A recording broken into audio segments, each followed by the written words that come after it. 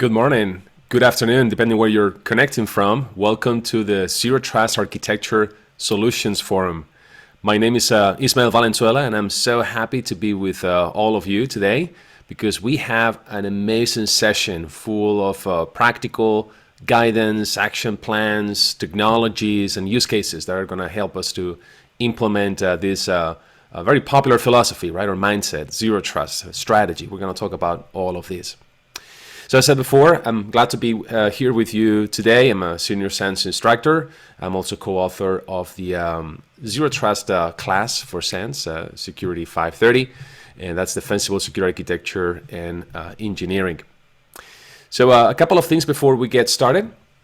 We're going to advance to the next slide. Let's see. There you go. So we're going to be running in terms of logistics from 9 a.m. Eastern Time, that's the time it is right now, until 4:15 p.m. Eastern Time. We're going to have a few breaks, of course, and we're going to be enjoying all of these different speakers. We have 11 invited speakers today, and thanks to 13 sponsors that we're going to have that we have sponsoring this event. So plenty of high quality material that is prepared for us. Now, a couple of things in terms of code of conduct, right? I'm not going to read you all of that. Obviously, this is not going to be a problem for anybody here, but we just want to make you know that SANS takes this seriously, and we just want to follow the golden rule, right? Treat others as we want to be treated. Be respectful of all genders, sexual identities, cultural, socioeconomic backgrounds, races, ethnicities, nationalities, religions, and ages. So we have a channel in Slack. If there's any problems, please let us know, or also we can use that email address that we have on the screen. Talking about Slack, so these are some of the Slack channels we're going to be using today. We like to use Slack together with this format with Zoom, so we can have interaction over there. We have started already to say hi to many of you that are joining us from all over the world. So let us know, where are you joining us from? What's your background? What are you going to do? What are you coming for in terms of like what do you want to learn? And we also have a networking channel where we can share some details on how to connect with each other, our LinkedIn profiles or Twitter handles if we want to follow on Twitter. We also have channels for each of the speakers where we can interact with them. We can ask them questions. Maybe some of those questions are going to be answered live. And if they're not answered live, the speakers are going to be going to that virtual room after their sessions so we can have a discussion with them and answer the questions there. So these are some of the channels, right? And you can also visit the discussion one to connect with me and any of the invited speakers over there, ask questions about the presentations, and etc. Or if you need any help, you can always go to the help channel. And finally, once again, thank you to our sponsors. As you can see, we have 13 sponsors. We have a lot of different guests that are going to be speaking today. This is actually the second year that we do this Zero Trust Architecture Solutions Forum. And I remember last year, I think it was like half day. We had very high quality material. But as you can see, this is gaining a lot of momentum. Everybody wants to know more about Zero Trust.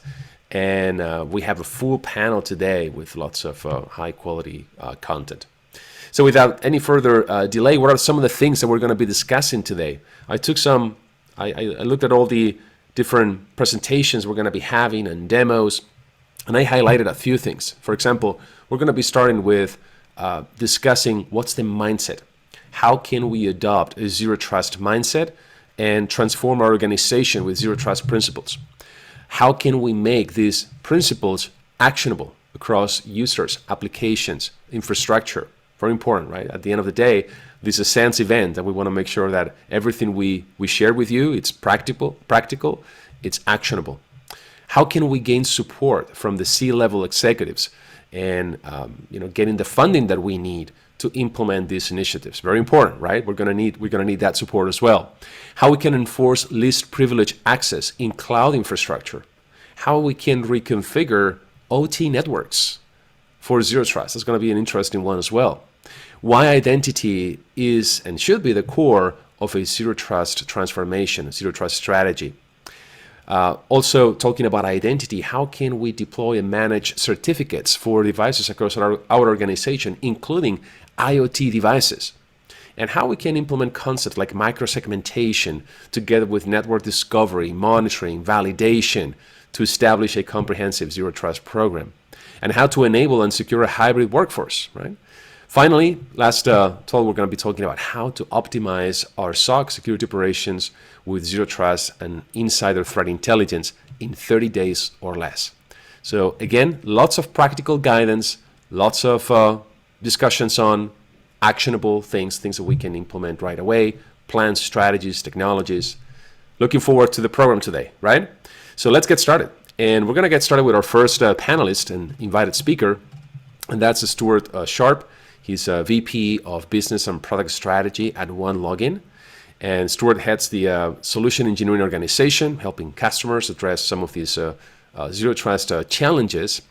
And during his 25-year career, he's had a passion for driving technical innovation with a particular focus on data-centric security, cloud encryption, identity, access management. And before joining OneLogin, he's worked for an Oxford University high-tech spinoff as a global product manager for database security at Oracle, and also as a VP of solution engineering for CASB provider. So we're looking forward to hear more about your talk, Stuart, on steps to secure the enterprise. Great. Thank you very much, Ishmael. I'm happy to be with you today and look forward to seeing some of the other presentations during a very packed agenda as well.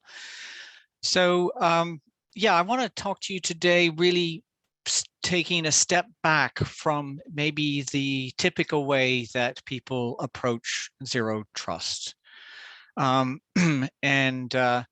You know, as Ishmael said, I'm the VP of Product Strategy. I'm really that bridge between our prospects and customers, understanding what they need today and also the direction they want to go in for tomorrow, and translating that into real functionality with engineering and product teams.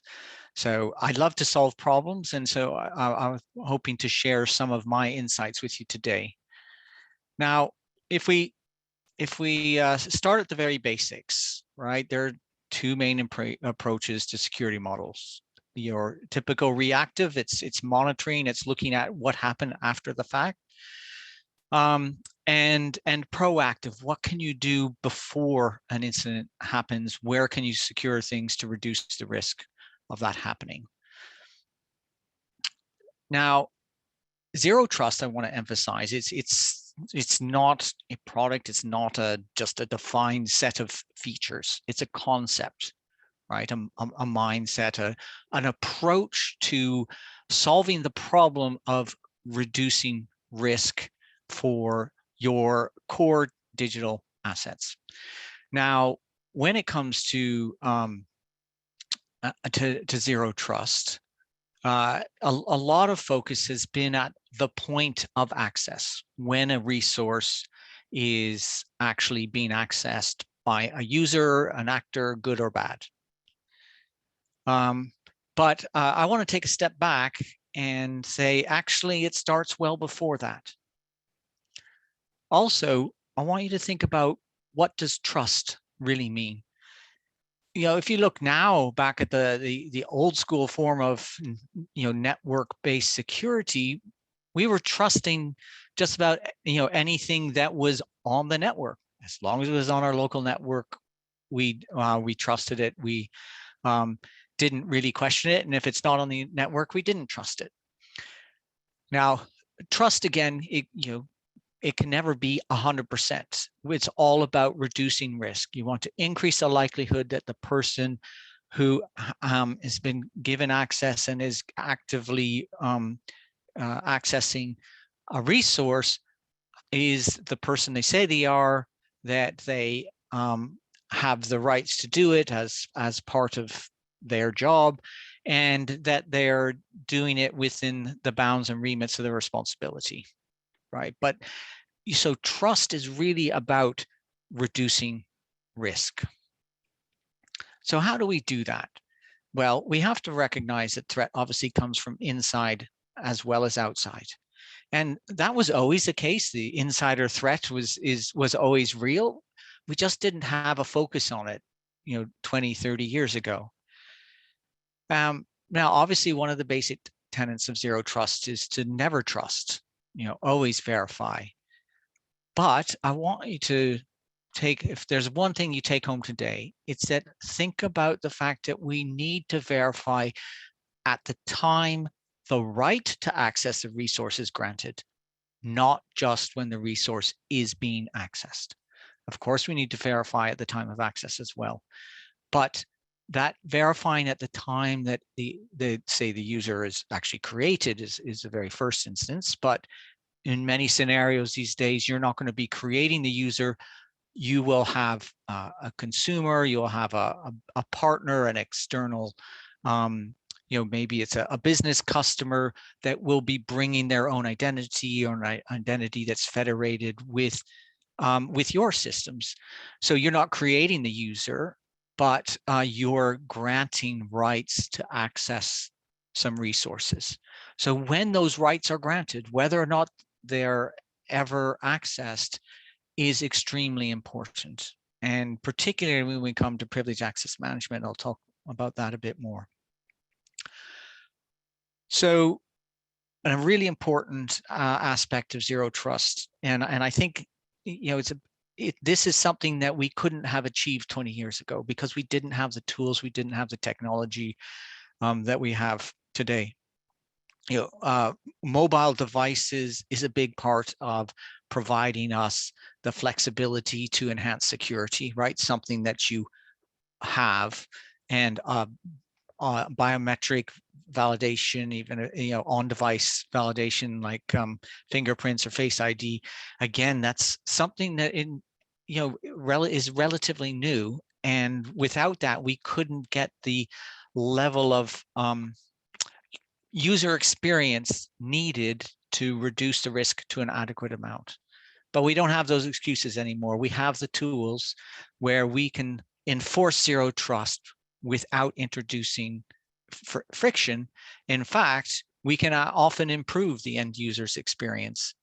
It's no longer the case that increased security means lower adoption and a lot of complaints and help desk tickets. So it is possible now to have a win-win for higher security, better user experience. So I'm going to start with the importance of zero trust as a concept when it comes to identity governance. Okay, so governance means that you're giving somebody access to the right applications. You're giving them the right level of access within each application, and they're granted it at the right time. You don't want to give it to them before they start their new role. You don't want them to have it 2 months after they left the company or changed roles within the company. And you want the visibility to know who has access to what. And that governance, that visibility is both reactive in that you can go back from a forensic point of view to see who had access when, if there was an incident, but it can also be proactive because you can make sure that before anything happens, you can remove wrong access or, for those lingering rights that should have been removed long ago. So let's look at a series of steps that you should go through. The first stage is the request stage. So the granting of access starts with a request, and it can be automated. And I definitely encourage you to do that because now it's really no reason why you can't integrate your HR system into your identity and access management system so that HR, who in the end, they're the authoritative source of who's working at your company, what is their job, who their manager is. So they're the ones who really should be driving the role-based, the automatically assigned access that a user is given. So the request stage could be automated. It can be manual, for example, a manager granting it. And I'm going to differentiate that manual granting from self-serve. So self-serve can, in some cases, they give it to themselves, but certainly they could request it themselves. But you do, if possible, you want a tool that will allow you to differentiate and to track when an application has been granted by the manager or automatically versus a user granting it themselves. Now, the second one is about approval. So again, in an automated use case, it's automatically approved often because it's the standard assignment that goes with a role. And it may be the manager that grants it, but in some cases, it's not good enough that the manager grants it. It may also be the application owner. That's often the case, say, if there's a cost involved to the business unit, the unit that owns that application. And so when they're granting a user, say, from another department or another role, it's going to cost them money. Now, when I hope from many of you, the actual provisioning of that access could be the creation of account in a target application, say in Salesforce, Office 365 or whatever, is done automatically, but it could also be done through a service desk ticket, and where somebody from your help desk will go and manually create the account in that target application. And it's very important that that these changes are also happen when the user changes roles, so movers, and or for people who have access to a resource that's time bound. Maybe they're assigned to a project, and maybe they'll work on a project 6 months, work on a completely different project, after that, with a different set of access requirements, and therefore their rights should be removed and new rights should be assigned. So, and then a vital part of that zero trust model when it comes to governance is the removal of rights. So if it's a security incident, you should have the ability to remove the rights immediately in real time. And if it's about the end of an employment, it's important to remember that you may not want to simply delete an account the day that the last day that a user ends their employment. It can be very important, particularly when it comes to file shares, to emails, that you actually don't delete the account, you remove the user access to the account and then reassign those files and those emails to the manager or to somebody else in the team. So you really need to think carefully for that step, that you're not actually hurting the business by trying to be proactive in removing rights. So the steps are at the request, approval, provisioning, update, and removal stages. How can you apply a zero trust framework? Well, one way to do that is to leverage the approval workflows, and even on top of that, so MFA, where if your governance tool supports it, you could build into those approval steps that where it's not automated, so happening just because the user has a certain role, but because there's been a self-service request or the manager's approved it, but the approval actually has to it would include the manager being prompted with MFA to confirm that that's a valid approval and that it's actually the manager making that approval. So automation helps with your zero trust framework because you've got well-defined process and approach to applying rights, so you know who will be given what rights automatically. And in most cases, that will be done right first time, every time. So, and you can confirm that through through your governance audits. But when it comes to those manual approvals, Zero trust means you want to confirm that the right person has actually granted the approval and that that approval is removed at the right time when based on the user's role and employment. Now, I'd like to move on to zero trust and access management. Now, this is getting more in the realms of what people normally think of when they think of zero trust. So this is at the point of access, what parameters are there that we can take into account to make sure that we're reducing the risk that a bad actor is accessing that resource. So we look at some general parameters like who the person is, what groups and roles do they have, the based on the roles and groups that that user has been granted in our governance framework. Do they have the right to access that resource? Is it view only? Is it should they be able to edit it, etc.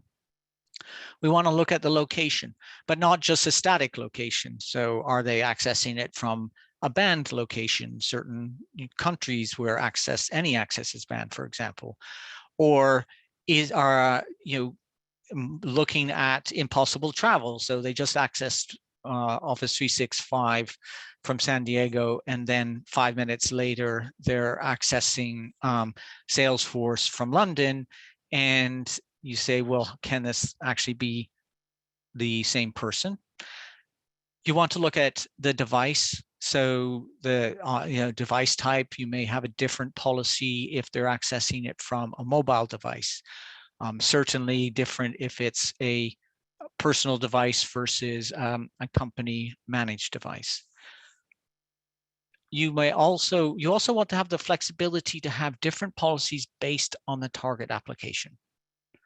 So single sign-on doesn't just mean that there should be the same access, the level of access verification steps, regardless of what the user's accessing.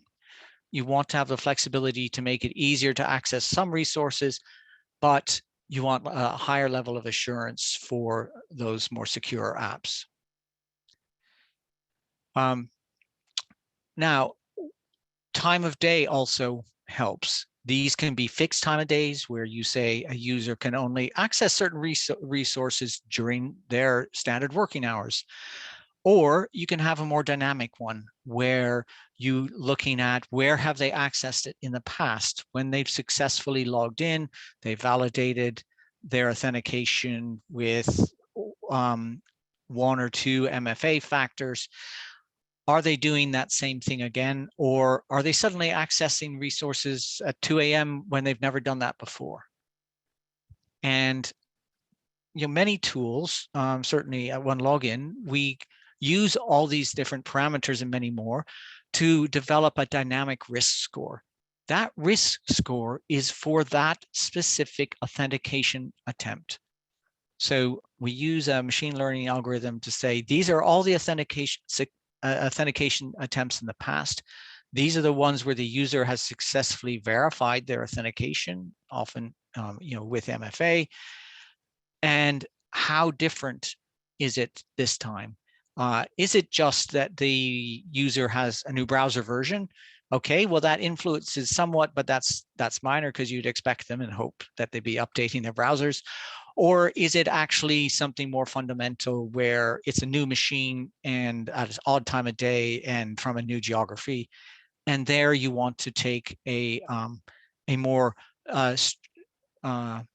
enforce a higher level of access verification. So one of the ways and one of the tools that you have now is based on this risk score, you can assign the user different flows. Single sign-on is, remember, you may have enforced MFA at the time of login. So they will have, for example, a OneLogin session, and therefore you could have a policy that allowed them to automatically create an application session with any application that's federated. So Salesforce, G Suite, whatever. However, you could also say that when they go to access certain applications, you may want to enforce an additional level of MFA. And that could be, for example, anybody accessing the finance application. You might not have them be prompted for MFA if they already have a session when they log into Salesforce, but if they're logging into the finance application and accounts payable, you may want to say, well, that user has high enough rights, better enforce MFA, even though they already have a single sign-on session. So that's like step-up authentication. There will also be cases where you want to actually block access outright. And, again, that can, I think increasingly you're using that medium risk, that step up, because you don't want to get a policy wrong where you're stopping the business from working. So MFA is very easy for users to do now. So there's really no reason why they shouldn't do it. But if you only enforce it when it's really required, it keeps them happy, and they'll be more likely to not try to bypass it or just take shortcuts if you're just prompting them when you need to rather than all the time. So I have a question here about do I believe in a process-based approach or a score-based approach? So, I think scoring can be helpful, but only if you've got the right process in place. So I would say that start with a process-based approach to zero trust to make sure that you're getting the quick wins, you're filling the obvious holes and make sure that you don't have gaps. Certainly that concept of scoring is heavily used at OneLogin with our what we call vigilance risk score. And this is one of the things we're looking at enhancing over the coming year is where can we use dynamic risk scoring at multiple places within a user's interaction with our platform and actually take in risk scores from the OneIdentity governance solution that has risk scores associated with how a user is granted access to an application. And we might take that into account when they want to actually access that application. So if they've asked for self-service request for access to an application, we might say, well, that's fine, and it's approved by your manager, but we're going to enforce MFA every time you access it. Whereas something that's part of your standard role, we just allow the standard SSO to go through. So yeah, let's make sure you cover the basics first, but we certainly believe in that scoring approach where we can, and particularly when you can put a bit of machine learning behind it and have that dynamic intelligence to reduce risk. Now, so one thing that the validation is really important, right? So I've talked a lot about MFA. One thing I like to do as well, because you do have the risk when we used to work in offices, and then hopefully more of us will be able to again. When you're working in an office and you just leave your phone on the desk, then it is possible you could say somebody tries to log in and validate MFA on your phone because you didn't lock it. Well, at least if you're enforcing biometric level validation, you're putting that extra barrier.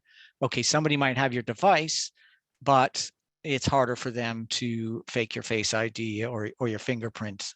And it's becoming, and the device level biometrics are becoming better and better.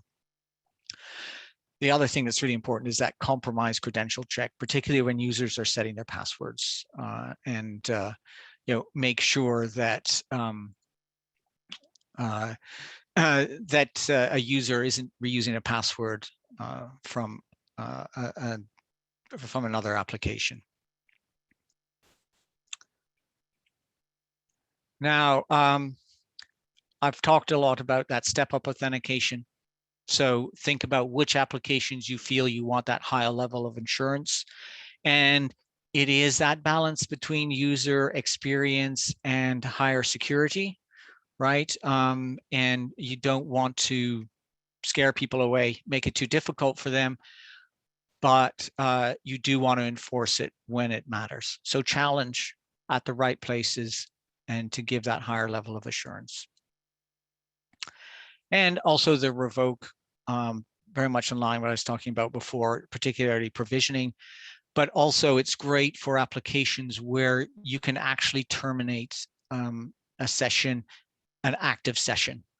So many identity providers create an application session, but then have no more control over it. So if the application supports it, for example, with OneLogin, you can do a single logout. So it will go and log out of all applications that support the SLO protocol. Or if you've got provisioning and you suspended the user, it will actively terminate that session. In Salesforce is a great example of this. So as soon as the user clicks on anything on the page that they're currently viewing, their session is over. They can't do anything else. So when it comes to that actual point of access, do that dynamic analysis of the risk, assign the right authentication flow, validate and challenge where appropriate, and again, make sure that you've revoked in real time where possible. Now, I think I only have a few minutes left, but I want to just trust on a couple of aspects of privileged access management. So, you know, many of the principles that I've talked about apply, but you know, what's different about privileged access management is that the damage that can be done when somebody compromises, gets you know, a bad actor gets access to that account in the target system, you know, it's very big. And so, first of all, wouldn't it be nice if you could actually only grant an account access to change things, to even view them when needed, and then it's actually revoked. So the access isn't sitting there with that user account all the time. So the new way is to have time delegated permissions, right? So you're combining that governance of you know, that say you have manager approval with MFA to verify that approval, and it's only granted for a time, a limited time. So the admin goes and checks out the account. They're given access, but that access is actually provisioned to the target app in real time and then deprovisioned when the 2 hours, the 4 hours, maybe 1 day is up. So it's not sitting there as a point of vulnerability that could be exploited.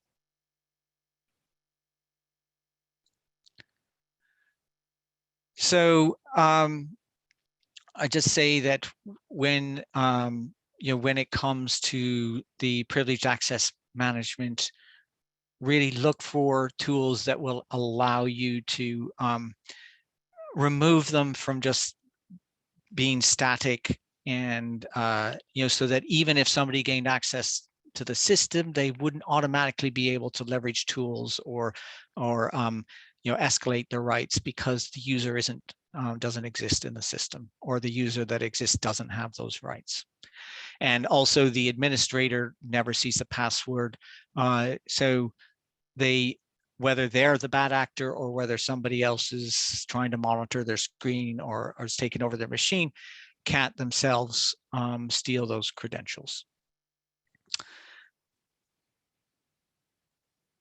So I've included a few links. You may already have these, but we've certainly, the NIST Zero Trust Guidance is a great resource. And we've got our own definitive guide to Zero Trust as an ebook, which you're welcome to download. So yeah, I'll just pause here to take any questions. Let me just see. Here's one from Manish. If PAM is compromised, then all systems will be at risk.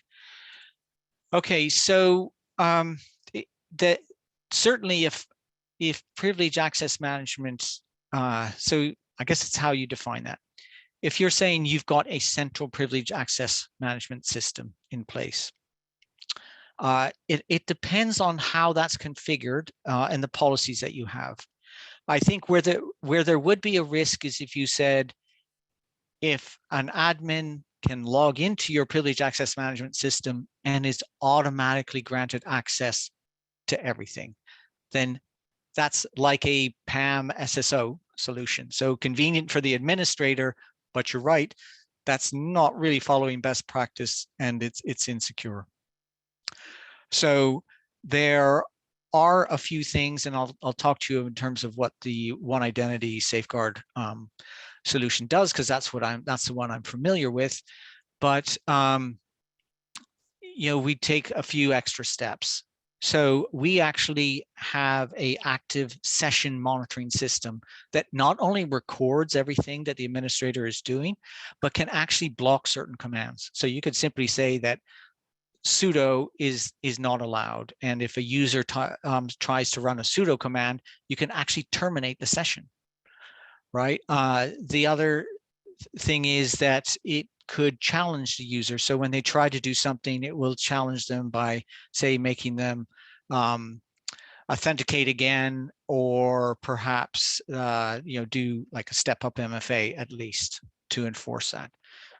So that's when they've got access, they're actively working on the system. There are controls and parameters that you could put in place that will prevent them from doing unlimited damage. The other side is, well, when they've got access to your privilege access management system, what access do you automatically grant them versus what needs the manager's approval? So if for certain core systems, they actually, they'll check in and say, I want a 2-hour session to, update certain AWS servers, that can only be granted when the manager goes in and approves it. And that will certainly help protect those two combined, stop all systems from being vulnerable just because a bad actor managed to get through the first step. So you definitely want that, that layered approach. Some good questions here. Anything else that anybody has?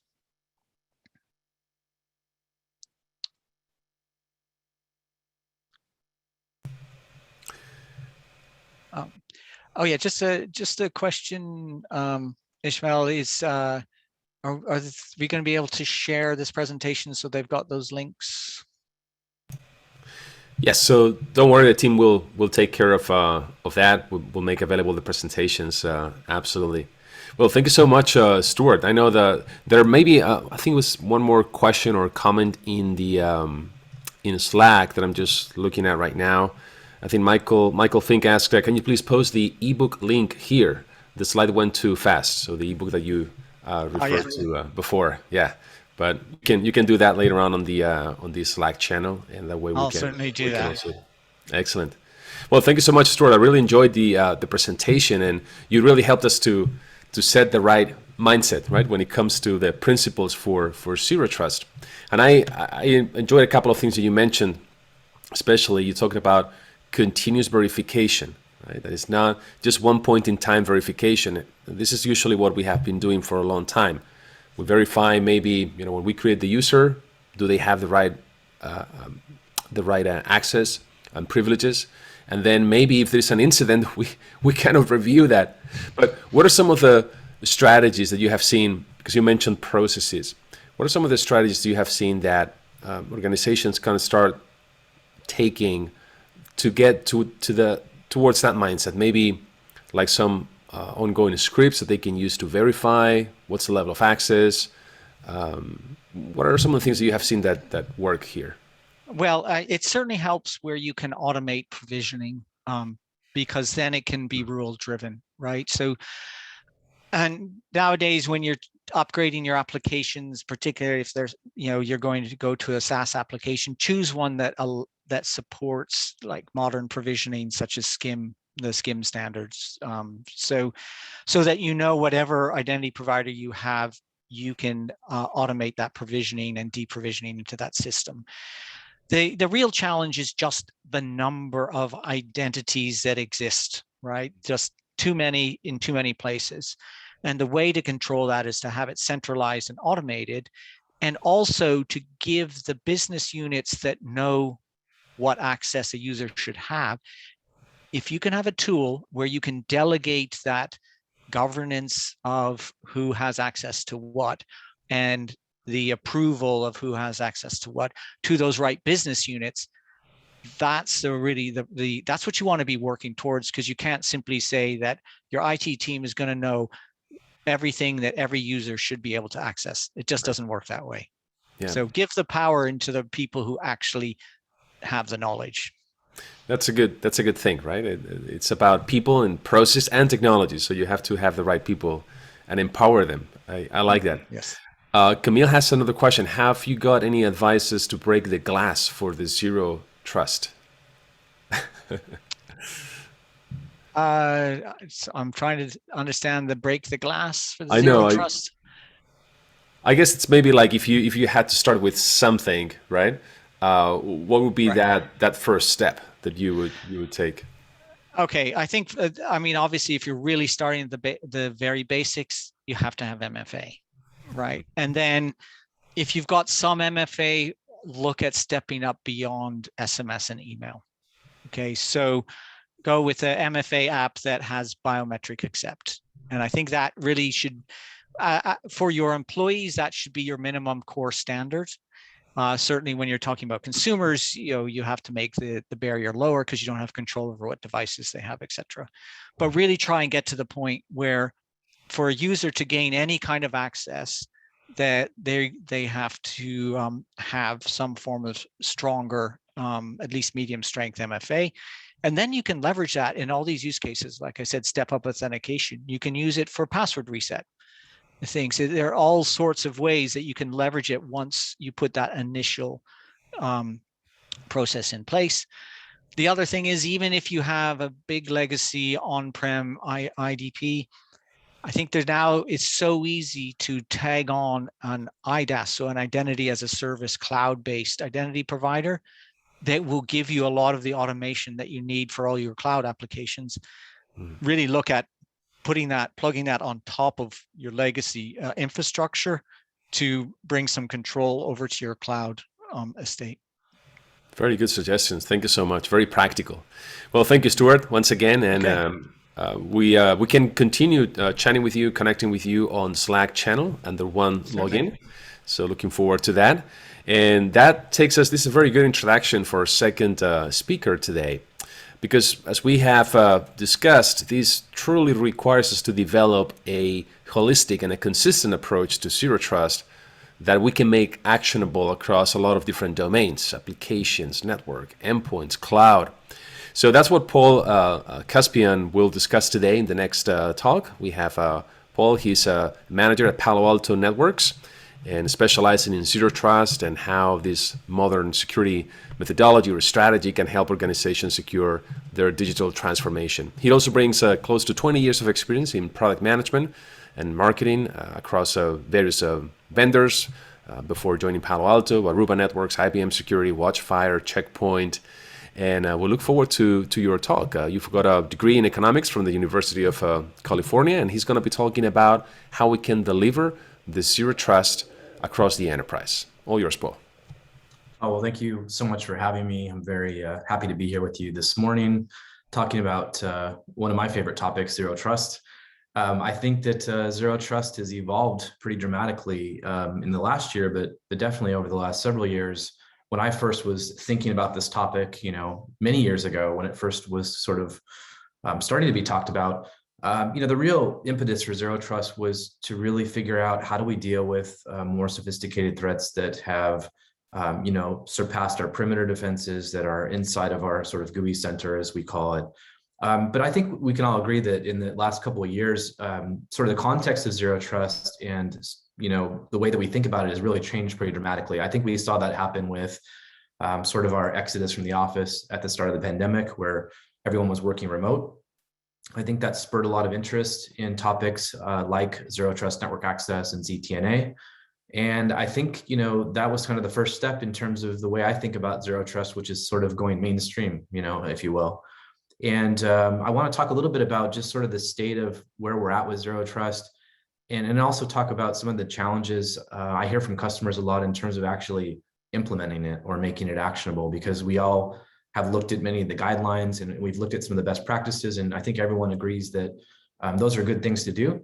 But I think a lot of the complexity comes into making it actionable, and for a lot of customers figuring out, how do I make that work in my particular organization or my environment. So that's what I'm going to really focus on today. So the state of zero trust, some of the strategic opportunities it creates as you move to a zero trust approach, and some of the ways that PaloAltoNetworks, through some of our tools and technologies, but also some of the folks that we have that have a lot of expertise here can help as well.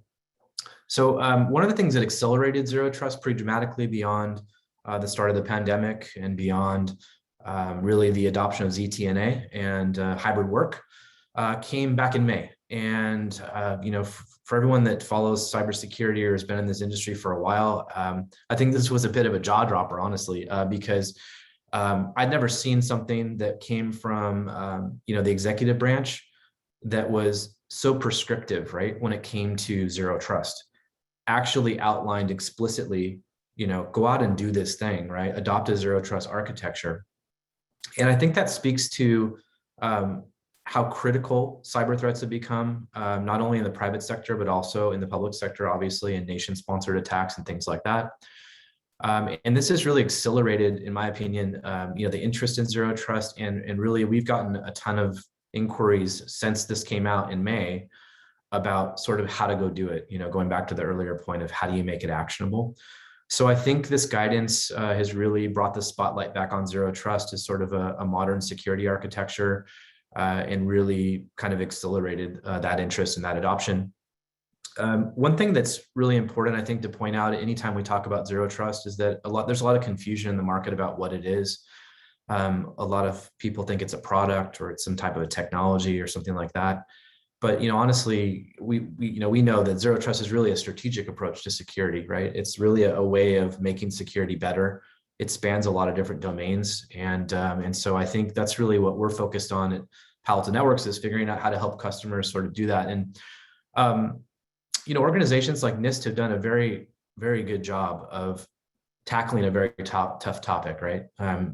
Zero trust spans such a broad set of different capabilities. And I heard in the previous speaker, talking a little bit about identity as an example, which is a very, very good place to start when it comes to zero trust.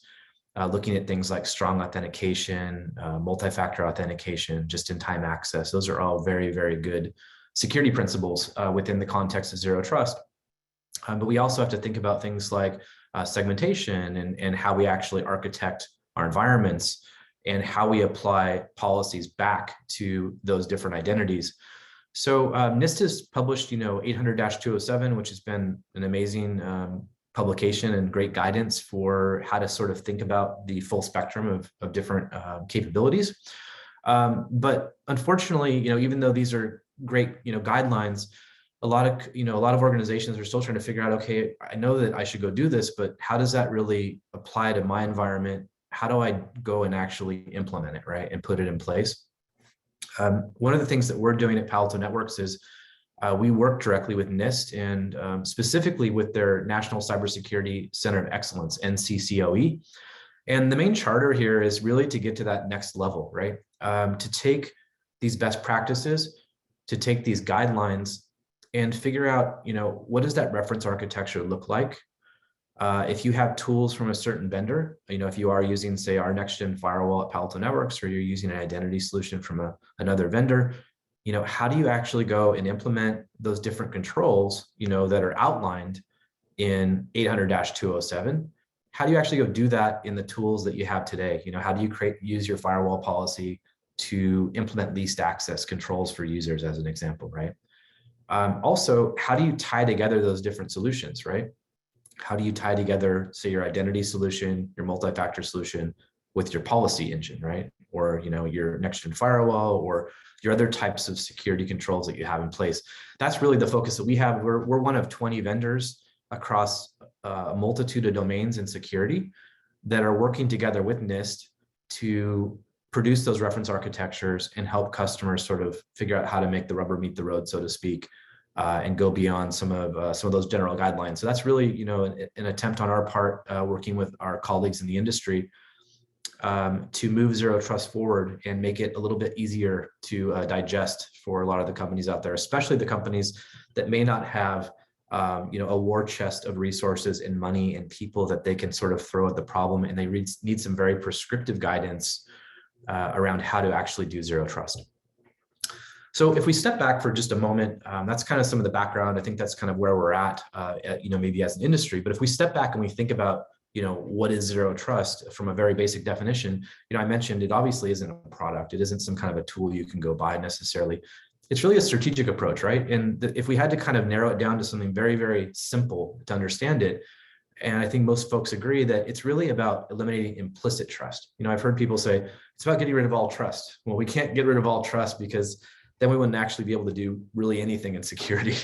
But implicit trust is a big problem, right? It's a big vulnerability. Whenever we assume that, say, a user is a little bit safer because they're sitting at HQ versus you know, working from their home office, that is a vulnerability, and that is really where implicit trust gets us into a lot of trouble. And so, from a very basic level, we really want to validate every digital interaction, right? And we you know, we can look at that in a very real way by looking at, you know, again, going back to, say, looking at identity, right, kind of as a starting point.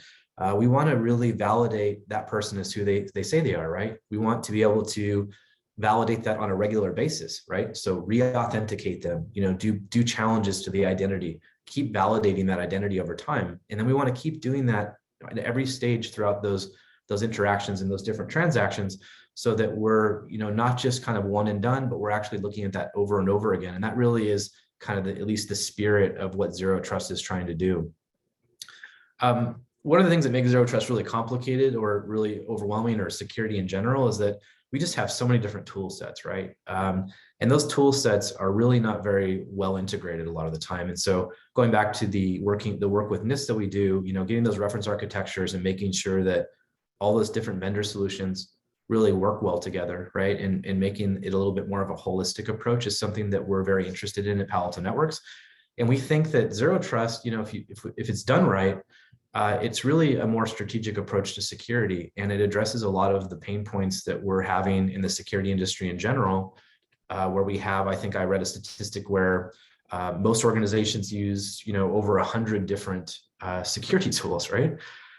So, you know, this is a big problem in and of itself. And, you know, we believe that zero trust is an opportunity to really modernize security and also rebuild different facets of it in a way that better fit some of the things that we're already doing, you know, in the industry. So obviously we're experiencing some pretty tremendous network transformation, right?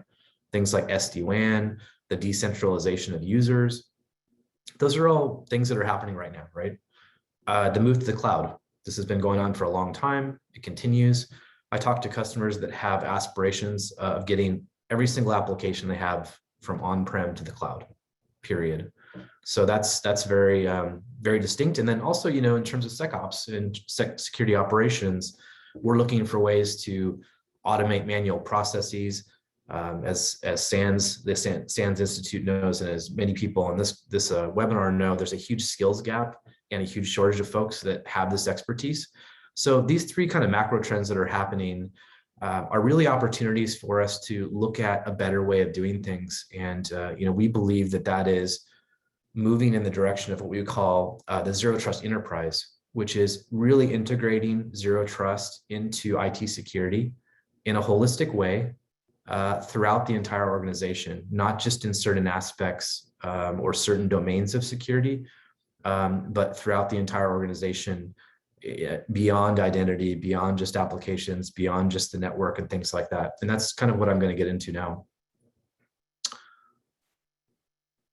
So the way that we sort of look at, you know, sort of the area of zero trust, because again, even though we're looking at kind of what is the definition or how does zero trust work, we essentially think of it as sort of three pillars. And those pillars are really users, where I think most people think about zero trust, and that would be talking about things like, the identity portion, MFA, applying least access privilege for on-prem applications, for SaaS applications.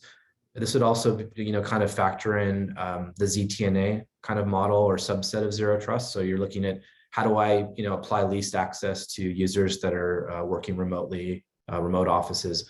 That's really where the user pillar sort of comes into play. But, we think that it's actually quite a bit broader than that, in the sense that if you look at, sort of zero trust best practices around, visibility, around continuous validation, least access to resources, these are not just, sort of best practices or tenets that you can apply to users, but they're best practices in security that you can apply to your whole infrastructure, from your cloud applications, looking at things like workloads and containers, to your infrastructure. And when we say infrastructure, we're actually talking about many of the things that are really kind of unmanaged. Things like IoT, as an example, that's proliferating, extensively over the last couple of years into the billions and billions of devices. It also incorporates things like supply chain, which obviously over the last year or so has become really top of mind for all of us, because we've seen some of these really massive supply chain type attacks, where the supply chain was used as a way to get into the organization's infrastructure, and also to obviously try to steal sensitive data or install ransomware or things like that. So the main point really is that users is obviously a really important part of this. It's a great place to start. A lot of our customers use things like Prisma Access, as an example, to start doing ZTNA for their remote workforce or hybrid workforce. Very, very good place to start in zero trust. And a lot of our customers, are looking at IoT as an example and saying, hey, I know these devices are vulnerable. They have very little built-in security. I know I need to secure them. I know I need to monitor them, segment them, do all these different things. And so, we have solutions that can give them that visibility and help them do that, create a least access policy, and start securing those devices, whether they're in the enterprise or they're in healthcare or things like that. So that's the kind of the way that we sort of frame zero trust. That's how we think about it. And the main reason we sort of have, think about it in these three pillars is that it goes back to the earlier point of, we don't really want our customers to have to look at a laundry list of 40 different domains they have to think about when it comes to zero trust. We've tried to break it down into three pillars that are really easy to understand. And, if they address these three pillars, they really have gotten, 80 or 90% of the way there when it comes to kind of implementing zero trust, throughout their organization. So I want to talk a little bit about sort of what each step looks like, within those pillars. And these are going to be fairly obvious, I think, especially on the user side, which we talk about all the time. And I talked about it earlier, is it really starts with identity, right? So if you don't have identity, you don't have visibility into users, and you don't have visibility into devices, you really can't do a whole lot beyond that, right? I kind of call that step zero in terms of the visibility part, right? I know who's on the network, I know who's connecting, I know what devices they're using. That's kind of step zero. Now, next step would really be around identity, is implementing strong authentication. And again, I heard the previous speaker talking about some of the ways of doing that. MFA, applying just-in-time access. Those are all excellent ways of starting, kind of a zero trust journey or a zero trust process. Some of the other things to think about are, once you know who that user is, taking device context, into sort of part of the equation. What device are they on? Is it a known device? Is it a managed device? Am I able to check that device's posture before I allow access to different resources, verify its integrity? That's kind of the next step after user identity, right? And then from there, it's continuing on through, this idea of securing each digital transaction is, okay, what kind of access should this user and this user's device have, right? On-prem, SaaS applications, what should they actually have access to? And this is where we're able to enforce those really fundamental zero trust ideas around things like least access, right? Users should only have access to what they need to do their particular job, their particular function, and that's it. And then the fourth part is something that we've, as PaloAltoNetworks, as starting out in the industry as a network security provider, and obviously we have a lot of capabilities beyond that now. But this has been something we've been laser focused on for a very, very long time, and that is securing all the transactions, right? Securing the traffic coming into the user, right? From say the internet, inbound attacks in a comprehensive way. Also looking at if the user's device is compromised, securing traffic, maybe malicious traffic coming from that device. And also, in the instance that maybe there's a malicious insider, securing malicious behavior on the network as well. And that is very zero trust. So this is kind of a way to think about it, sort of in 4 steps: identity, device, access, and transaction. And you're probably wondering why there's a slash and there's a workload on this slide. And so I want to explain that. If we apply this same methodology to applications, right, and we go beyond sort of the user dimension, now we're not talking about devices, but we're still talking about identity of those developers, DevOps, administrators. Now we're talking about workloads, right? Same idea, but just a little bit different context. How do you verify workload integrity as an example? And then this should look very similar, right? How do you actually control access? How do you do things like microsegmentation for your cloud environments? And how do you control all the different transactions and traffic that are basically transiting that cloud environment?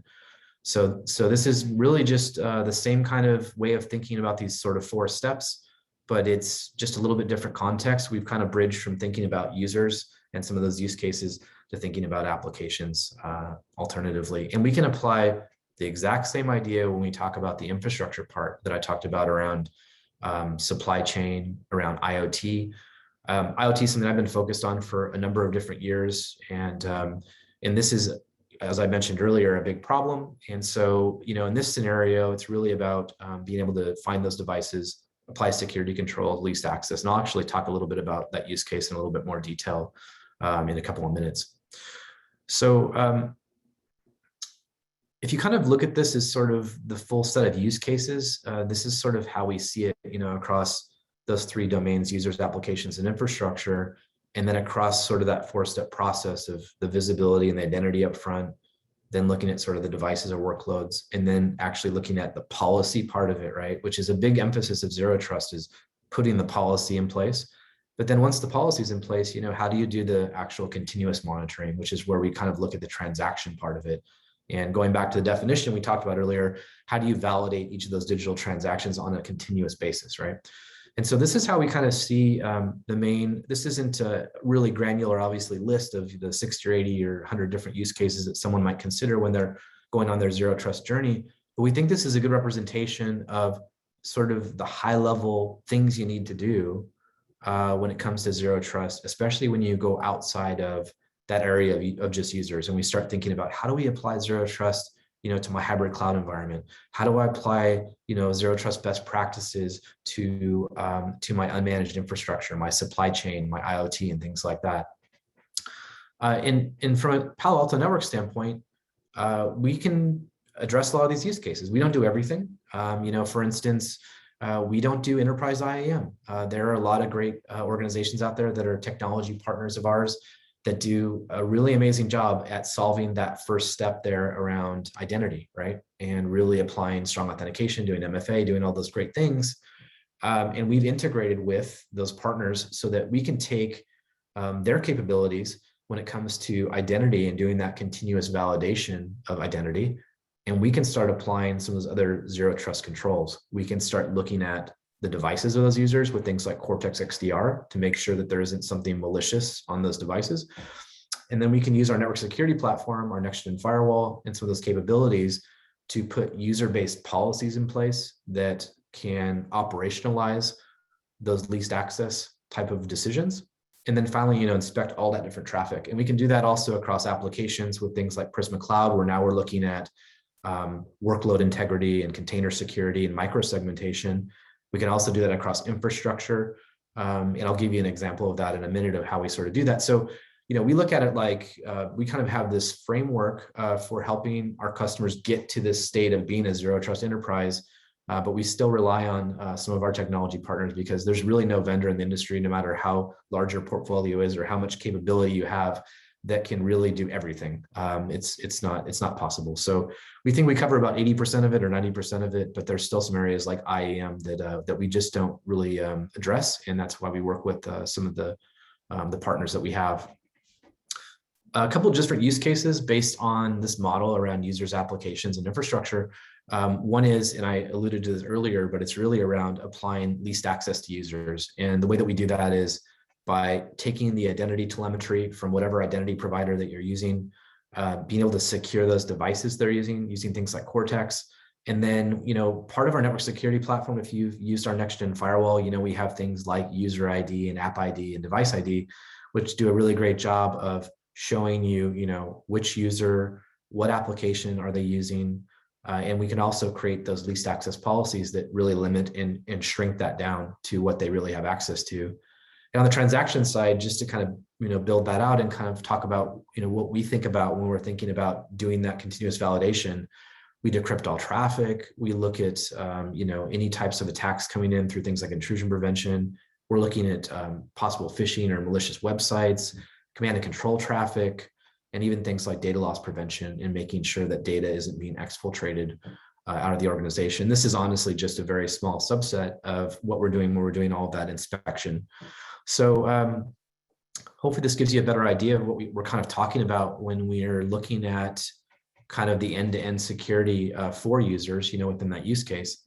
And another example, which I talked about pretty extensively, is really around the area of IoT. And I think I've kind of covered this, but it's really a lot of customers I talk to, they don't really have very good visibility into this problem.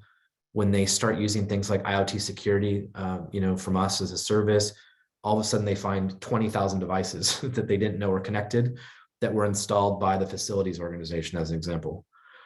So this is a very, very good example of sort of that unmanaged infrastructure. It's a really important security problem. And I think Zero Trust is a very good way of looking at it, because IoT is one of those things, unlike users, we're very dynamic. We do lots of different stuff. We access all kinds of different things. If you take a moment and think about all the things that you do on a daily basis, right? All the applications you access, websites that you use, things that you do, it's very, very broad, right? IoT is different. Every IoT device has a very specific purpose in the network, as like a security camera, or whether it's an MRI machine in a hospital. They do one thing, right? And so applying Zero Trust IoT is actually very easy. You just have to figure out what that device does, what it should be doing, and everything else is basically blacklist, or it's unallowed, right? So if a security camera, is basically storing video, that's all it should be doing. If an MRI machine is storing MRI scans, that's all it should be doing. So we have tools that can help lock down IoT, and I think this is a good example of sort of addressing that unmanaged infrastructure that I kind of talked about. You may be wondering, we talked a lot about sort of the three pillars: users, applications, infrastructure. We also talked about some use cases around this, and you kind of might be asking yourself, okay, well, once I have identity in place, and once I have a Zero Trust policy in place, and I'm enforcing that policy, what about stuff like the SOC, right? Where does the SOC fit in? And it's an interesting question, right? The way that we kind of see the SOC in terms of Zero Trust is that, even if you start putting some of the controls in place and the policies in place, you need some way of monitoring those policies, right? One aspect of Zero Trust that we don't talk about a lot is there's the continuous monitoring aspect. And so the SOC really, in terms of its role in Zero Trust, is really an audit point, if you will, right? Because you're never going to get it exactly right. Even if you, plan out, a Zero Trust architecture and you implement it, there's always going to be room for improvement. And so the SOC is really, sort of functionally, it provides the ability to look at those different Zero Trust policies that you've put in place, make sure they're actually the right policies, make sure you don't need to ratchet up security in certain areas, helps you kind of prioritize in terms of risk, things like that. And so, we see that as kind of an important point that kind of spans those pillars around users, applications, and infrastructure. And that can, encompass a number of different kind of capabilities. Behavioral analytics is an obvious one, and really trying to connect the dots there, threat hunting, really looking at that wide set of data. At PaloAltoNetworks, we have Cortex, which is really our platform for detection, response, and automation. And so going back to the earlier point around, there's obviously this SecOps transformation happening, the need to eliminate a lot of the manual processes. Cortex essentially gives you the ability to automate a lot of different workflows in the SOC, and also to be able to take all that different telemetry from different security solutions and really make more sense of it via some of the behavioral analytics and things like that. So In a nutshell, the SOC and using tools like Cortex XDR, Nexor, really helps with that sort of audit process and going back and sort of checking, making sure that you made the right zero trust policy decision and things like that. So I wanted to kind of just close out with one additional point. Zero trust, as I mentioned, isn't a product, and it isn't even if you assembled all the different tools, that you thought you needed to kind of get through the different zero trust requirements and things like that. A lot of times, and I kind of mentioned this, but there's still kind of a expertise gap or a skill gap. And a lot of customers I talk to, they do have folks in the organization that understand zero trust, and they usually have kind of champions internally that are initiating different zero trust initiatives. But there's also a lot of a need for kind of looking at it more strategically, more of a top-down approach versus looking at individual projects. And so I would encourage you, if you are just getting into zero trust or you're just kind of starting the journey, engage with a partner that has a lot of expertise there. We do a lot of engagements, obviously, as PaloAltoNetworks, but whether that's your business, your trusted partner for security, one of your business partners, whether it's a vendor like us that do these types of engagements, and really figure out, where all my different assets are at, where's my critical data, where should I be prioritizing, because you obviously can't do it all at once. That's a really important part. I didn't want to leave that out, is it's not just about, sort of having the tools, but it's about putting a plan and a process in place to maximize those tools and technologies and really make them work in a way that's going to get you closer to sort of that zero trust state. As I kind of close out here, I just wanted to kind of summarize, zero trust is a strategic approach. It's not a product. There's basically ways that you can do it, different places to start, whether you start in sort of looking at things like ZTNA and hybrid work, or you start on the identity front, and really figure out, how am I going to put a really smart identity strategy in place. You can start at many different places, but it's important to think about the full spectrum of addressing zero trust across users, applications, and infrastructure, not just in one domain, even though you may start in one domain. And there's a tremendous amount of resources out there to really get educated. NIST has that great architecture on 800-207. There's the Cybersecurity Center of Excellence that we're a part of, that has a lot of good guidance and information. SANS obviously has a lot of good industry guidance and different ways of helping you kind of move towards zero trust. And with that, I'll turn it back for any questions. Thank you so much, Paul. We actually have some questions on the chat. So let me just start with the first one. Stephen says, how does bring your own device work in a CTA, in a zero trust architecture? Bring your own device. Yeah. So honestly, zero trust basically says, well, there's kind of two aspects to that. One is bring your own device. If it's an unmanaged device, it's a little more challenging, right? And then if it's a managed device, just in terms of having access to the device, maybe having inherently having security controls or software installed. But essentially, most organizations try to have some kind of an onboarding process for BYOD to make sure that they can get a little bit more control or visibility into those devices. But zero trust basically says that you should pretty much treat all devices as compromised, right? Or as if they have malicious software, whether they're a managed corporate device that you have a lot of control over, or they're an unmanaged device like a BYOD device. And so the same sort of rules apply. You should apply as much security rigor to that device or that endpoint in terms of verifying its integrity, making sure it doesn't have malicious software, it's not doing malicious stuff, regardless of whether it's a managed corporate device or it's an unmanaged device. Exactly. It's kind of a new way of thinking, right? It's like everything is untrusted. Now, we obviously have to have controls, and the more controls we have, the better. But everything is untrusted by definition. We have another question from VPN. He says, so if I have a server farm in my data center on an Active Directory domain and current RDP into these servers and have authorizations drawn from Active Directory security groups, how can I use CTNA type of tool so the AD-based authentication model could still exist along with the CTNA policy-based user authentication? Yeah, so a couple of things there. One is, so ZTNA is a great approach in terms of those remote users are now going to essentially security in the cloud, right? And they're basically getting authenticated, they're getting least access privileges applied. And then solutions like our solution, like Prisma Access that does ZTNA, it can then basically create a secure connection back into those on-prem applications, as an example. So that's a very good way of doing it. And also, they also can, essentially be the gatekeeper to things in the cloud too, right? Like SaaS applications and things like that. So they're basically a central point to provide that secure remote access, and a very good way of doing that. On the directory side of things, we have things like Cloud Identity Engine that can pull in directory stores from different places, because most of you have a multitude of directory stores, like in this case, maybe Active Directory, but you're also using a directory store in the cloud as an example.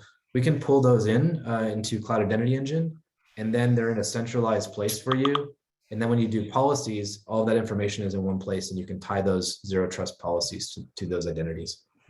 So Paul, it's about integration, right? It's not about like replacing things, as you were saying. It's about integrating. Yep. Yeah, no one's going to go in and tear out all of their existing infrastructure. So a lot of it is looking at, what do I have today? What am I going to have next year? And how do I basically think about that in a holistic way that I can make sure security is consistent, regardless of what types of identity I'm using, directory stores I'm using, things like that. Excellent. We have one more question from John. What crucial CT events are crucial or important for logging success and failures? Can you talk a little bit more about those logs that might be important to monitor for zero trust purposes? There's obvious things like, authentication failures. That's a really obvious one that would make you suspicious. And I know a lot of the identity providers use telemetry like that to change the way they're doing identity. As an example, like if I see, someone logging in from a device that they've never previously used, right? That's some contextual information that's useful. I might send a push challenge, right, to make sure that user is who they say they are. That's very, very zero trust. So that would be an example, is like, this device is a device this user never uses, or maybe they failed authentication a couple of different times.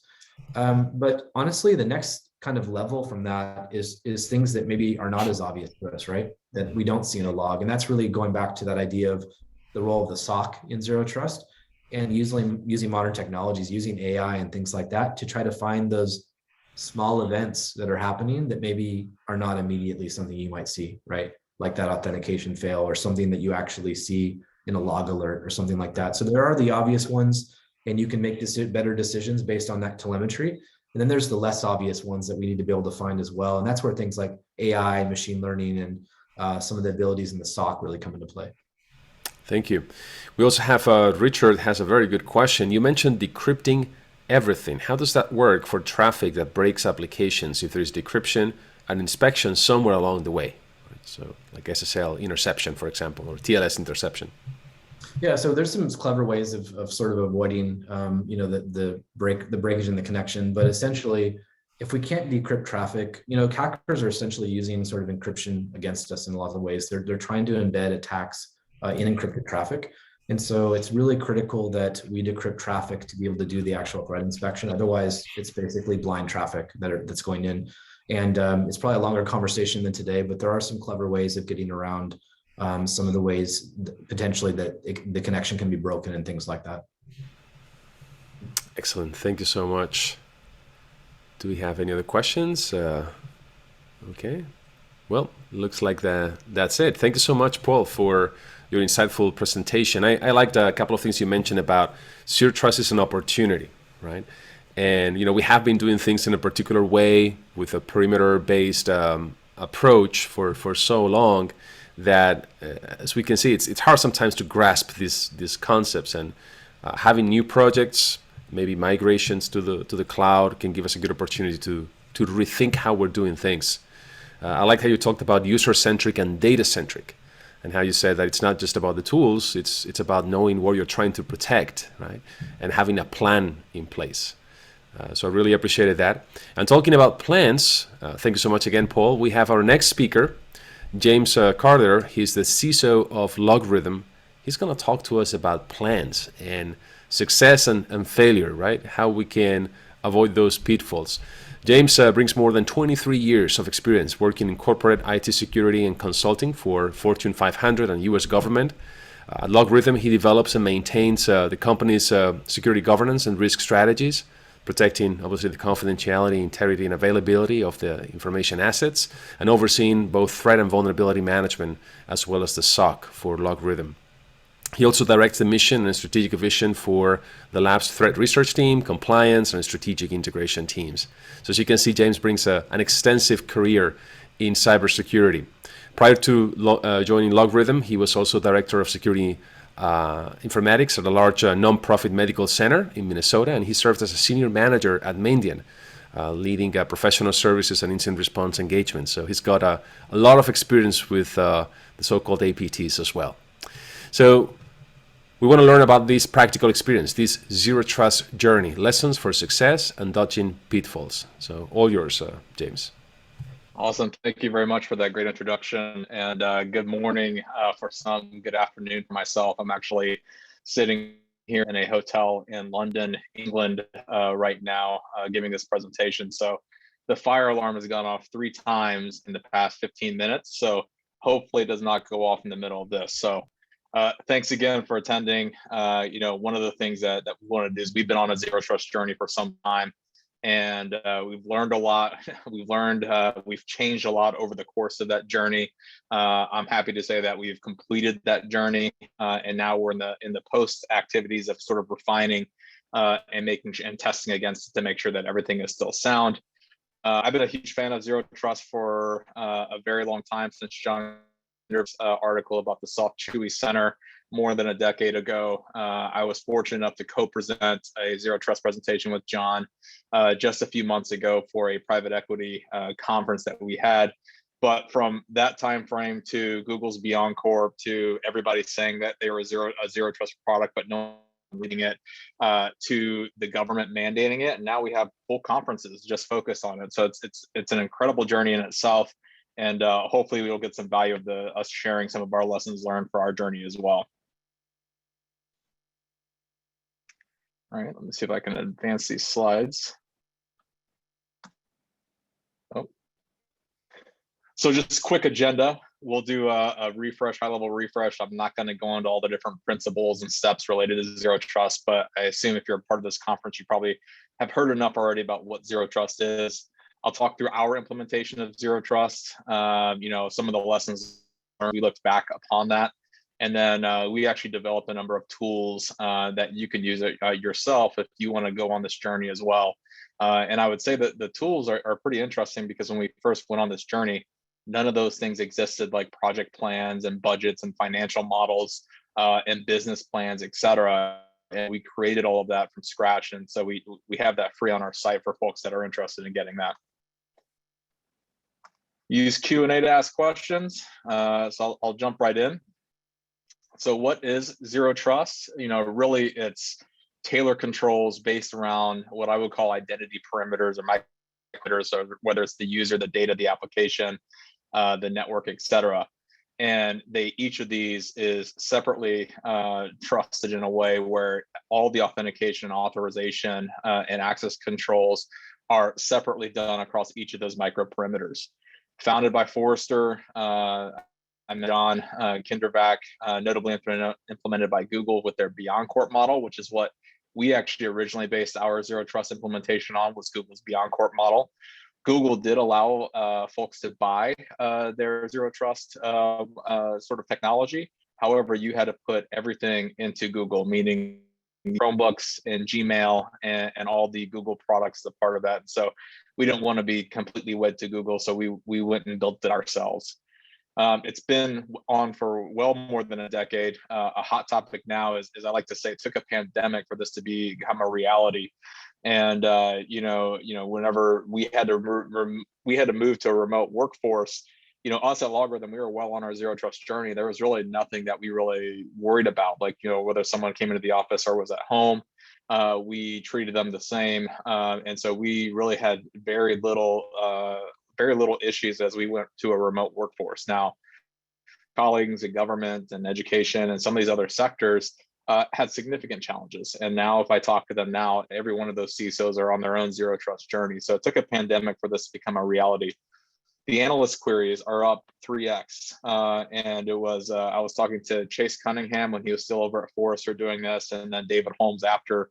And he said, since the pandemic, the inquiries that they're getting around zero trust has more than tripled. So it's just something that is on front of mind for everybody right now. So I jokingly like to call zero trust the Titanic principle. I know there's some irony here, but if you think about it, separating each of those, compartmentalizing each of those different sort of identity types, the user, the network, the system, et cetera, really just compartmentalize them into these separate compartments. And just like the Titanic, it compartmentalized the whole to where if an incident would happen or one of the compartments was, it wouldn't ruin the entire integrity of the ship and cause it to sink. Now, just like with the Titanic, the strategy was, and the architecture and everything was sound, but there was a lot of failures in execution if you read why the Titanic actually sank and why this didn't work. And so I kind of say this same about zero trust. If it's great in strategy, great in the model that you can build. However, you still have to go implement it effectively for it to be effective. So just keep that in mind. But at the end of the day, the whole goal of it is to contain something at an incident level. So if a user gets breached, if a device gets hit, you don't comp the other aspects of the business, and it doesn't actually matter to the other identity types that we have that we separately authenticate and authorize from. So containing something at an incident stage before it actually becomes a massive breach. And so that's really why I jokingly call it the Titanic principle, recognizing the irony and all that. So our implementation, as you can see from my timeline, it took us roughly 4 years. I do not think it would take 4 years today. I think, when we started back in 2017, the technology wasn't ready. It was a fairly immature. There weren't a whole examples of successful zero trust implementations outside of Google. So there wasn't a whole lot to build off of. And even though around this time frame, all the companies I think that were in security started claiming that they were zero trust without knowing it. But what would happen as we'll talk about as we go through this journey is that we were forced in the early days to sort of take disparate technologies and what I like to call Frankenstein them together in order to make them work in a zero trust way to accomplish or provide us the capability that we were looking for as a part of zero trust. And it wasn't until later on, I think probably in 2019, we stopped and reevaluated everything. And the technology then was a lot closer to being ready. And so we actually made significant progress from 2019 on, but in the early days, there wasn't much there. I think the only other thing I want to mention on this slide in particular is if you look at the first 3 quarters are primarily required. We had to identify all our sources of toxic data or sensitive data in our environment, things that would be systems that would be heavily impact the business if they were to go down. So we had to identify all the different users, systems, roles, network, go through each one of those identity perimeters, map it all out, classify it, and then actually map all the flows from the user to the device to the application itself. But we had to map flows from that perspective, from system to system, application to application.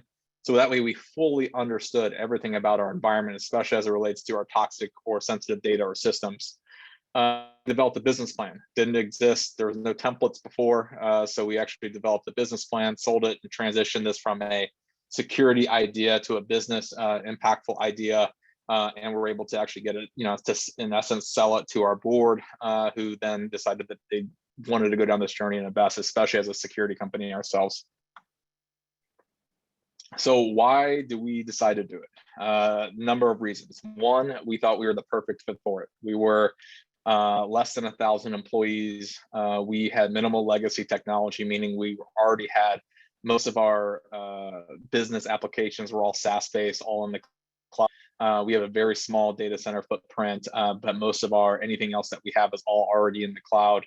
And obviously, us being a security company, a security-first company, that means the level of friction allowed and the appetite for that is a bit higher for us because we want to set the example for our customers, others on how to do security right. So it was a perfect sort of perfect size and the complexity and everything else made it a great fit for us to go down this path.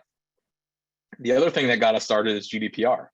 If you recall, in GDPR, one of the first one you do is go map out all the workflows, identify all the pockets of PII data, and be able to understand how it's accessed, how it's moved, et cetera. And so we said, hey, if we already have to do this for PII data, why don't we just do it for all these other pieces that we're going to need in order to have the requirements for zero trust? And so we actually did them both at the same time, where we actually went and did the discovery work for PII data, mapping the flows and roles and users and systems. And we did the same thing for our toxic systems and toxic data sources as well, that may not have PII. So we did it all at the same time. The architecture, this may look familiar, as it's basically a deviation from a reversion that we wrote based on the Google Beyond Court model, having a separate data and control plane where each one of those identity perimeters you see here, the user, the device, and the rest, the application, the network, being separately authenticated, authorized, and validated against the control plane. And so, we took this same model approach as well. Our ecosystem, this is what we ended up with. This is as current as this year. We used Microsoft Intune and Kanji for mobile device management to be able to establish some device trust. We have Centrify for privilege access management. We have VMware, Carbon Black, their response product, and Cylance for the endpoint stack. We've got Zscaler, a SASE product. And again, this goes back to the fact that technology wasn't really ready. I think SASE only became a term like maybe a year or two ago. And so prior to that, when I mentioned that our architectures and models changed, that was one of them that changed for us, because we originally thought, okay, if we can't go Google and use their policy engine to be able to broker the policies between the users and the device and the applications and systems, we had to maybe use a CAS solution or something of the like, because SASE really didn't exist in a fashion that was appropriate for zero trust. It does today. So this is actually something that we changed out. We have a Palo Alto firewall, but I would say that we significantly reduced our firewall footprint. We also completely got rid of our VPNs. But honestly, the downsizing of the firewall footprint actually helped fund a lot of the other pieces that you see here as a part of zero trust. So whenever I look back on it now, I've got a model that shows over a 4-year time window, we had some initial costs that really just to get us started, and then it gradually started going. We're basically cost neutral from what we were when we started. And the reason why we still have the on-premise firewall is because we still have basically 1 or 2 systems in a data center that we still host, and we had to make sure that those were protected.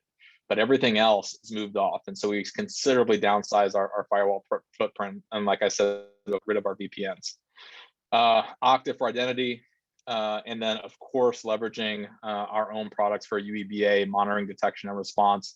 I think I saw in the earlier presentation right before mine the mention of this, but monitoring, detection, response, threat intel, that whole piece doesn't go away.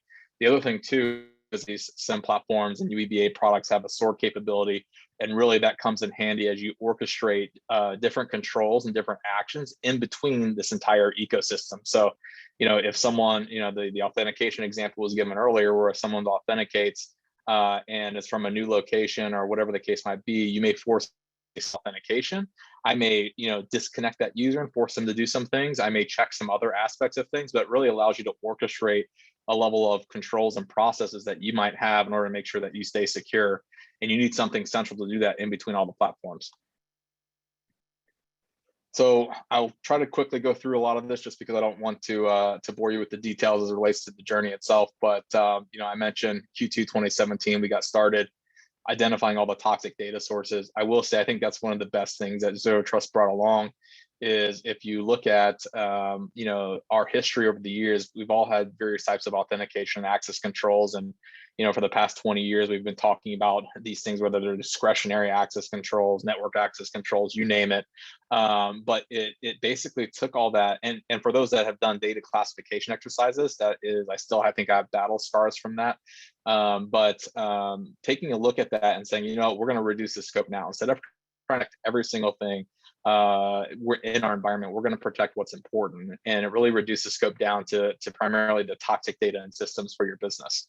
And I think that was a key piece, because that allows it to be a lot more successful, and it made it consumable for folks that were out there. Data flows and architecture mapping. This was a long drawn out process. I'm glad I had a security architect on our team who did a lot of this work as a part of it. And if you're in the architecture role or have been in before, this is something that you do for systems and network, et cetera. But understanding what are the different roles in the business, what are the different applications and systems that they have to have access to, what data does our legal department have access to that our HR department shouldn't have access to, and basically map all that. And then, once the data is sitting in an application or some other repository, does it get pulled from or pushed from there? And so where's the system to system or application to application flows? And so we had to define all of that and define access rights and roles and responsibilities per application system and data. And so that really, mapping all that flow, gave us a complete picture of everything that we do as a business. I can't harp enough on how critical that was for us to do. And it really set the basis of requirements for us for our architecture model moving forward. Business plan.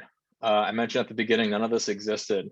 We wrote a business plan. I have financial models, budget models, project charters, project plans associated with being able to not just sell, but to manage your zero trust implementation. As I mentioned, with the Titanic principle piece, it's all about execution. I think we've all heard about what the architecture is, the strategy around zero trust, but really it goes down to execution.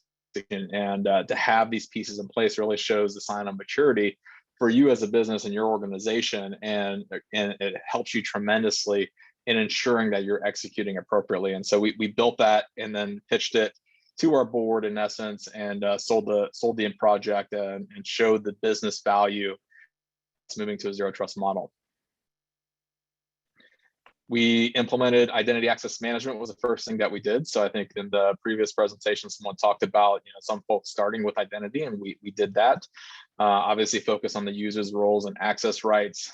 We took the mapping and flow work that we did before and mapped all that back out. So we actually even redid all of our roles, all of our sort of groups and Active Directory and everything kind of went away, which I'll also touch on here as well, is we did something really interesting with that.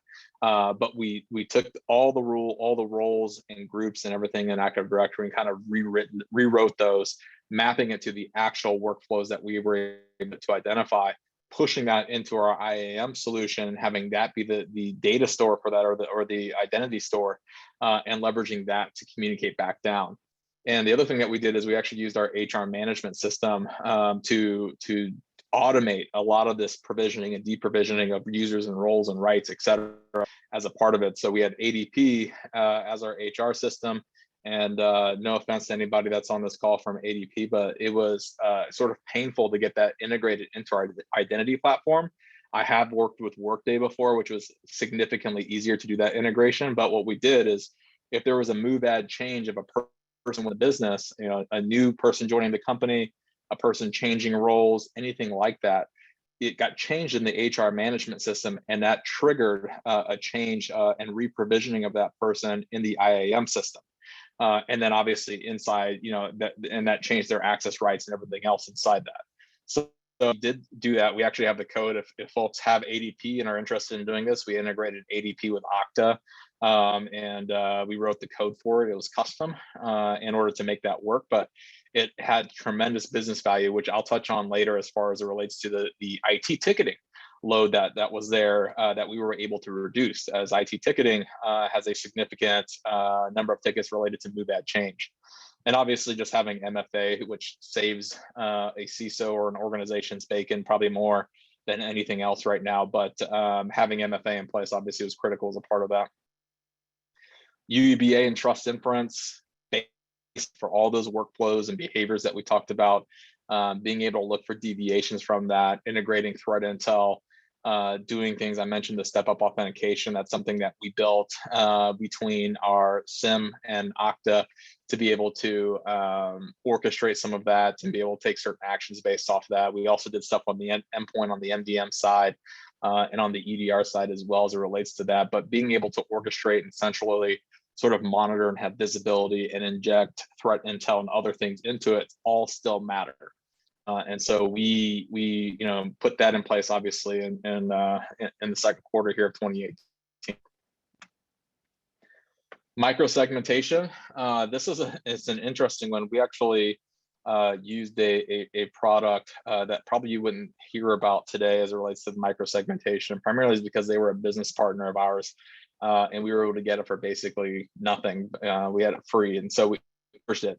It did a fair job on this, but basically all we did was we separated, we took a look at our internal network and said, okay, based on this role, based on the access they need and the applications they need access to or systems they need access to, we're going to create a perimeter around that. And so, in healthcare, as an example, a doctor has access to medical systems. The administration in the hospital doesn't have a need to do that. So we actually micro-segmented each of those portions based on the rules and workflows that we talked about earlier and implemented that. And so there was no bleed over. If you were a particular role, you had access to what you needed access to, and you didn't have access to anything else. You can get to the legal systems, and so and vice versa. And so we separated all that into each of its own micro segment. And in 2019, we had an evaluation year. In 2019, I mentioned the technology matured. We didn't have to Frankenstein things together. I mentioned the ADP, IAM, or Okta integration. We didn't have to build a lot of these things. There were a lot of pieces that were already play. APIs obviously were out the wazoo at this point in time too, and really sort of could be leveraged to help you with these integrations as a part of Zero Trust. Get new owners and budgets. We got acquired by a private equity firm during this process, and so there's a whole transition period there. And then, as I mentioned, it gave us a chance to reevaluate the architecture. It's something that if I showed you the architecture, which I'm happy to do at some point in time, I don't have in the presentation of where we and where we ended up, it would look probably completely different. And I know there's at least about a 60% deviation between the two architectures from where we started to where we ended. MDM, we used it for device trust, even though I know there's a big argument, obviously, Zero Trust being an absence of trust, and here I am talking about how do I trust things. And so we did do this to help with some of the device trust activity. We also implemented the SASE solution recently, which also gives us an aspect of device trust along with our stacks and being able to do checks and things like that. But that was implemented in the second quarter of 2020. And then the last piece and final piece is the Zscaler side that we implemented to really give fine-grained controls between the roles and users and applications and data. And someone mentioned the SSL decryption side and things like that on the earlier presentation. We're actually leveraging this for that, but you do at the endpoint sort of before it starts crossing the network wire. And so it makes it a little bit easier from what I've seen from network-based SSL decryption versus decrypting it right there on the host. So it's been beneficial for us from that perspective, and it also comes with CASB and DLP type, processes and things like that we can leverage. So when we've implemented this, this is what really allowed us to remove a large chunk of our firewall footprint and completely eliminate our VPNs. And the next thing I want to eliminate is Active Directory, but that seems to be taking a little bit longer because there's still some legacy applications that require it or something tied back to Active Directory. But my ultimate goal, and I don't consider my Zero Trust implementation fully complete until I can get rid of Active Directory. And I know that's going to be a loaded term for a lot of folks. And I think the reaction I get when I say that in a lot of public settings is there's no way in heck that's going to happen. But that is a goal. And I like to be a little bit ambitious with that. So maybe a little bit of a stretch goal. So looking back, I mentioned the changes, the PE firm acquisition, technology maturing, the budgets opened up a little bit more, especially as I started showing cost savings throughout the implementation process. We had to develop everything from scratch. And I think the last thing, which I haven't mentioned yet, is the indirect costs. That's something that you have to factor in as well, that we probably didn't do as good a job of, meaning that when we have to Frankenstein things together and tie applications and things into an orchestration model, et cetera, we need someone that has an engineering background to help write code and for this, and help build some of these automations and integrations and technical processes and things like that. And so there is an indirect cost associated with it. And I would say that we experienced a lot of this indirect cost very early on. It was a lot higher because of technology readiness. It started to wane at the end, but we still had to build some things as well. So that's something that you have to factor in as a part of it. Again, 2019 was challenging for us because I don't like taking a pause on very many things. I'm more of an all gas and no brakes kind of guy. But it did give us an opportunity to reevaluate. And I think that if we wouldn't have taken that time to reevaluate and would have gone full force with the architecture and plan that we had originally, we would probably be rebuilding some of it today. If there's, even though I'm all gas and no brake, I also cannot stand just for the sake of it. And so 2019 allowed us to do that. Again, moving off legacy technology, legacy on-prem firewalls and things like that. We reworked our budget as a part of it, cutting out the VPN, cutting out the firewall costs, really funded a lot of the Zero Trust implementation. In addition, we were able to show efficiency gains with IT and really strengthen our sort of business profiles as it relates to our implementation of Zero Trust. I mentioned the ticket load for move add change. I think when we went into this, they estimated that 60% of our IT tickets were move add change for employees. And with us being able to automate the move add change process and provisioning of deprovisioning as a part of it, not only give us a more secure by having a central data store that could facilitate all these different things, but also the automation around it to be able to do this. And so it significantly reduced the IT ticket load as a part of it. And that was just like a benefit that I didn't think about when we first ventured down the journey for our Zero Trust journey. I didn't think about sort of the unintended sort of benefits that you may have on the business. And let me tell you, nothing gets IT buy-in. Obviously, everybody wants to be secure, and IT wants to be secure just like security wants the business to be secure. But when you can make their lives easier as a part of the process, they help you, and the partnership just grows and strengthens. So hats off to our IT org, but hopefully they found some benefit as a part of this journey as well. I mentioned pandemic response. We didn't really have to respond a whole lot. I think my only response is me being the CISO of a security company is mostly to our customers, asking how we were handling the pandemic, what our BCP-DR plan was, how we're protecting our employees while they're remote. I think I probably had about 100 questionnaires coming in asking about that, but that was really the only extra work that we had to do as a part of it. We were able to maintain security just because we already treated everything like it was a bad system to be on our environment, a compromised system. And so we treated everything as an outsider already. So we didn't really have to do anything. This also allowed us to, deal with low-hanging fruit, deal with business email compromises, deal with drive-bys, deal with some of the things that we would see periodically, even some ransomware pieces, by having this infrastructure been put in place and the automation that's happened. We're able to contain things pretty quickly. And so I'll knock on wood saying that we have not had any major breaches or anything like that, but it really did allow us to contain things at a small incident level versus letting it blow up into something bigger than what it needed to be.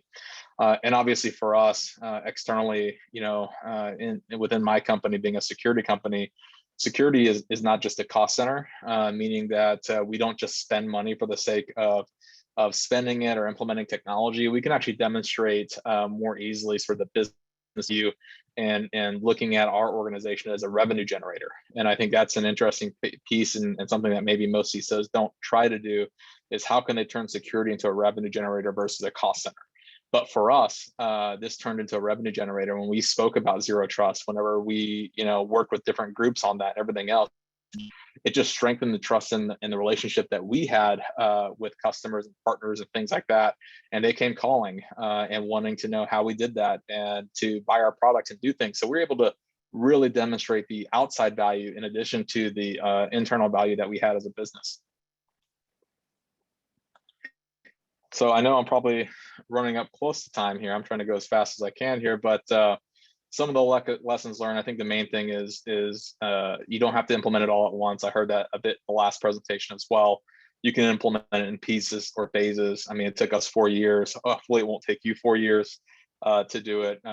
Retecting is okay. I think if you go full bore on a 4-year-old plan, you probably are going to end up in a place that isn't the best spot for you. And so re-architecting throughout the process is an okay thing. Transition ZT into a security problem into a business problem. I think that's another one, and showed the ROI around internally and externally. By the way, even the 60% IT ticketing reduction in workload shows process efficiency gains and other things that now some of the IT resource can go work on other things, and it sort of allows you to have more capacity in that way. Cultural alignment, and then the unknown costs, people and other resources I mentioned, the engineering needs that we had early on, trying to get some of these things working together. And so those are really just some of the key lessons learned that we had. Action plan wise, I mentioned this already, but we actually created a V1 sort of template pack for Zero Trust. We will be iterating on that a number of times. I'm actually trying to work with Forrester a little bit even on trying to expand upon this and strengthen this, but it's something that we want to do. And so we've created a V1 sort of packet of templates. It's available on our website. You can pull it down. It includes business plans and financials, et cetera, that I mentioned earlier in the call, and all freely available for you. And then, like as I mentioned before, stay tuned on that site because we'll be coming out with some a V2 and V3 version as well. So with that, I want to say thank you and open it up for any questions. Thank you so much, James. We really love these practical talks at SANS, at these events, because as you can see in the questions, there are lots of questions about this. So we really appreciate you sharing your experience. I will start with the first one from Vince. If you were to implement your Zero Trust solution again today, would your roadmap sequence of events, data identification and classifications, all the way to policy brokering and access, will it be the same, or would you do things in a different order, maybe some things in parallel? I would do it in a different order. If I had to redo it now, I would still start with the identification of the data and the assets and mapping the workflows out, just because I think that's just a base requirement. Even if you go back to the Zero Trust principles, they talk about that around mapping the data flows for toxic data, et cetera. So I would still start there no matter what. Now, I would probably move SASE further left as a part of it versus implementing it at the very end, because there was just a ton of value that we got out of that. I would probably have still started with IAM and identity, user identity in particular as the first piece, and then started bolting in the other pieces. But I think SASE would move right past user identity, if not right past the security aspect of it. So I'd probably move left, but for the most part, I'd start the same, and then I would adjust sort of the tail end. A little bit. So I actually had a question on that, because I really agree with you. One of the most important and difficult things is actually to map, who should have access to what. You mentioned a little bit of how it's the least sexiest part about the trust implementation is actually doing this like grinding work where you're talking to people and looking and asking IT and just dealing with sort of the leveraging all the soft skills that you have to just do the discovery. So right. Yeah, it's the less glamorous part of it. But know yourself, right? That's a very important one. If you look at the critical security controls, that there's a reason why the first critical security controls are about that, knowing yourself. So I wanted to ask you, like, were there any specific tools that helped you during that discovery? Obviously, there's no one single tool to do all of this, because as you said, there's a lot of interviews and processes involved. But were there any kind of automation tools, or commercial, open source, that helped you to do this?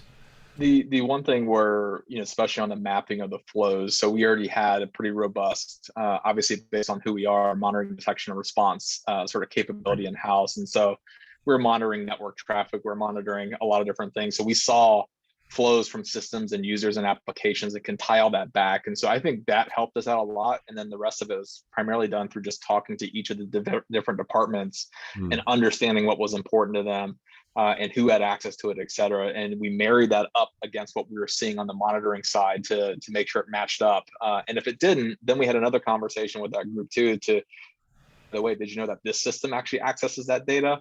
And them being the data steward, we wanted to make sure that they were aware of that. But yeah, I'd say the monitoring aspect combined with just talking to these different departments is really what helped us map that out. Excellent, right? So this is like what you say it should be, but this is what it actually is, what the network says, right? Very good. We have more questions. Aaron asks, what if your HR department has little to no standard of job role organization and what those roles are? How do they work on becoming the single source of truth? So it's an interesting question. I mean, I could answer off the cuff and say, if your department has no standard job roles or titles, I'm thinking, how are they posting jobs? How are they recruiting? How are they doing different things? And now what the HR department won't have is, hey, what role is this particular maybe thing have to have access to? They don't know the downstream workflows from it. But departments, even ours, which we're still a sub 1,000 employee company, we've got defined roles, we've got defined sort of criteria around that. That's how we post jobs, et cetera. Now, if they don't have that, I think that's a conversation you have to have with them of like, hey, let's map this stuff out. Let's create these so that way we can tag it appropriately in the system. But fortunately for us, we had that in place. Right. Very good. And finally, John has a question as well about on-prem or legacy environments. Can you still incorporate these zero trust principles without having to re-architect absolutely everything, right? And if so, is that possible? I think it's always possible. I don't want to do it. The reason why I mentioned that is because, I went from working at a 70,000 employee company to which had lots of homegrown applications, legacy. I was still carrying a pager. And this wasn't that long ago, where they would page me if there was an incident, things like that. So there's a ton of that, and it would have taken me a lot longer than even the 4 years to try this at that size of an organization with that level of complexity. And so it's possible 100%, especially today. And I think that's a key thing is today, this is a more mature space. The technology is more mature that can help with some of this stuff. And so, if I had tried this 5 years ago at that organization, I think it'd be really challenging. Trying it today, I think it'd be, doable as it relates to that. It just makes it a little bit harder for you. Excellent. Well, thank you, James. Very insightful comments. I think we all agree. We really enjoyed your experience with that. Thanks for sharing it with us today. And I'm pretty sure that everybody will have there will be more questions. You can continue connecting with James on that channel, LogRhythm. Thank you again. And it's almost like 11 a.m. Eastern time. So we're right on schedule. We're gonna do a break. We're gonna see you again at 11:15 Eastern time. So we have a little bit more than 15 minutes. Okay, we'll see you then.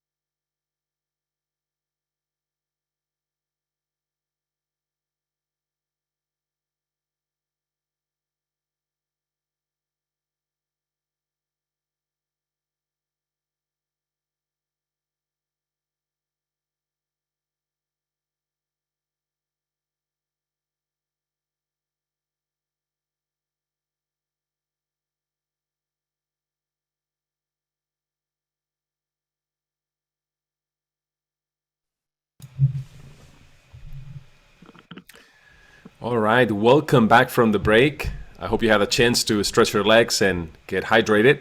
We're going to continue with our next talk, our next invited speaker. She's Alba Ferri. She's a security product manager for Sysdig. And her previous experience, she was with Vodafone Spain. She holds a degree from the University of Valencia in Spain as a telecommunications technical engineer, specializing in telematics. And she's going to talk to us about enforcing least privilege access in cloud infrastructure. So we look forward to your talk, Alba. I've heard that there is also like a demo, so we look forward to that as well. All yours. Okay, thank you very much. Can I share screen? Let me see. But yep, you should be able to just click the share screen button. Okay, because it's a host disabled participant screen sharing.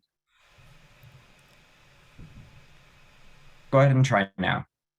Okay, now I got it.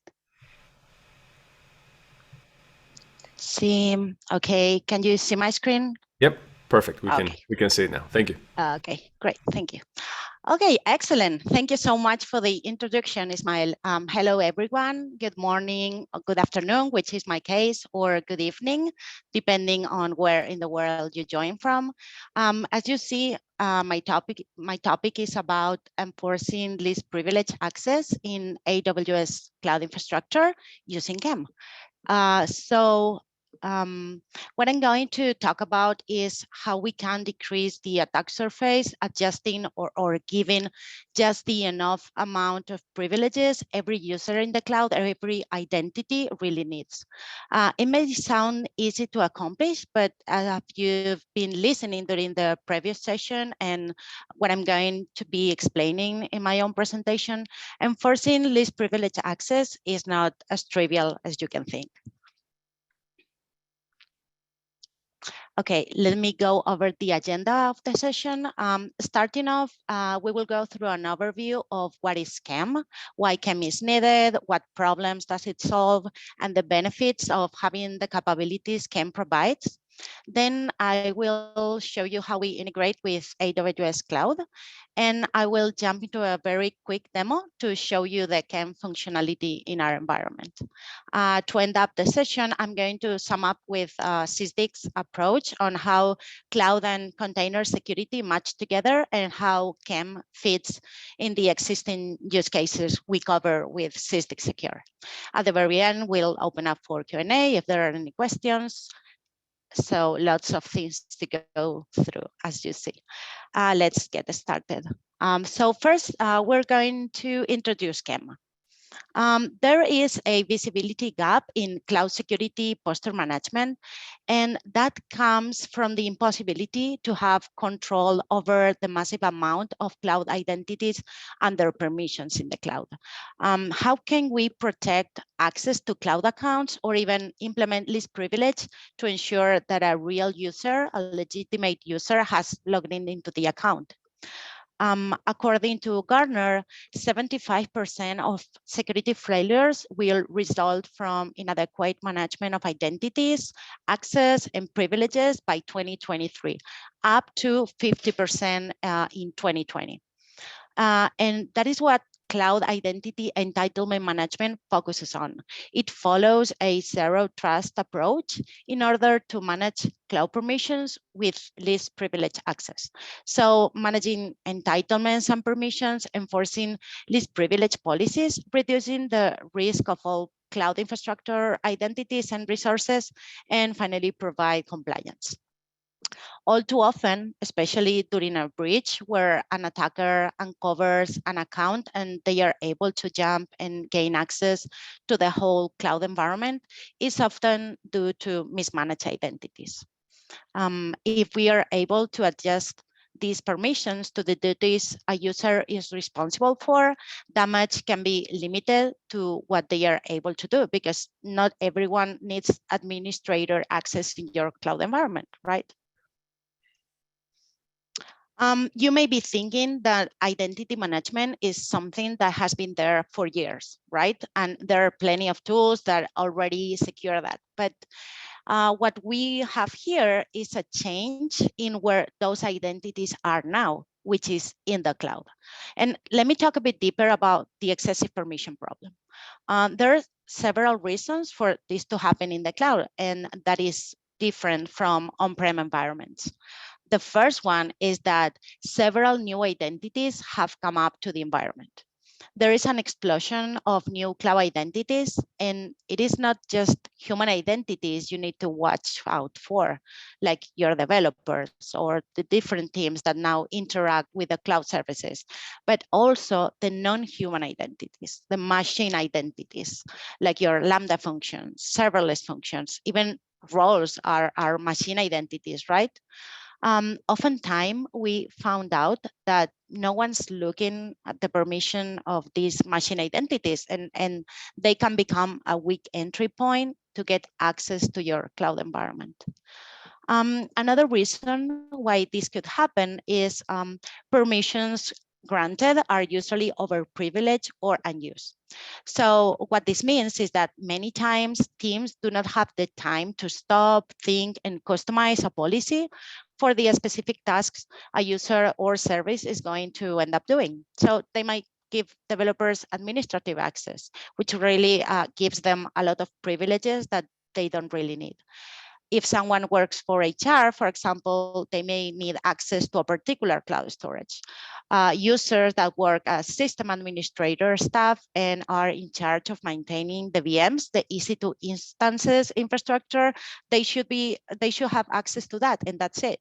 Or the networking engineers that only need to operate in the networking level within the cloud environment. There can be so many different roles, and most of the times do not need administrator access. So no one's really watching for, okay, giving a user, what is that user doing in the cloud? What are the least privileged policies that they really need to do their daily tasks? And then for the unused identities, environments are constantly provisioning applications, new projects, POCs, and these identities often get left off. Organizations simply lose track and lack the ability to be alerted to this inactivity. Having an identity that is doing nothing doesn't match any misconfiguration from the security posture perspective, right? You can see in this graph that over time, the permissions that are granted will end up growing exponentially versus the permissions that are used, which are not as much, ultimately creating this huge cloud permission gap. It may become really complex for teams to manage and really know who has access to what and how to enforce least privilege policies. That takes us to the last point here, which is that there is no easy way to ensure this just enough permissions. Even though all cloud service providers encourages us to apply the principle of least privileges, the reality is that there is no easy way to implement it in a dynamic way that adapts the activity of what's happening in your cloud environment. So I hope that with these 3 points here, you kind of have an idea of the potential problem of excessive permissions in the cloud that CIEM as a solution, as a category, is looking to address for cloud security. And so what's the challenge with the tools users are leveraging to solve this problem? We know from the analyst calls that users using CSPM solutions are not getting the visibility they need to be aware of this permission gap. And that's something I brought up a moment ago when I was defining CIEM. There is a visibility gap in cloud security posture management. CSPM is needed, of course, but it's more centralized, it's more focused in compliance and best practices. It does the evaluation of CIS benchmarks, and this is a great starting point on locking down not just our cloud environment, but everything we have absolute control of from the security team perspective. It can flag that an S3 bucket is publicly available, for instance, but it won't tell you who has accessed recently to it or who has access but has never touched it. So CSPM doesn't know about the ongoing activities identities perform over the day. And then also, and the main reason for KEM to exist, a CSPM not bridging together configurations and entitlements activity, they don't have the knowledge to propose a better solution, an optimized policy for a user or role identity. Okay, if CSPM is not enough to manage excessive permissions or flag inactive identities or overly permissive policies, then the next step would be to add KEM solution, right? But I can hear the security engineers or the cloud team, no, I don't want another tool. And they shouldn't. We like to have all that we need in one place, right? So yes, CSPM and KEM features are both needed, but also CWPP, for instance, if you want to have all aspects of cloud security under control and having a true cloud native security solution with all the use cases saves time, it correlates much better, and all the teams can collaborate. So, well, those are some of the findings we came across after talking with some analysts. But also, we wanted to have the client's perspective. We also talked to them. We wanted to know their pain points and negative consequences. So if we think about some of the challenges and the things they typically said, we have things like, my users have excessive permissions and we have no visibility into who has access to what. So that's the visibility gap into their access policies for their users and services. Another one would be, hey, how do I apply this just enough permissions and reduce these excessive permissions in my cloud infrastructure? So the I don't have visibility was the first one. And now we have the I don't know how to apply just enough privileges to ensure that users don't have more access than is needed. The next one would be about compliance. So oftentimes, many of these EM services are part of the checks for many of the compliance standards. So in order to meet them, you need to check the EM capabilities here. And also you want to make sure you're not only meeting compliance standards, but you're staying out of the news, right?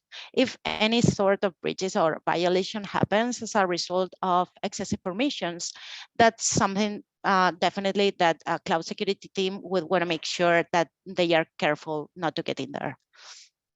And then finally, as I was saying before, they don't want another tool. They want their cloud security tool to have this capability. This is something that we have seen from the Gartner standing point, as well as in our interviews with our customers. They want the capability to be consolidated as part of their broad CSPM or cloud security story. And what do they want? What are their outcomes? What are they expecting? Their outcomes are about full visibility into permissions and entitlements. They want to be able to enforce least privileges, and this is a key constant. And also meeting compliance checks that are related to EM. And then they wanted to be part of their cloud security tool as the rest of the use cases of cloud security as well. So finally, the required capability is very simple. Is that the KEM integration and the KEM use case that we've been talking about needs to be part of their existing cloud security solution. And this is something that James Carden just mentioned in his talk, right? At the very end, he was saying something about hidden costs or something like that, because they had like a Frankenstein of tools and they would have liked to have something more integrated, right? Okay, so now that we have a sense of what the market is saying from the analyst point of view, but also from our own interviews with prospects and customers, let's see what we provide with our KEM functionality within Sysdig solution. Okay, let's start with how customers are thinking about securing their workload today. The first thing they want to do is to discover what assets they are running across all their cloud accounts. Next, as I said previously, they use CSPM capabilities, the static configuration check, to identify if there are any misconfigurations tied to the assets that they have in the cloud, like an S3 packet expose, a CloudTrail not enabled in a particular zone, or the lack of multi-factor authentication for a user. And all the things, this may seem trivial, but often exposes organizations to public breaches and compliance violations. So it's always a good starting point for a clear understanding of your cloud posture. Next, as you run your apps in the cloud and human and non-human identities start to interact with the compute layer, you know, the resources, the EC2 machines, databases, those S3 buckets, as I said before, that can be misconfigured, we want to make sure that all their activity is mapped to the permissions they have to avoid the threats of the excessive permissions, right? And finally, detecting suspicious activity in your cloud based on cloud logs to notify you about all the events and actions performed by a user or a cloud service. All of these are the different use cases you can find in a unified workflow for customers in Sysdig Secure.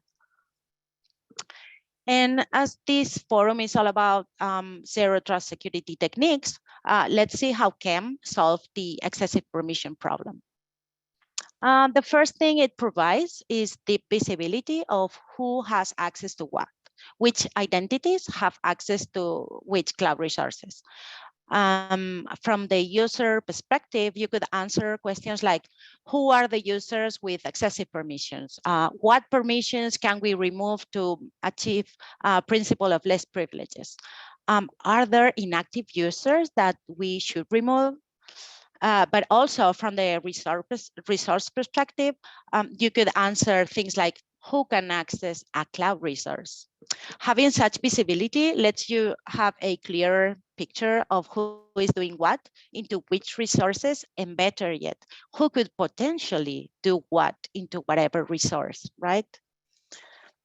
Having that in mind, let's pass to the second useful thing you can address with CIEM, which is enforce least privilege access in a few minutes. And that one shines by itself, right? Sysdig is continuously monitoring all access activity via CloudTrail. So we're able to say which actions are being performed by each identity over any of the cloud resources. And then the most valuable adding here is that we suggest a policy customized to the particular activity that user, that identity normally performs. So that policy will only provide just enough amount of privileges for that identity to perform its tasks. And the third one being simplify the audit of access controls to meet compliance requirements. And that is something that solutions without CIEM won't be able to provide, the ability to evaluate active and inactive user permissions and activity, which we think is key to meet specific EAM requirements for standards. So we can say our compliance checks are broader than others who do not have CIEM capabilities. And also, we provide detailed audit trail for all cloud activity, letting you answer questions like, what are the latest permission changes, for example? Okay, let's see now how Sysdig fits in architecturally and how it interacts with AWS service. Well, until now, we were able to monitor all the activity taking place in AWS Cloud using our Sysdig Cloud Connector. That piece of software was the one in charge to forward the CloudTrail events in real time and provide AWS threat detection, evaluating those events against a set of security rules, right? What we introduced with CIEM, technically speaking, is the capture, the intake of the information about the whole EAM service of the cloud accounts. And then having this information, we use it as a map, and we put all the CloudTrail events as coordinates to understand how actions are affecting the cloud resources and which users are performing an activity, and comparing that with the permissions they have granted. I know this is like a very high level schema, but I think you can understand it very well. Okay, so we have reached demo time. Before I jump into our environment and show you how the game functionality looks like, let me explain you what I'm going to do in this demo very quickly. First, I will go to the overview page for entitlements and permissions. So you will see all the visibility you gain from this dashboard screen and how easy it is to detect permissions gap from here. Then I will look for a policy with excessive permissions. And next, I will enforce least privilege access in a very easy and fast way to finally see that we fix a violation revealed by an CIS AWS benchmark report. Okay, so let me change to the Sysdig Secure UI. You have the permissions and entitlements overview page under the poster tab.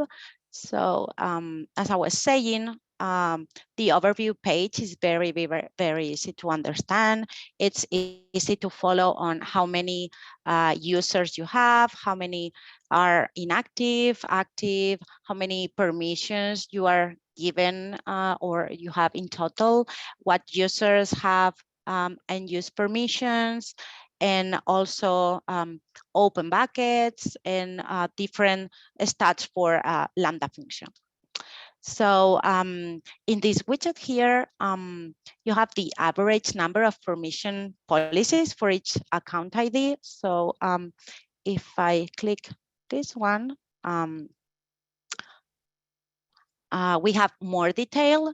We provide a table view from where you can look at whatever policy and easily tell whether all the permissions are being utilized, and if not, remove them, right? So for example, we can see this admin access policy, pretty wide policy, and most of the permissions are not used.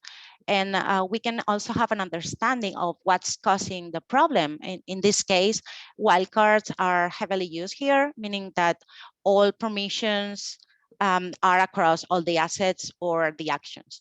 And then when we click on it, you can see who are the users that are assigned to this policy.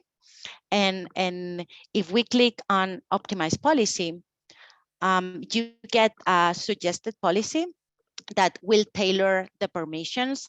And instead of this wildcard here on the actions and resources, it will make it very specific. It's actually reducing the permissions quite a bit. And you can get to the AWS console by clicking here and directly get to the place where you can utilize this suggested policy by just editing and then copying and pasting the suggestion, right? So the problem will be fixed. So very intuitive flow here. To finalize what I wanted to show you in the demo, let's go again to the poster tab and to the very end. If we go to the CIS AWS benchmark report, this is our very last one. And under the identity and access management section, I know in point 116 says that we have that we shouldn't have policies with full administrative privileges attached to users. So we have a violation here, right? In the finding, we also have the policies that do not pass this check. And if you pay attention, this is the one I just modified a moment ago. So that means that in the next report, this violation here will disappear. So that is how easy we can meet compliance with the help of CIEM, right? Okay, and that's everything I wanted to show you. Let me go back to the deck.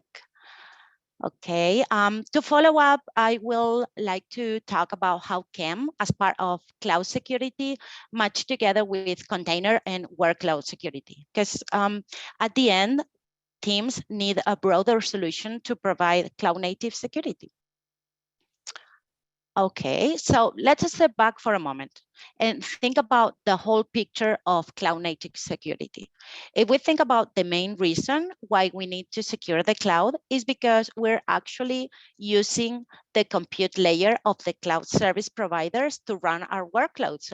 So as in the cloud infrastructure side, you want to be able to discover your assets, identify misconfigurations associated with those assets, and understand and detect excessive permissions and risky behavior. We also need to secure our workloads. As I said, we need to be able to detect vulnerabilities and that might be affecting our container images, threats at runtime, and of course, having audit trails in place in case an accident happens and the container is gone. And then compliance is something that you need to meet across both of these environments, as I said. We think today teams are still using disjointed tools to address container or workload security, right? And cloud security. But the same that I was saying with CSPM and CIEM applies here. Siloed approaches do not work, and having separate tools mean you won't be able to put all the pieces of the puzzle together. It is better to use a unified platform to detect and this is one of the most clear example, a lateral movement, for example, right? Starting from a container and then moving to the cloud environment. I would like to finalize this session with an overview of the different use cases Sysdig Secure solves. So I've talked a lot about CIEM, CSPM, compliance, right? That's because this is one of our main use cases that we offer in Sysdig Secure. From the compliance standpoint, validating standards like PCI, NIST, GDPR, IPA, ISO, and a growing number of compliance frameworks, as well as ensuring that you are following best practices based on CIS benchmarks for cloud providers, Docker, Kubernetes, Linux, as well, and also being able to flag misconfigurations of your cloud infrastructure and enforce least privilege access. But we also have image scanning, starting in the build phase, scanning for vulnerabilities and misconfiguration, embedding and scanning into pipeline, registry, scanning locally with inline scanner, and reporting on vulnerability when they occur. And host scanning that we also provide using the same workflow as for image scanning. So you have all the feeds that we use in image scanning, a super complete list of vulnerability feed providers, and also enriched with vulnerability information. And then talking about scanning, we also cover infrastructure as code security. As teams adopt GitOps, everything is transformed into code, right? So we can scan for misconfigurations in EIC templates like Terraform, Helm, Customize, YAML, etc., providing out-of-the-box playbooks to remediate risk and policy violations with a simple Git pull request. Ultimately, for runtime security, as I just explained, our runtime security is based on the open source under the hood engine, which is Falco, tagged as de facto threat detection engine for Kubernetes by the CNCF. And then incident response that we provide full audit trail to see exactly who exec into a pod and what commands were run. The same can be done in a host, in an EC2 instance, what connections were made, the whole data stream. That is something extremely useful as an audit trail for the incident response workflows, especially when containers are ephemeral per nature, right? Okay, and if you like what you've seen and now you are thinking, how can I try this CIEM functionality? We have several options at sysdig.com/free. You can sign up for a 30-day free trial where you can test absolutely all the features of Sysdig, and that includes CIEM capabilities, of course.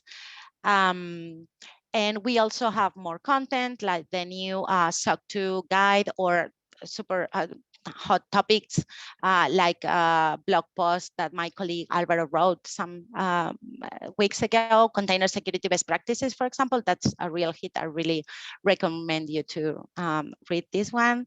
And with that, I want to say thank you and open it up for the questions that you may have. Thank you so much, Alba. I really enjoyed your presentation and the fact that you were brave enough to do like a live demo, which is like always very important. Yeah. So I have maybe a question and some comments. I really liked what you said about I don't want to have another tool, right? Sometimes it feels like we're just throwing technology or tools to solve a problem, and that's not always the solution. So I like what you presented about consolidating things. And in relationship to that, I have a question, because sometimes, especially when it comes now to new cloud technologies, it seems like a bit confusing. So many acronyms, right? Right. CIEM, we talked about cloud security posture. We talked about now this new acronym, or somewhat new, that is SASE, CNAP. Do you see these solutions like consolidating? How is CIEM like part of that? And the other question for you is, when it comes to doing this rationalization of privileges, which is very important, it's not just on the cloud that it's very important. Like a lot of us, we still have a lot of on-prem legacy, Active Directory. Is there like a recommendation for organizations that are trying to do this across hybrid environments, both on-prem and cloud? How would you approach that? Yeah, well, for the first question about the different acronyms, yeah, it's kind of hard to keep up with the pace that they show up. But as everyone sees the benefits of having the different functionalities of features consolidated in a tool, it kind of makes sense to change the names, because I mean you cannot say I have a solution for CSPM, CAM, CWPP, blah blah blah. So you need to short all those words in one. So at the end, well, I guess it makes sense, but I know it's hard to keep up with all those acronyms, right? And then for the second question, well, as I was saying in the beginning, for on-prem infrastructure, I guess we already had under control all the EM security, because it has been in place for many years, and we kind of understand how everything is going on. But now the cloud is the different thing, is the weird thing. So I guess what we need is information and great visibility. If we have both, I think we can achieve a much better security. And then, as I think it was the previous speaker, he was saying, answering a question that someone was asking, how your HR end up tailoring, customizing all those roles and identities. I mean, that is something that not in all companies can happen, So, well, at least in the cloud, if you have this CAM functionality, you can see the activity and then already tailor whatever you need. So, well, I guess information and visibility. Right. Yeah, it's all about visibility, right? And I totally agree. Like in the cloud, it's much more complicated to have that visibility when you have especially a lot of different, cloud security providers and applications, workloads. Mm-hmm. Yep. Thank you so much, Alba. I'm sure there will be more questions for you on the Slack channel. You can contact Alba any time. Thanks for joining us today. And we're going to go into the next talk. The next talk is going to be developed by Ian Schmetzler. He is the president of Dispel, and his focus is on getting systems involving both humans and machines to operate efficiently at scale. I love that concept of the human-machine teaming. So he's going to be talking to us about reconfiguring OT networks for zero trust. I'm really excited about this talk as well. So all yours, Ian. Hey, everybody. Okay. In the fact that the last time I did this, I failed to actually share my full screen. Let's make darn sure that this is in fact the case now. Can you all see my screen? Yes, I can see it. Brilliant. So purpose of this talk is to cover how to implement zero trust in an operational technology environment. And the goal here is to cover some of the nuances that our company has been seeing on a day-to-day basis. But for a number of the people who have been attending these SANS events, operational technology is that building management system in the corner of the room, which they haven't really been paying a lot of attention to, but it always worries them because it's a little bit suspicious. There are some people on this talk today who have retail systems. So they're concerned about both their distribution centers and some of the physical presences that they have. This talk is intended to cover operational technology in such a fashion that you can leave here and go and speak to the operators and not get thrown out of the room and be able to implement without much resistance a ZT environment. So the way we're going to do this is first, we are going to contextualize zero trust in the settings that people are going into. So what are the initiatives that have probably just been put into place in these OT environments? And then in terms of how to get it implemented, how should you be thinking about it? How should you be explaining it? And how can you deploy it so that it in fact doesn't screw up the efficiencies that are the reason why people have created interconnected environments? And finally, we're going to use 3 examples with a little bit of nuance based upon some of the questions posted in Slack. One being manufacturing, one being a set of vessels at sea, and then the third being a tiny little utility, which is a piece of critical infrastructure in spite of the fact that they only have a $2,000 budget for network infrastructure. So let's start with what you need to care about. In an operational technology setting for the past 7 years now, people have been focused on implementing a cyber resilient environment.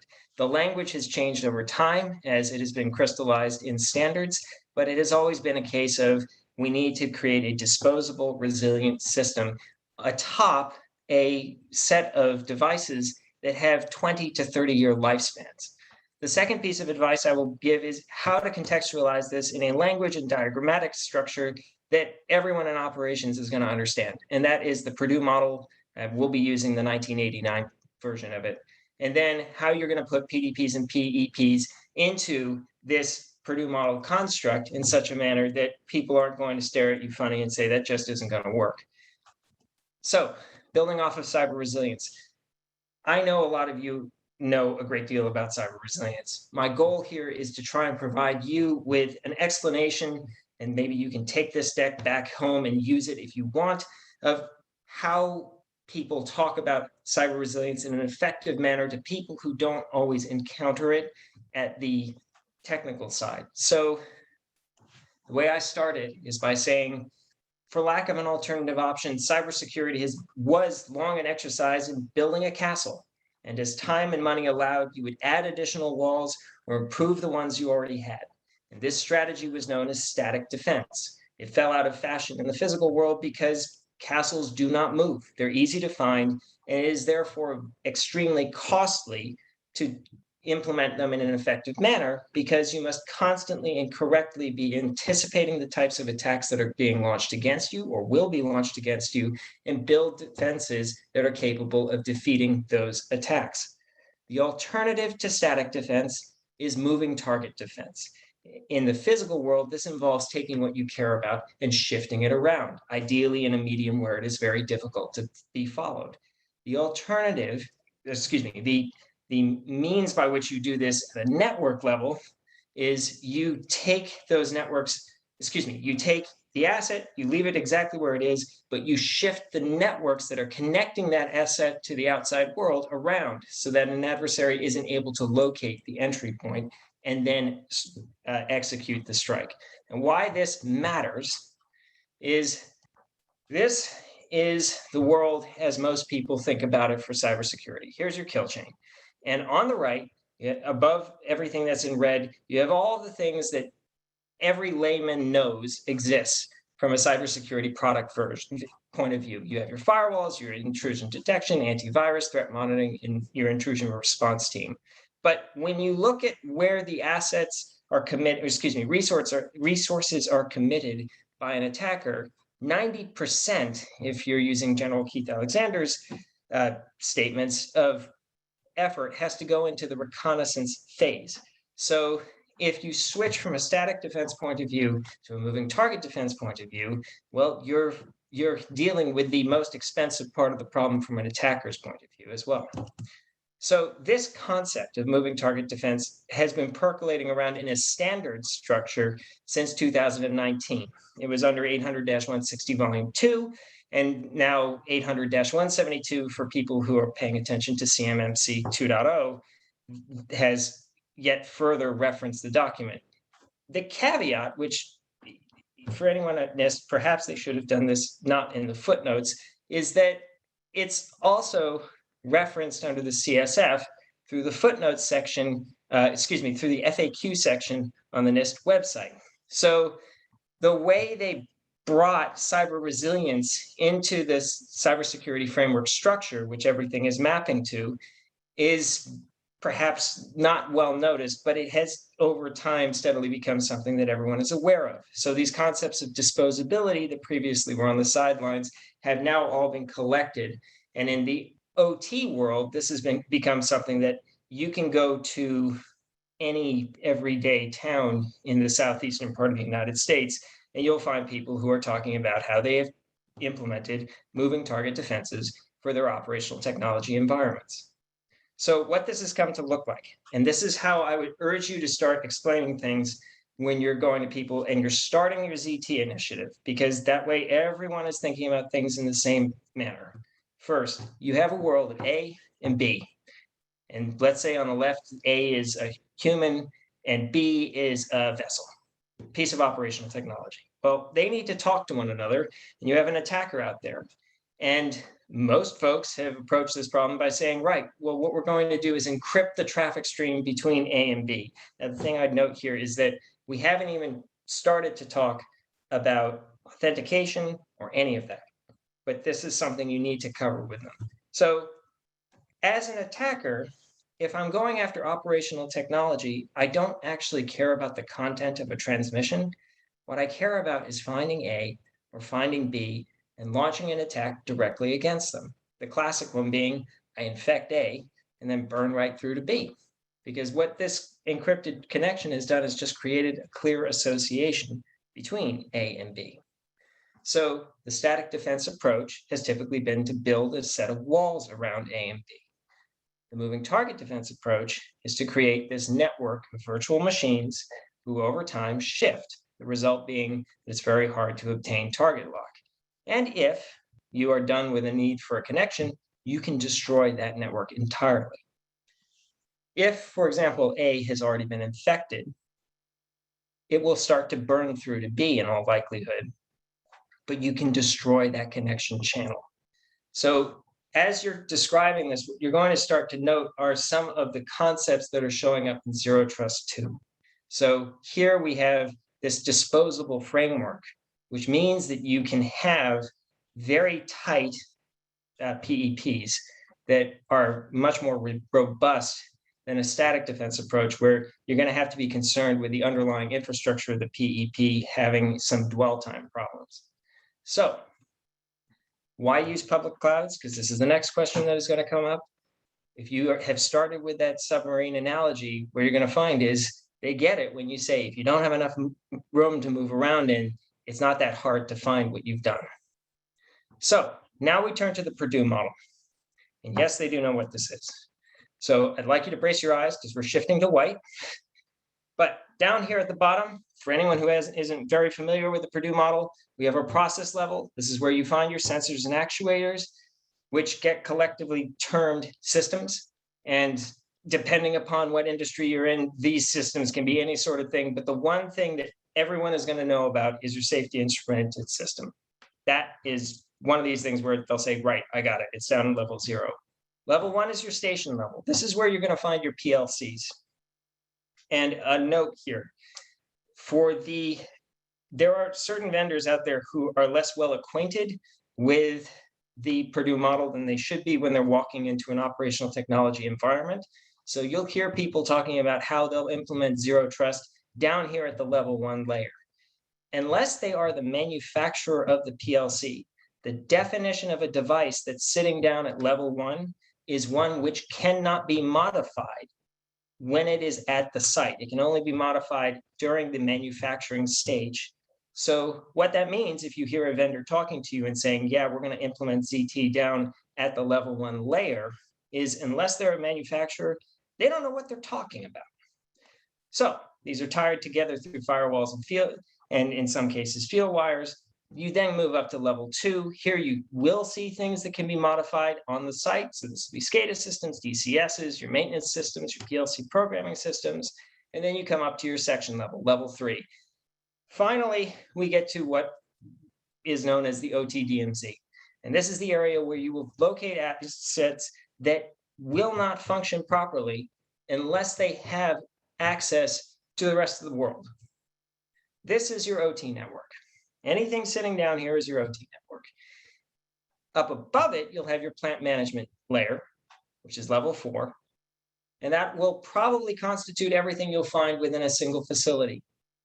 Finally, you'll have level 5, which is what people will normally understand as their computers, which have email, and then level 5.5, which is the ITDMZ. Now that everyone's oriented on that, we have our corporate network sitting up top, your OT network sitting on the bottom. The puzzle here is how do you deal with the OT network? What you'll note here, though, is that level 3.5, 4, 5, and 5.5 are all completely partitioned.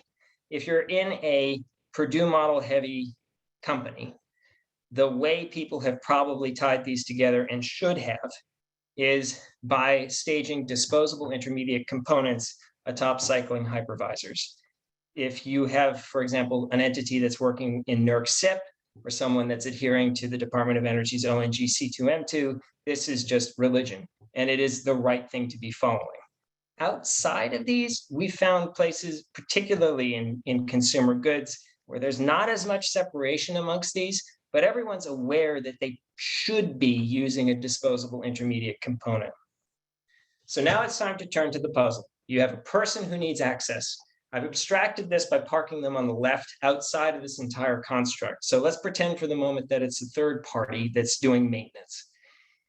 When we start to implement this in a standardized manner, what you do is you need to talk about egress only. We're gonna need to put a device up on 3.5. That device is then going to talk out to a moving target defense network. This is a critical piece of anyone who's adhering to a cyber resilient model. The person is going to undertake an authentication step. That authentication step is going to give them access to a single-use intermediate component, which when you're dealing with a human is a virtual desktop. And that virtual desktop is going to be responsible for whitelisting at a protocol, session, and application layer level access down to a particular set of devices inside of the perimeter.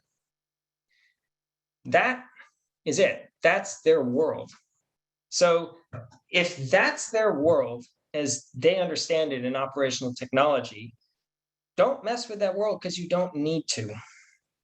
From a user's perspective, if they have read 800.207, what they're going to be saying is, oh, that authentication step is the PDP, and my policy enforcement point is one of or both of the virtual desktop and the moving target defense network. The reason why they would abstract it to that layer is these components need to know where the other neighboring components are. So if someone wanted to get rid of the network, all they would have to do is destroy one of the components in theory, and you would have enforced a break. From the operational technologies point of view, you are following all the rules. Your policy enforcement point is on the OTDMZ. Your PDP is the means by which that device is somehow locating the moving target defense network. From a network architect's point of view, though, where are these PEPs and PDPs? So your policy decision point is in fact sitting up at the engine that is responsible for building the virtual desktop component, for allowing access from the OT perimeter up to the moving target defense network, and also for the continued sustainment of that moving target defense network. When you look at the authentication side, in almost every case where you find people implementing zero trust, some vendor is the supplier of it. They haven't home rolled this system.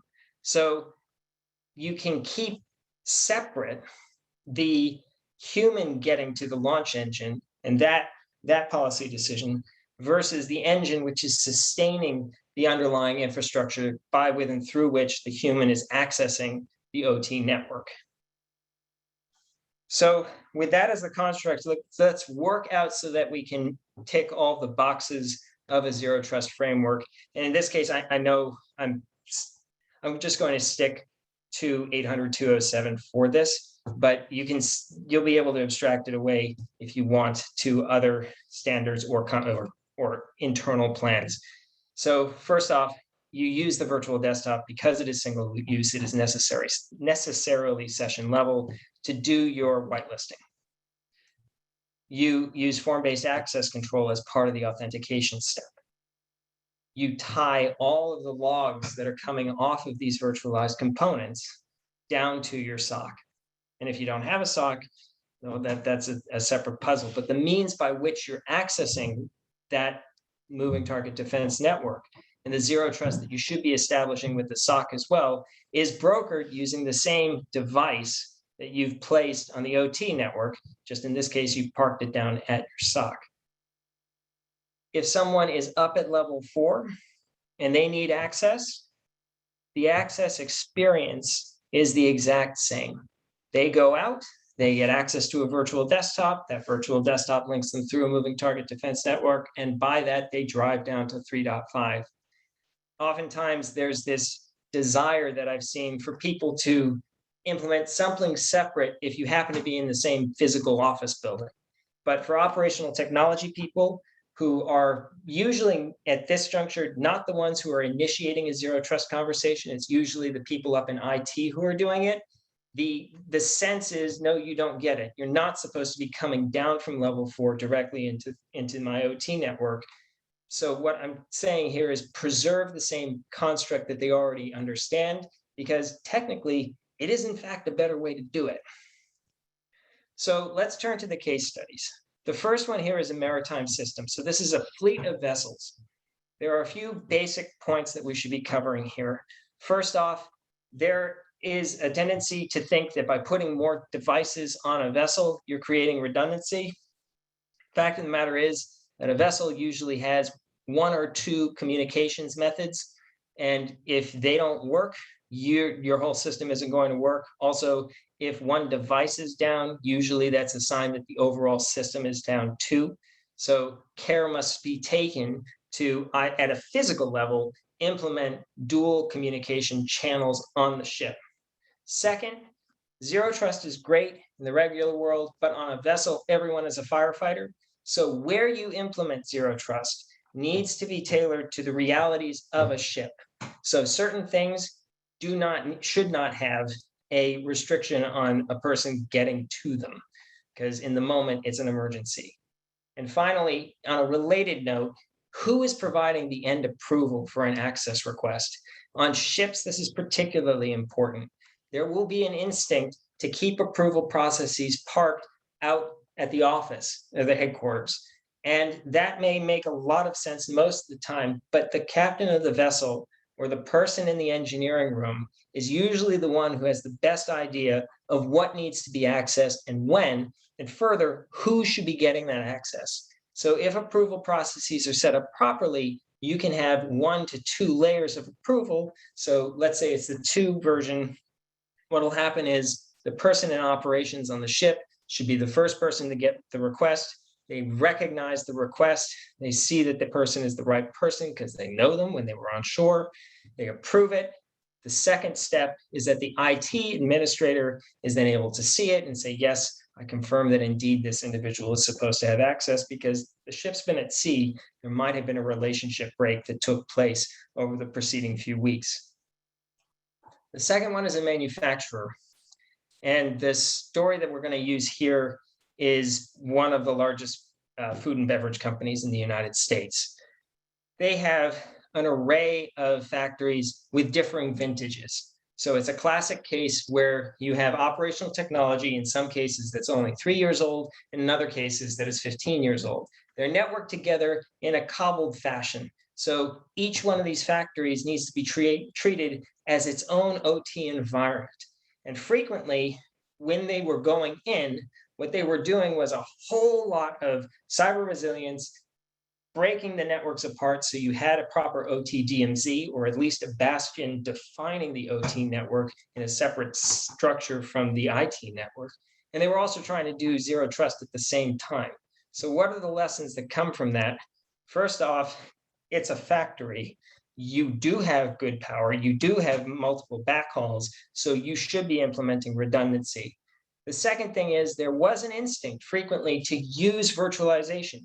One, because it was materially cheaper. Two, because it was something that could be maintained remotely.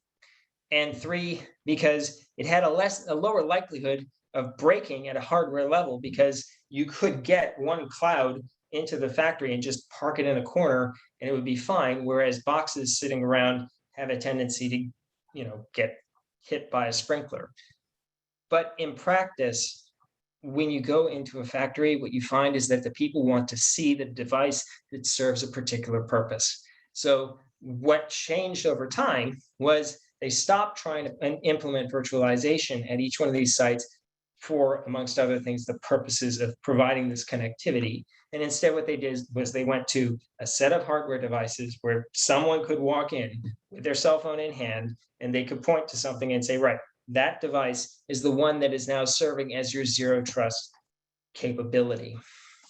The third thing that I would point out with manufacturing is that there is a lot of turnover in some of the ranks within a manufacturing site. The same can be said of distribution centers.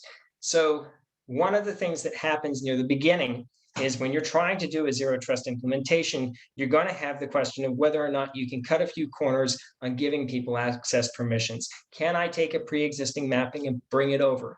The answer is you could, but you would be far better served by bringing a team together, sitting in a room, then pressing a button that triggers a form-based access request form for each person who wants to get in for the next week, say. And they have to set how long they need access to the system. What this hard reset does is it creates a fresh view of who's supposed to have access. And it prevents a lot of the problems that happen when you port over pre-existing access request systems, because you think you're doing it in a manner that is consistent with zero trust. As in, you think all the time there's going to be someone there who's going to approve the process in a delicate manner as they're supposed to. And in practice, people are going to get into the habit of just saying, go, go, go. So you need that attentiveness. Finally, there are two other things I'd like to see this talk about.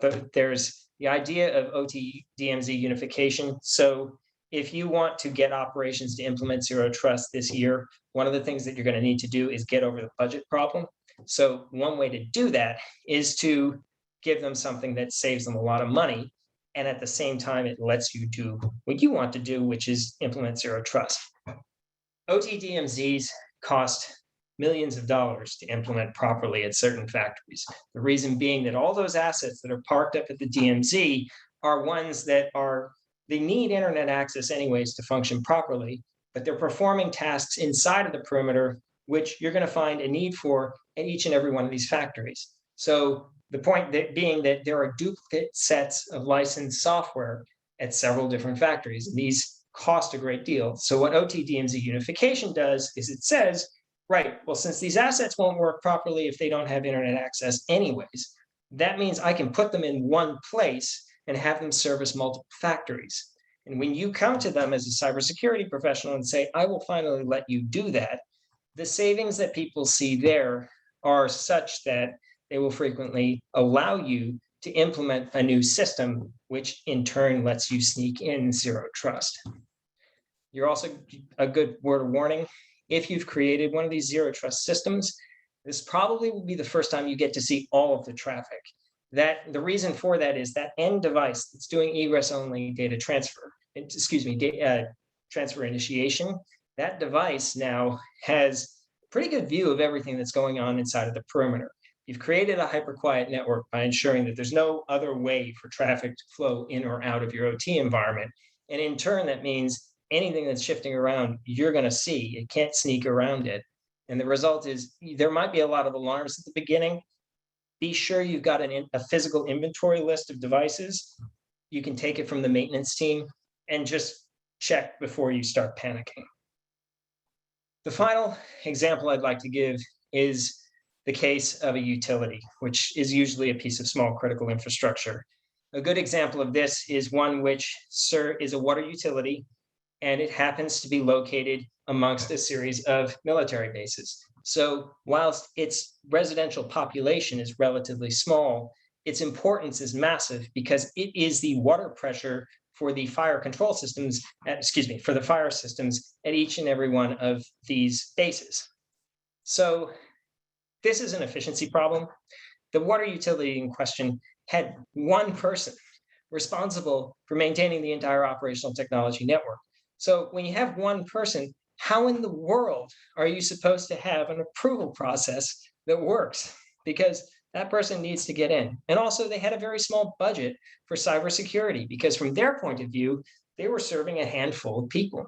They weren't a really big utility. They didn't need it because why would they be a target? It took some explaining. But when it was turned into an efficiency problem of how can this person access the water utility at night without driving back into the office, well, that changed things. You do need to add an intermediate component, that being a virtual desktop. But virtual desktops are expensive. So how can you go about with a $2,000 budget implementing this complex system, which if it were being implemented, say, at full scale and being charged just to a utility, the base cost of that would be probably in the range of $30,000. So there are two things that need to be covered here. First, time to limited access is in fact a good thing. A person doesn't need access at all times when you're dealing with one individual. They just need to check on a periodic basis. So if you don't need access instantaneously at every hour of the day, all that virtual infrastructure that's running doesn't actually need to be up all the time. Because remember, from a cyber resilience point of view, they've already taught themselves that this stuff shouldn't be up unless a connection is needed. It's all disposable. So you just have to keep the thing on for very brief flashes. So that is the first thing. It materially cuts your costs. And then the second thing is utilities and other small pieces of CI and critical infrastructure are part of a human community. So if one person falls ill, what normally happens is the neighboring utilities just pick up the slack because they share resources. So the way this is solved for, and at least when our company is involved in it and we're supplying these networks, is they'll get 3 or 4 towns around them to all band together, and they will share one of these network infrastructure clusters. However, you're still able to preserve single tenancy because, except in the very rare instances where multiple people need simultaneous access, which is usually because of either planned maintenance or an emergency. And in those cases, all you do is you flash up more virtual infrastructure because you can do that. Most of the time, what they're doing is one person goes in, they do their job. The whole system is focused on that particular utility. When they're done, things are cycling naturally anyhow. And then another person can come in and connect again. So the story here is just because you're a small CI and perhaps someone walks in later and says, hey, you are critical infrastructure, therefore you are subject to 800.171, and you go, oh God, I don't have the money for that. The answer is you can afford to do this. It just needs to be an exercise in working with your neighboring utilities, as you already learned how to do outside of IT settings. So, having accomplished the task of covering all of this inside of 35 minutes, I'd like to say thank you very much. If you want to see what we do in this, which is supply those networks, please hop on over to our Slack channel. We'd be happy to schedule a demonstration. Thank you. I cede the floor to questions. Thank you so much, Ian. I have to say that I found your presentation fascinating. I love stories and I love analogies, and I really liked the moving target defense view. So I wanted to ask you a little bit about that. Like, how long would it take, and obviously you have a lot of experience with that, how long would it take to implement a model like this, especially with organizations that they've been following the more traditional Purdue segmentation model? It typically... The long part is getting people to agree that they need to do it. Achieving group consensus within a organization will usually take between 3 and 6 months to do. There have been instances like water utilities happen to move very quickly, which is an odd thing. They'll make a decision inside of 2 to 3 weeks. But once they've made that decision, implementing this system is a case of finding a network engineer finding the maintenance list, going around and ensuring that you do in fact have a clearly defined operational technology network. And then we normally do an implementation of one of these systems in about an hour. And then after that, the conversation of ensuring that every person knows what the system is and isn't surprised when they start having to undertake an access control form, well, that'll take a week before everyone's accustomed to it. So can you tell us a little bit more about the technologies that implement this concept? Like you mentioned that a little bit, but are they in the form of software-defined networking, reverse proxies, things like port knocking? If it's done right. So I'm aggressively trying to keep this abstracted so that people can do it with any given product. But in our case, the way we've gone about doing this, and in the case of a company called Dexter Edward, I believe that they're doing it in roughly the same way. These are software-defined networks composed of just cloud-based virtual machines. They are not containerized, because if you do that, there's too much risk of a lateral happening. So these really do need to be dedicated machines. You do not want to do port knocking. It really needs to be egress only, and you cannot do, I should emphasize this for everyone, do not allow someone to tell you that they've created a moving target defense network based on they're doing IP switching, because what happens if you approach this statistically is that it's too easy to keep track of what the network is in practice. Very nice. Thanks. Thanks for the insights. Yes, absolutely. Thank you so much. Now, my last question is, where can we learn more about moving target defense? Because I think that's something that everybody is, liking. So moving target defense, if you're interested in that, of course, come to our website and talk to us. But the place you really should go is Ron Ross wrote a terrific piece on this over at NIST.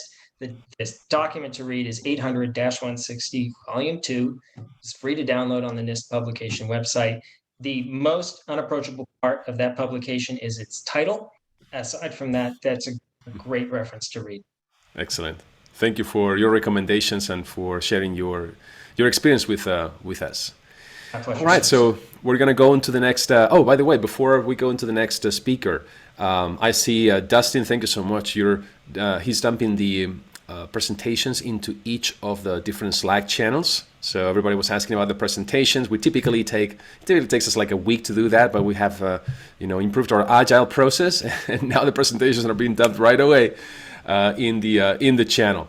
We also have 2 surveys. Ashley was sharing that during the last break. We have 2 surveys that are currently running, and when you fill those surveys, fill them out, you will win. You will enter into a draw where you can win up to $400 Amazon gift card upon the completion of those. So again, a couple of things I wanted to drop there. We'll probably repeat this later on. And I can see that we have now David, Nelson, and John Gallagher ready for the next talk. And David's a well-known Silicon Valley engineer leader. He headed the data center high availability products group for Sun Microsystems. And after Sun, David served as a VP of engineering and a number of other Silicon Valley technologies. John is a veteran in enterprise marketing as well, a leader in both storage and networking industries. And before joining VIAKOO, which is the company that they're both representing today, he was a storage system leader at Data Direct Networks and a number of other companies, including Dell EMC. So what are they going to talk us about? They're going to talk us about certificate deployment and management for IoT devices. So as you can see, we have we're covering complete the spectrum, right, of different solutions, cloud applications. We talked about OT. Now we're going to talk about extending zero trust to IoT. So Dave and John, all yours. Great, thank you. Appreciate the great introduction. So as you highlighted, right, today's session is really going to be focused on extending zero trust to IoT devices and systems through using certificate management and deployment. The quick introduction here. We are going to go through how to remediate IoT vulnerabilities, and Dave will go through some of the technology behind how we do that, and we'll introduce a concept of how we approach IoT, which is, let's say, as we'll get into, loosely coupled and tightly coupled IoT devices, and how there's some subtle differences, especially in doing cyber hygiene operations on them. We'll dive in a little bit to the threat landscape, really highlighting why there's an urgency or an imperative behind extending zero trust to IoT devices, and some of the issues that we see out in the marketplace with respect to the urgency behind that. And then we'll get into a demo showing how certificates can be deployed and managed, updated, and so forth on at scale using automation. And we'll finalize with some Q&A. So with that, let me just give a brief introduction to VIAKOO. We've been in the market for about 7 years in total. Past 3, we've been involved in cyber hygiene. That's really given I think a boost to the overall perspective that we have. We came into cyber hygiene with a good number of large enterprise accounts, and those accounts really over time pushed us and nudged us towards addressing cyber hygiene. So to date, we have over 1 billion hours of use of our product out in the marketplace. We support and have within our system over 1 million endpoints that we manage and perform hygiene on, and about 300 plus end users ranging across every marketplace, every vertical. And that's really the main point. We don't see this as a verticalized issue. Every major market, every vertical has the issues that we're talking about here today. And to be specific about our products, before I hand it off to Dave here, we have really 3 core products that address the cyber hygiene functions. What we're really focused today on is what we call DCM, Device Certificate Manager, and that is there to enable zero trust for IoT systems. We have DFM, which is Device Firmware Manager, and that remediates known vulnerabilities by quickly and through automation at scale deploying firmware updates across your IoT infrastructure. And then DPM, Device Password Manager, that helps to enforce corporate password policies and ensure that you're compliant in that way.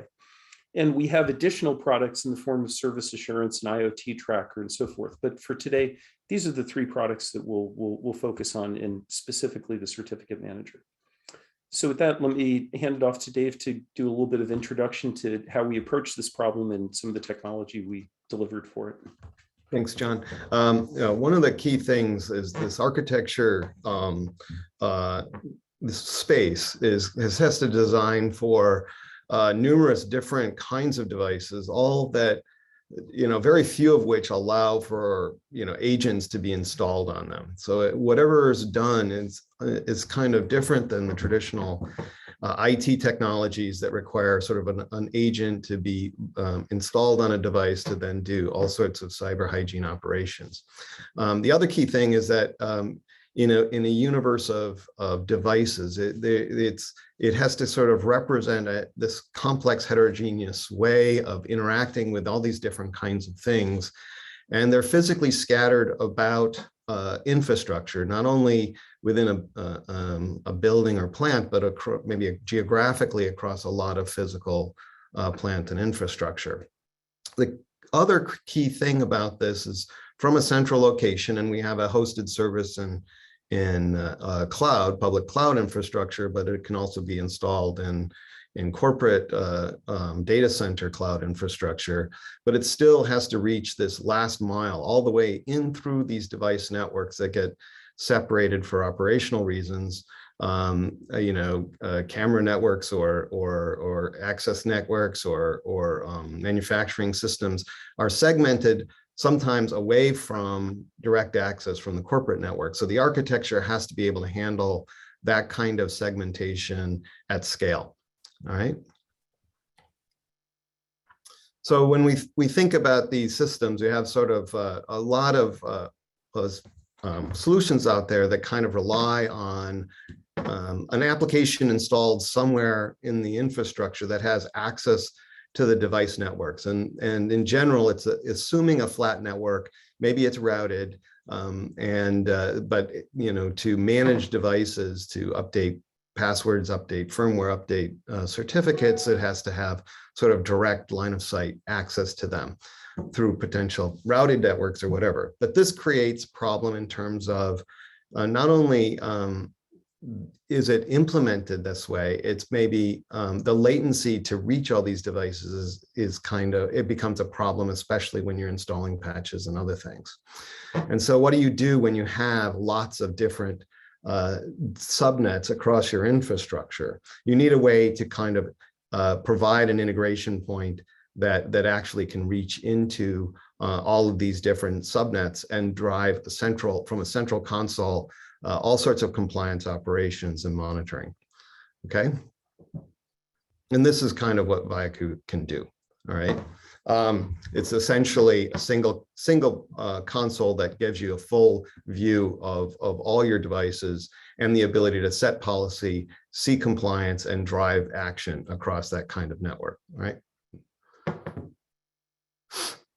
So then what we want to also highlight is there's what we call two different classes of devices. A loosely coupled devices are things like power supplies, maybe printers.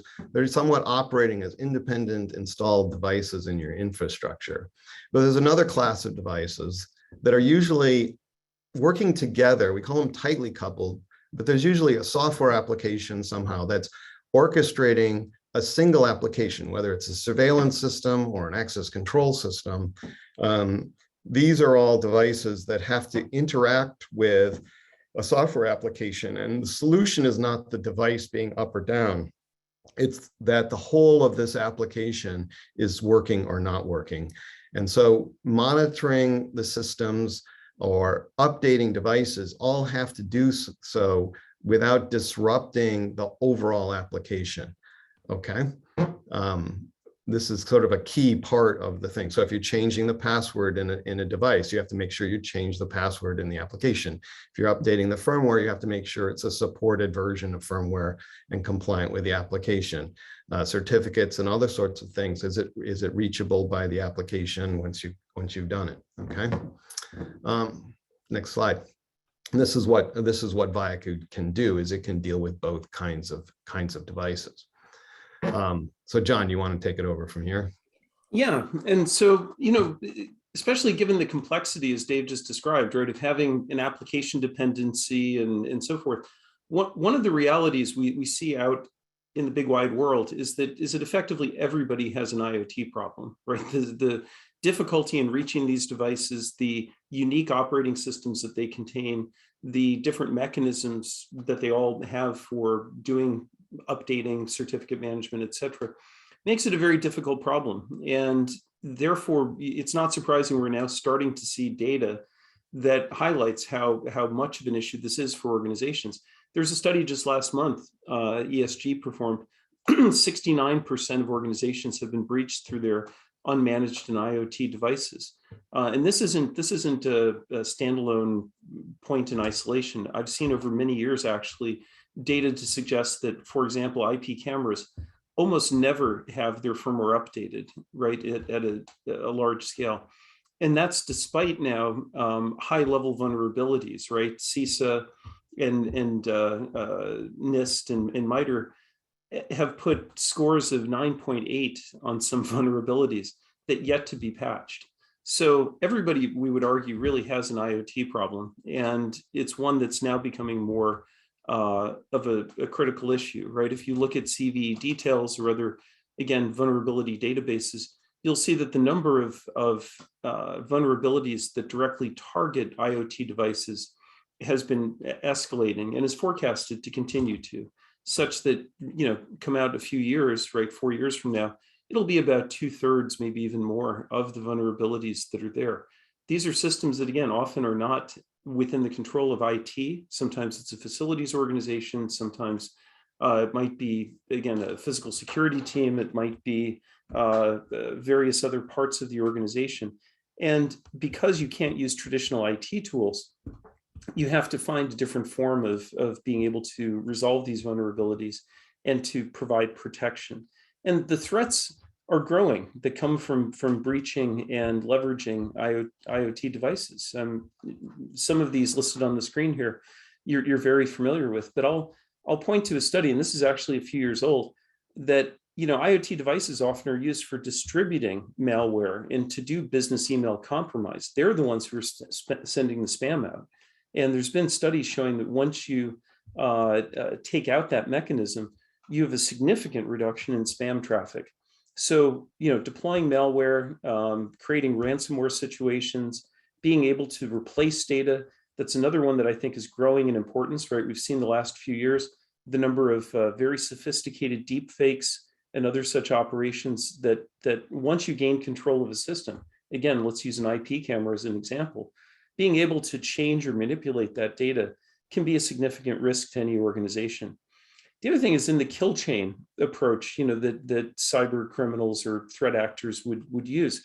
There's all parts of this kill chain that are impacted by vulnerable IoT devices, right? And in fact, the early stage of reconnaissance, there's been a number of cases where cyber criminals have used the camera devices inside of an organization to surveil them for a number of months and be able to understand human behaviors. And by virtue of that, then figure out what the correct weapon is, weaponize it, and then deploy it through that observation and so forth. So having a comprehensive approach to IoT vulnerability management and ensuring that the devices are exactly who they say they are is really critical, because these threats are growing and they're widespread. And again, they do impact all parts of the kill chain.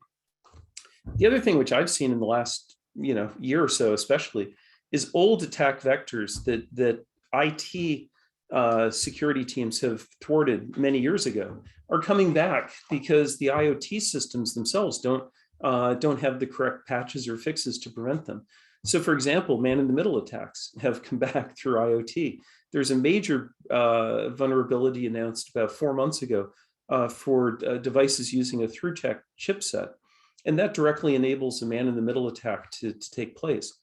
Our obvious suggestion and true to the nature of today's session is, we believe that using 802.1x and TLS certificates to authenticate the device identity and to encrypt the traffic between them is really obviously an effective mechanism to thwart a man-in-the-middle attack. The other part, which Dave highlighted in terms of the loosely coupled and tightly coupled, is you have to use mechanisms like this because ultimately these devices are parts of applications and they're business critical systems typically that are running on these devices. So the goal can't be to use network access control, as sometimes people would suggest. Oh, find the vulnerable device and then take it off the network. Well, in terms of, again, many of the IoT applications, that really cripples the business and might even prevent, or provide an opportunity for greater harm to be taken. So the goal that we have in what we're doing with cyber hygiene and especially with certificate and firmware management is to ensure that all the IoT devices not only have those protections, but that they can come back onto the network as full network citizens capable of doing their job. And with, again, that tightly coupled, loosely coupled concept, that's really a key advantage of how we approach this problem. And so, actually, Dave, do you want to speak to really how we've looked at this problem? I think the key problem and why this is happening, and it's not about just certificates or firmware, it's that because these devices are varied and distributed and massive, sometimes significantly more in scale to the number of other devices that people are used to managing in, say, a data center, it just isn't done because the techniques are so cumbersome. And so what VIAKOO has done is to created a system that can actually deliver firmware patches or certificates or whatever future solution to that last mile all the way down to the devices in an architecture that can handle a variety of different kinds of devices, a variety of different kinds of protocols, and then but centralize it into a common console where policies can get set. Okay, so that sort of is the core problem here. It's not just about 802.1x helps you secure your device networks. TLS helps you secure traffic. Firmware patches is another big problem. All of this is well understood. It's just the scale and difficulty of operating in a cost-effective way and getting these kinds of updates to devices until our system has been in place has just been too hard. Okay. Does that address it? Yeah, absolutely. And again, I would just challenge the audience, think of your own environment and think of the number of devices. And a good example to me has always been IP cameras, because everybody has them and they're everywhere, right? And just look up. And what I've tracked over the last few years is that we've gone from a case maybe 5 or 6 years ago where firmware updates on those devices were based around functionality improvements. And starting about 5 or 6 years ago, you saw a large number of firmware updates coming because of addressing vulnerabilities. And so we've gone from a once-a-year type patch, where now it's very typical that you'll see on a single device 4 or 5 firmware updates per year to address these vulnerabilities as they come out. And that really gets to this key point here, which is, when you think of your operations and the number of devices, also think of the number of times you have to perform these operations. So, it's really the devices times the certificates times the replacement intervals. And that really is, again, I think the right way to look at the scale problem that Dave and I have been referring to here. The other thing I'll just point to before we head into the demo is you need to have a mechanism to do audit and compliance, right? This is a growing issue for many organizations, and it finds itself in many forms, right? It can be in the case of you're applying for cyber insurance, right? And the number is I think many of you are aware, right? The number of questions and the amount of data that's needed to satisfy an insurer's requirements continues to grow and will continue to grow. And so having a capability to easily report historical operations, what's happened, track what changes have occurred, really is a powerful way to demonstrate that you're in control of your operations. And especially, again, as we're getting into more and more compliance and audit requirements around that. So with that, I will ask Dustin to prompt the demo.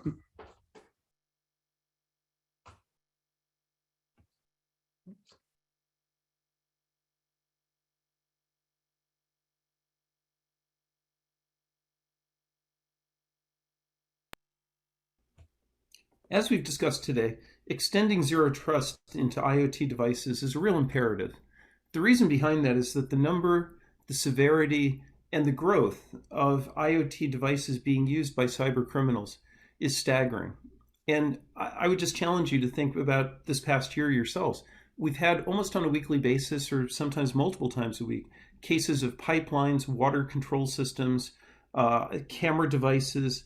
Many other forms of IoT devices are in the news these days because they are a easily accessible, sometimes easily hacked part of any organization's infrastructure. So clearly there's an imperative to deal with this. So what's the barrier?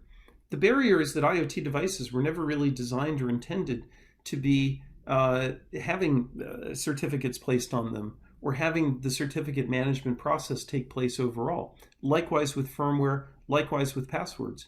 So we've created the VIAKOO Action Platform to directly address those issues, to enable IoT devices to have a centralized solution, the VIAKOO Action Platform, be able to update firmware, be able to deploy and manage certificates, and be able to perform password policy enforcement so that your devices, IoT or not, can be maintained at a very high level of security, and that the cyber hygiene can also be tracked and audited for compliance purposes. So let me go through how the overall environment works, and we'll then dive into certificates. So here at the high level, what I'm going to show is the left-hand side is the hierarchy. So this is showing what, with a fictitious company, Acme Sprocket, different locations within that company. If you're a service provider, this could be multiple clients of yours. If you're a very large organization, this can be set up with different regions, and then within those regions, different individual sites. It's very flexible. The other part, which is nice, is that you can establish privileged access at every level of hierarchy so that only certain people on your team have access to that level of infrastructure. The center console here is showing the overall what's happening at that level of hierarchy. So for example, we're at the top level, Acme Sprocket, and this is showing that within the Acme Sprocket organization, there are some failures. We do detect real-time device failures. We alert you on that. We'll also have an integrated ticketing environment. We integrate with Remedy, ServiceNow, and other major ticketing environments. So this is a good snapshot as to what's happening. And as well on the right-hand side, we have performance measures and metrics. And this is tracked over time. So again, for audit or historical reporting purposes, you can see where you've had downtime of devices. You can see where there's been network stream deliverability issues and so forth. And again, just to highlight the hierarchy, we've now popped into the Palo Alto site. As you can see, everything's good at a high level here. This is showing exactly what we have If we go into the details, we can get, again, very fine-grained details as to what's happening within there. And that might even include things like the MAC address, what kind of connection. And as shown here, we're able to import this data from Armis. We have interoperability with all the leading device discovery tools. So whether it's Armis, Forescout, Clarity, Order, Nozomi, etc. What we've established is a bidirectional sync so that the network-based discovery from those products can be imported directly into VIAKOO and populate details about devices. And as well, information from VIAKOO syncs within those products so that our performance-based and application-based data can be covered within those tools. So really, if you're using a discovery solution today, the VIAKOO Action Platform distinctly augments and enhances what you're currently using. You've got a richer and deeper set of information. Now, I'm going to pop back up to the top level here and go into certificates. So the certificate timeline is a very handy and useful mechanism to see which jobs are scheduled, which are planned, what's happening. If I go into the expired certificates as shown here, I can then see which ones are needing to have an upgrade job performed or to have certificates revoked and updated. I can choose specific devices, or I can choose all of the devices very easily here. And then from that, I can initiate a job. The job can be, given a unique name. It can have a scheduled time for it to be performed. And then once that's submitted, it goes into the certificate job process, where we provide very transparent and very fine-grained views as to what's happening at the device level. And this is showing a variety of jobs, both completed as well as in progress. As a job is progressing, what it will go through is four specific stages, right? Requesting the certificate signing request, generating the certificate, installing the certificate, and then revoking the old certificate. And at any point during this process, you have control to stop it and revert back to the original certificate. So there's, again, high-level control and very detailed information provided to the user to do that. That is really the heart of it. I'll go through a little bit more of just elaborating on the ability to choose different device profiles. So we do support both TLS and 802.1x certificates. We interface with a variety of certificate authorities. So even within a single account, we can support multiple certificate authorities being used within that company. And as well, another view of the devices that are present, and you can directly take action to set up certificate jobs directly from that overview. So with that, I'll just start to wrap up here and highlight, right, what we've gone through today is really a good example of how you can take what is one of the most vexing problems and most significant in terms of the attack surface in your organization, which is the IoT devices, and bring them into comprehensive cyber hygiene. So the call to action today is really to encourage you. We're all here to learn how to extend zero trust into IoT. We'd like you to take the next step, which is reach out to VIAKOO, either through our website, viakoo.com, or directly reach out to myself or Dave through LinkedIn. We're happy to set up a more detailed demo and discuss your specific needs, your specific devices and issues. So with that, I want to thank you for your time and attention, and look forward to discussing your needs more in the future.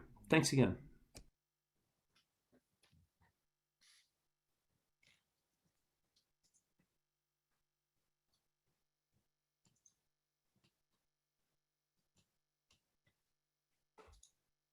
Great, thanks.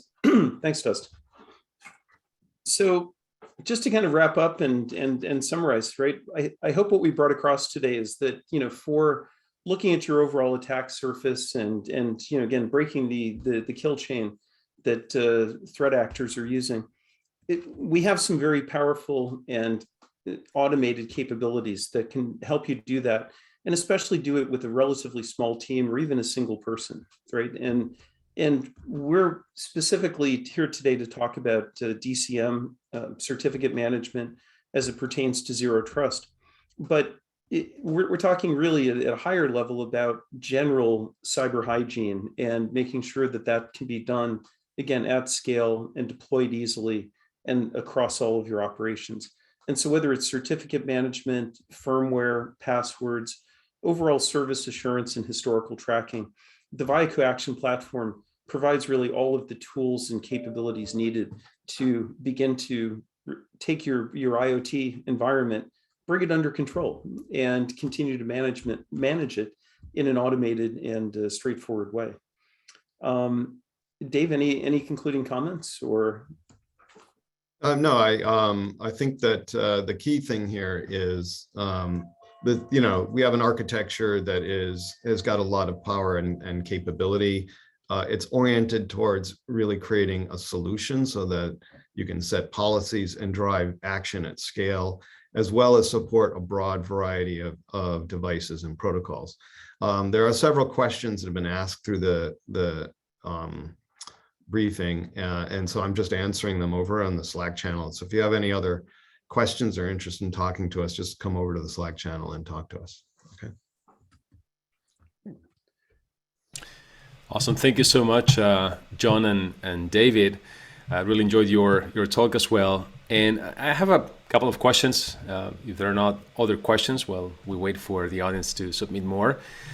First of all, do you know of any like IoT zero trust reference architecture? I know you mentioned like several things you have to take into consideration. Obviously, mutual TLS and certificates, but is there any like reference architecture that you'd recommend, or any documents where we can do more reading on how to do this, how to secure IoT devices? I mean, I think there's a challenge because so much of the infrastructure is already deployed. So there's a lot of legacy infrastructure out there. And there may be new protocols, and I was very interested in the previous conversation, new architectures and new protocols, but for a lot of organizations, there's just a scale problem in terms of deploying them. There are different things like different sub protocols that people are using. The general problem, though, is if devices are relying on access to some central vendor website to get updates or deploy, it creates an issue of validating all of this outbound traffic going to different vendors, and all of these devices self-maintaining. So I think that the summary of it is, I think there's an emerging change in the environment, but because of so much infrastructure being already in place, it's going to be a slow process of migrating to more secure infrastructure. Right. Thanks for.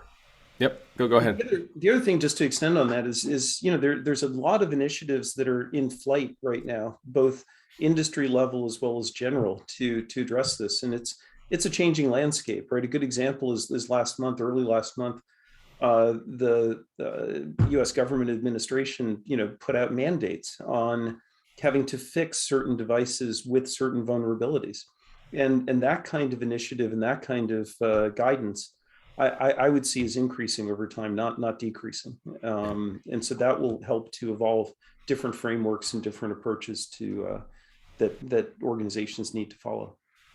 Totally agree. Now, the solution that you presented, does it require like a lot of setup? Can you describe a little bit like how long would it take for somebody to implement it, and will it do things like threat detection as well?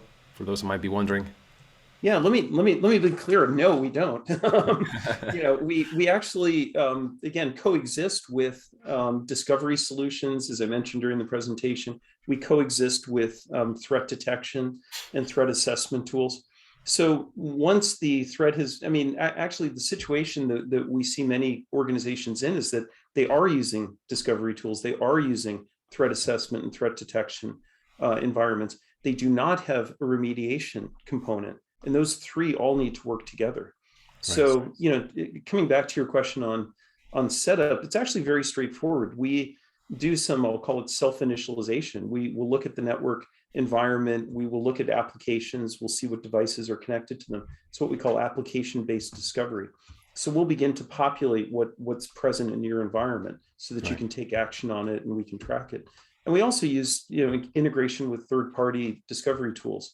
And so the combination of those two together really brings in very quickly to our VIAKOO Action Platform, all of your IoT devices and the understanding of how they operate together.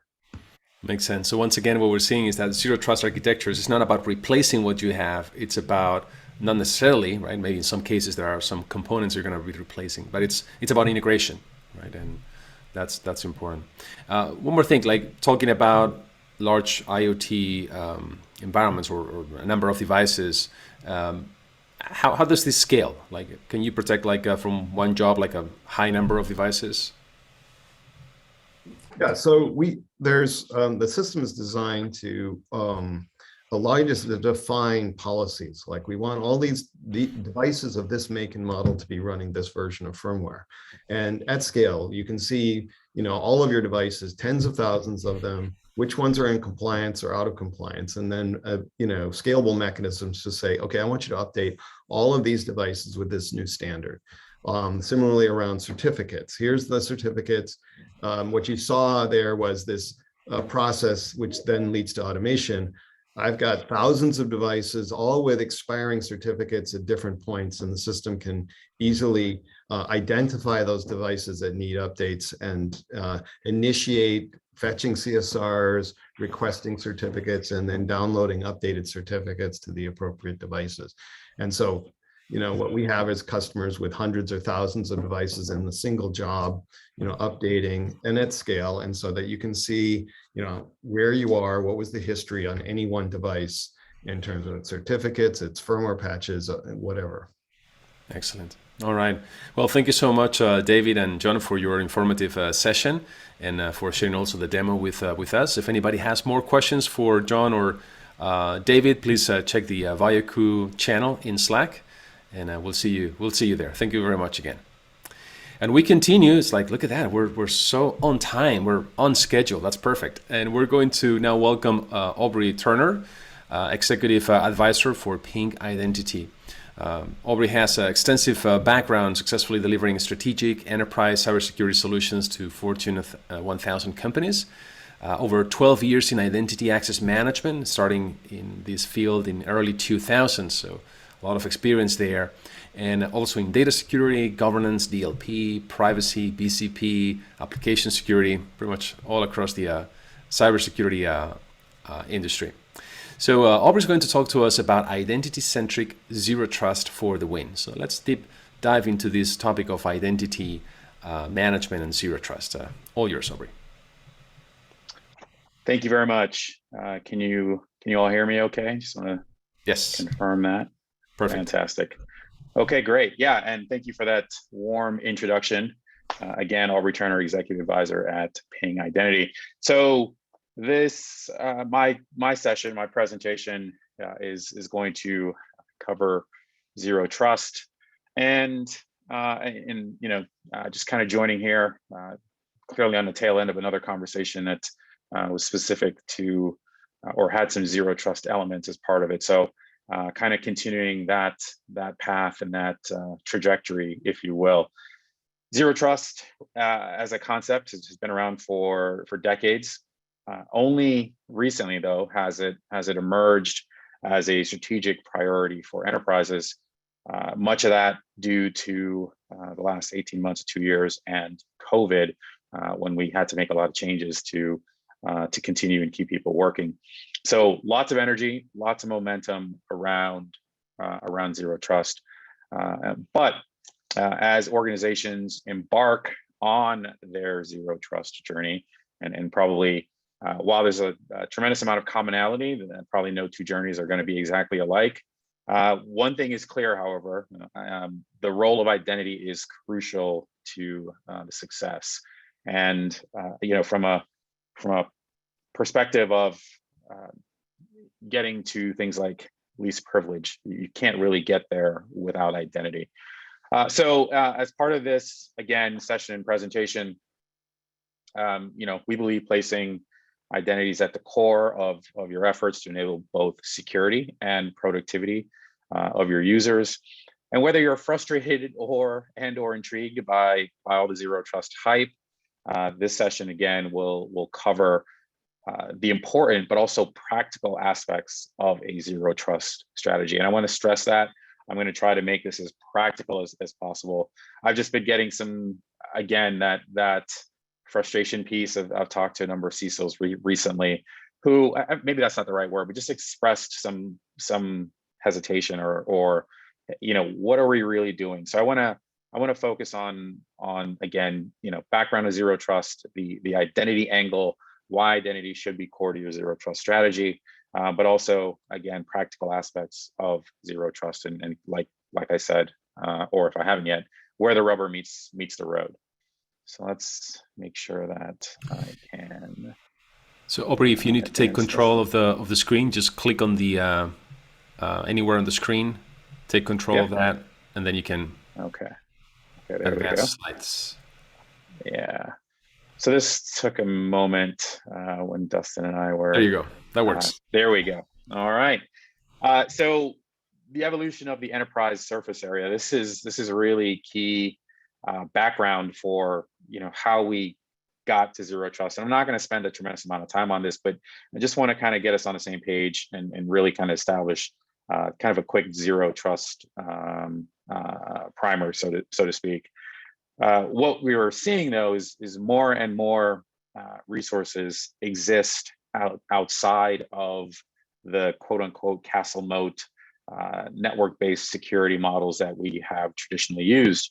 And so we're comfortable with office users, on-prem apps, corporate devices, corporate managed devices and owned, and then internal APIs. But what we've seen, and this is accelerated again over the last 18 months, certainly got pushed into remote work models and remote access. The tremendous growth of cloud, SaaS, and public cloud. Also, the previous presentation talked, at least I caught the end of it, a lot about IoT, and we see a tremendous amount of device sprawl.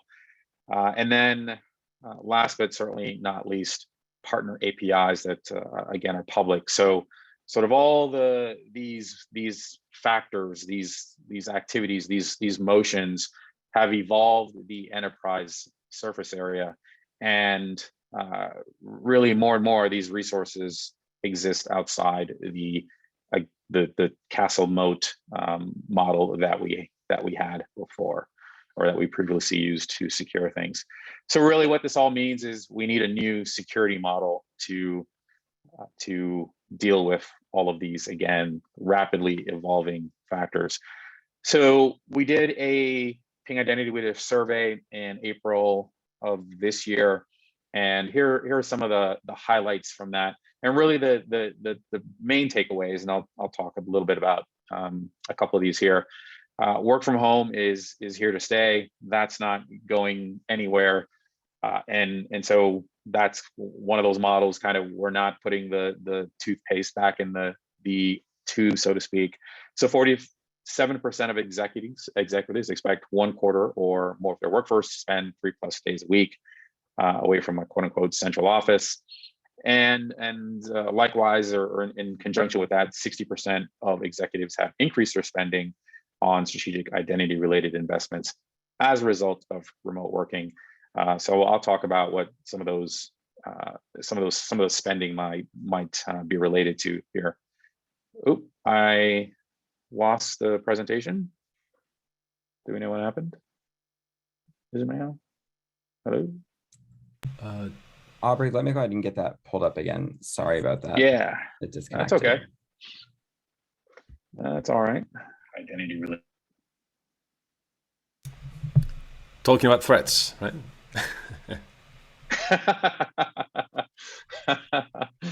That's okay. I think I remember the next one, so I can kind of keep going until we get that back up.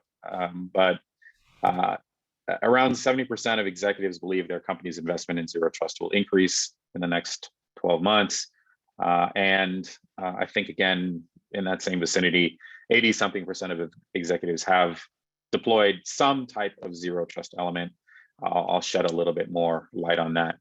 What this all means, what this all says, is there's a lot of momentum and energy behind zero trust. Whether you're leaning into it, or slightly frustrated, or slightly sort of maybe confused, may not be the right word, but all of the energy and momentum really focused on zero trust models and frameworks. All right.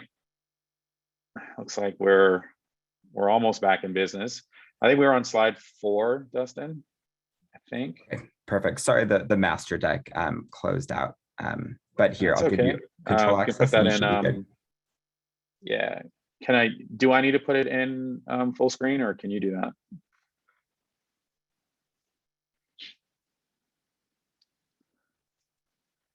All right. Let's see. So I click. Okay, I think we're back in business, folks. Thanks, thanks for your patience while we sort through that. Ooh, I think I need to go back actually. So let me go back real quick and talk very quickly about. Oh, hey, Dustin, I'm clicking and it's advancing me. How do I go back to slide 4? Can you put me on that slide, please? Thank you. Perfect. Okay, I can take it from here. All right, so let's go to this next slide.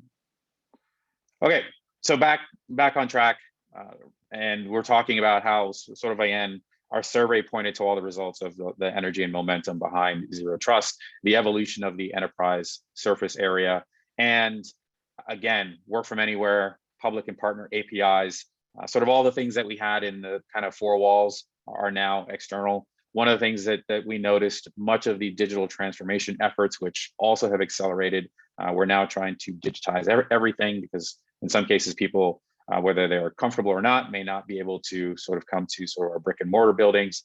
So everybody's in the process of digitizing things and digital transformation. That's all accelerated. And where I was going with that is most of that has been occurring, a lot of it has been occurring in cloud, just due to the sort of flexible, sort of agile nature of the cloud and being able to spin up and consume those resources on the fly. So naturally, again, we've got data, everywhere, users everywhere, whether they be workforce or business partners. Again, all the sprawl, APIs that may not be secure, and you begin to get a picture of how this surface area has evolved. What zero trust, and I'll get into this a little bit more, but as it relates to sort of this image here, we've got to be able to at first identify and verify as part of the way forward. And then identity is not just for users, but obviously APIs, apps, and devices. And so those are some of the sort of underlying things that we need to sort of understand as part of the principle of zero trust. What's the purpose and context of an access request? How do you verify the credentials? Where do you get that data? And can you trust it? So those are all some of the questions, preliminary questions that, again, kind of set the stage for zero trust. And really identity, and you've probably all heard the term, I got this question yesterday. I won't spend a ton of time on it, but what do I make of the term? Identity is the new perimeter. It's been around for at least more than half a decade, probably longer than that.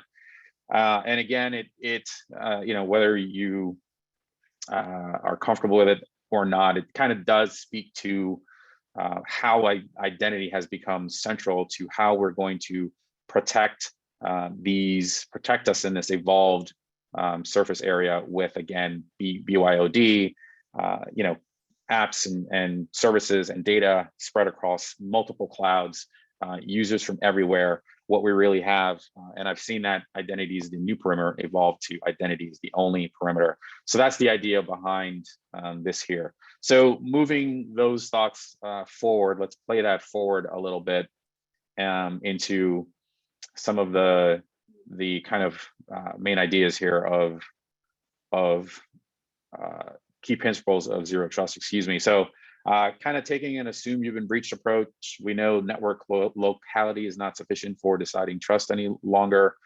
One of the things I really like, trust but verify has evolved to never trust, always verify. How we determine trust is every device and user is authenticated and authorized. So those are some of the, and again, kind of this treat all traffic as if it originated from the public internet. Those are all sort of the key principles of zero trust. We move from implicit trust to zero trust. So, when we're talking to, executive leadership about zero trust, these are some of the principles and concepts that we try to relate, not necessarily the kind of ones and zeros of it. But this helps, again, frame the conversation as well going forward. And really, this traditional security, we ask the question, where are you coming from? And, that was a very binary type of question. Is very, fair to think of that as a very, again, binary yes, no. And all of that changes with identity-driven zero trust. So instead of asking, where you're coming from, we're asking, who are you? Because again, of all how how we've evolved the enterprise surface area, we really now need to ask different questions, and that question really being, who are you? And at this level, identity becomes the control plane that you use to control access to these disparate systems and resources and IoT and API. So we want to be able to identify you, authenticate you, and authorize your access in this new world. And how we're doing this. And by the way, again, this is where that term identity is the new or only perimeter originated from. This is essentially the concept behind that. And again, identity becoming the control plane that allows you to make intelligent access control decisions given how and where data and services are running and being consumed.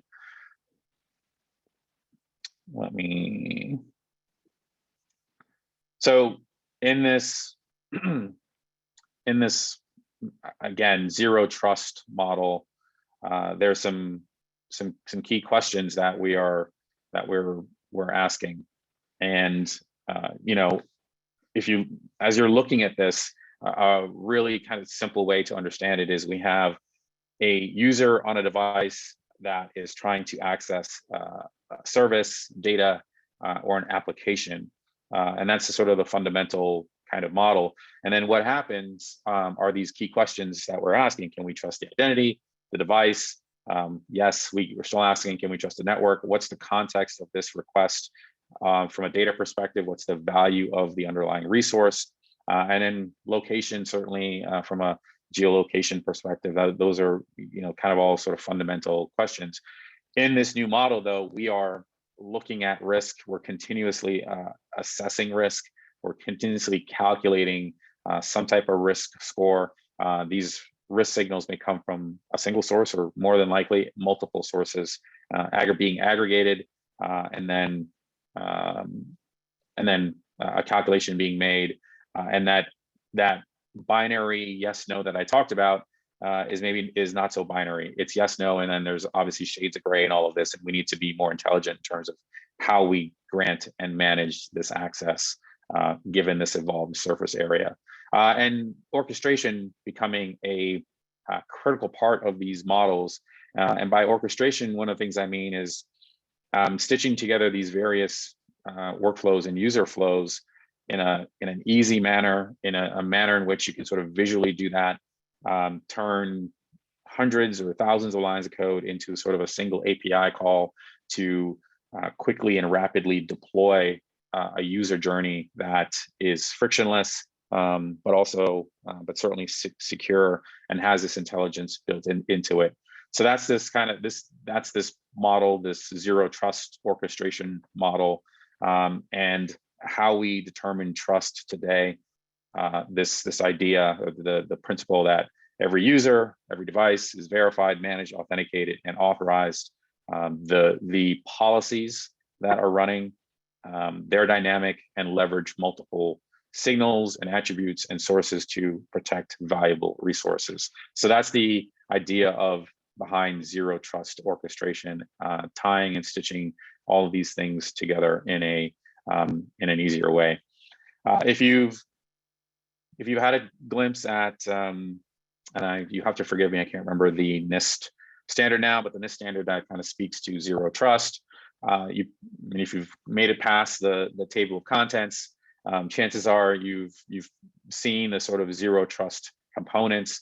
And what you're looking at here are those components. And obviously, I talked about at the beginning, and we're talking about identity-centric zero trust. So identity at the center of the zero trust strategy and framework. But what is key, and I think I won't dispute this. Zero trust is a team sport. So while I'm advocating for an identity-centric approach, I fully and wholly acknowledge that zero trust is a team sport.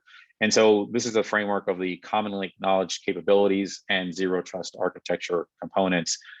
You shouldn't see anything here necessarily, like I said, if you read the NIST standard that surprises you. But again, for the purposes of getting us all on the same page, sharing what these capabilities look like, and acknowledging the importance of other solutions and partnerships. And again, this is where orchestration really comes into play, being able to tie these identity and non-identity other cybersecurity solutions together in a faster, more rapid way, so that these things can be deployed as well as adjusted in real time. So the components, from devices to identity to applications to privilege access management, network, again, all sort of these components all tie together to help with and really are the key elements of a zero trust framework and zero trust architecture. And like I said, I'll say it again, zero trust is a team sport. Again, even if I'm advocating for an identity-centric approach, that's certainly a critical consideration. The other thing too is that I'm not aware of any vendor that supplies all the capabilities for a comprehensive zero trust architecture. So you're going to need to put these pieces together. I'll talk a little bit more now about some practical guidance and the journey to zero trust and how you might make sense of all of this and again, approach it in a practical manner, so you have some sort of decisive direction and action where you can, again, point yourself and begin executing against a zero trust architecture. So this is Ping's vision, what we talk to our customers about in terms of the zero trust journey. Certainly, relative to your own situation, your own risk tolerance, you may move these pieces around based on where you are in your own maturity with identity and other cybersecurity tools. But again, as a practical matter, having a journey or a capability maturity model that we can all kind of speak from in terms of moving along the zero trust continuum. So by now you probably understand zero trust isn't just something. It's not a SKU you can buy, just turn on. It can take a while to build out. But again, this is a point of view on how you might get started. And so that first step that you might take is to build out a adaptive authentication authority. And again, this is that central global authentication authority. The idea here is to SSO everything and extend MFA everywhere. Those are the concepts. As a practical matter, your mileage may vary just based on your environment and your systems, but that is a general idea, and you can kind of work along that, work that premise with the idea that if you can mature along those lines, again, as a first step, this is key. The other thing here, as a practical matter, knowing your identities and knowing your devices are two key things from a zero trust and getting your journey started. I think if you can, again, understand and nail and get those two things corralled, knowing your identities, being able to manage them, knowing your devices. And again, there's obviously variation there, unmanaged, managed devices, having some kind of inventory, understanding device posture, pairing that with this authentication authority, single sign-on, and MFA everywhere. I think those are really strong building blocks for a zero trust journey. And so again, leveraging identity, making that a key piece of your journey. I think we see zero trust as suboptimal without identity being part of the journey. So adding that device management, the inventory, risk posture, identity lifecycle management to control joiners and leavers and so forth, those kind of, all those elements I think are fundamental to the launch of a zero trust journey. So I've touched on these things, device posture, the lifecycle of identities, securing privileged access accounts, et cetera, et cetera. So the capabilities of this authentication authority, centralizing single sign-on, the value there is, one of the biggest values is time to value from a deployment perspective, as well as risk reduction. So some really strong business value, centralizing single sign-on, consolidating authentication, being able to apply policies in one place. Again, policies that dictate access to these applications, these services, these APIs, these IoTs that are running, that are no longer running in that castle moat design. Intelligent multi-factor authentication, so being able to use machine learning and artificial intelligence, as well as other attributes and other signals to intelligently introduce friction when necessary. Hey, I know you, but something is different, kind of that known and unknown. And if you are doing something different, why is that? This may not be, I may not allow you to sort of proceed on your access journey, and may ask you to proof yourself verify your identity. So we're seeing sort of identity proofing become part of this process for account recovery, even for upfront, more likely for registration on the front end of the user onboarding a user. So the authentication authority can take all these capabilities, process them, and help you make better decisions about users on their journey, on their access journey with you.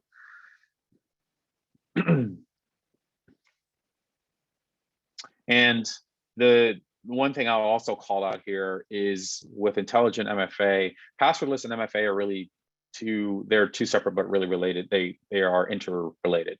And the road to passwordless often is paved by multi-factor authentication. And passwordless at the start really means fewer authentications.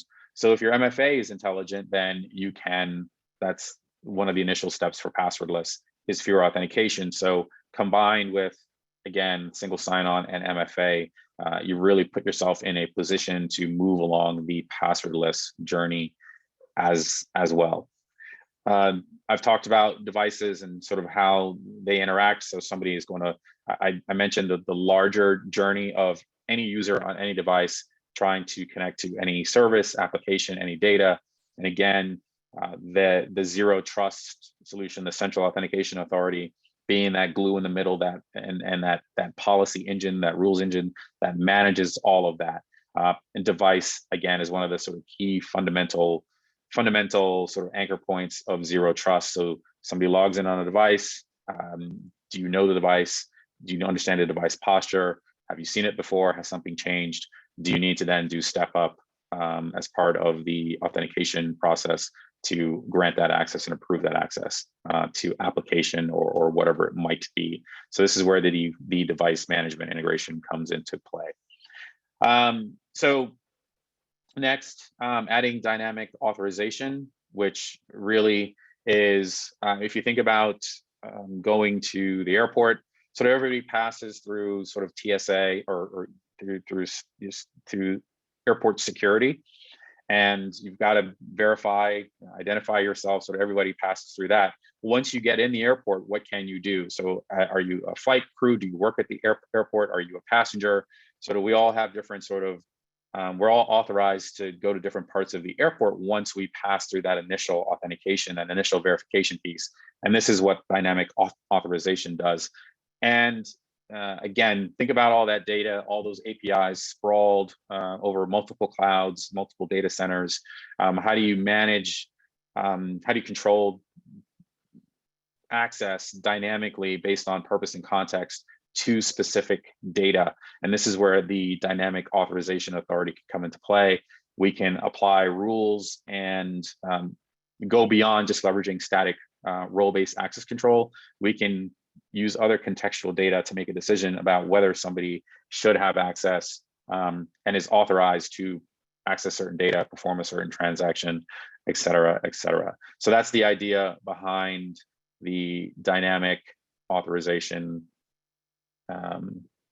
authority. So again, this is also risk-based and leveraging risk as part of the capability. We can then also centralize these policies, monitor and secure API traffic, integrate with things like cloud access security brokers and SASEs, and again, support web and API access management, granular authorization. So we can move through, can you access this app to can you access this API or URL down to fine grain, can you access this specific data, the specific data element.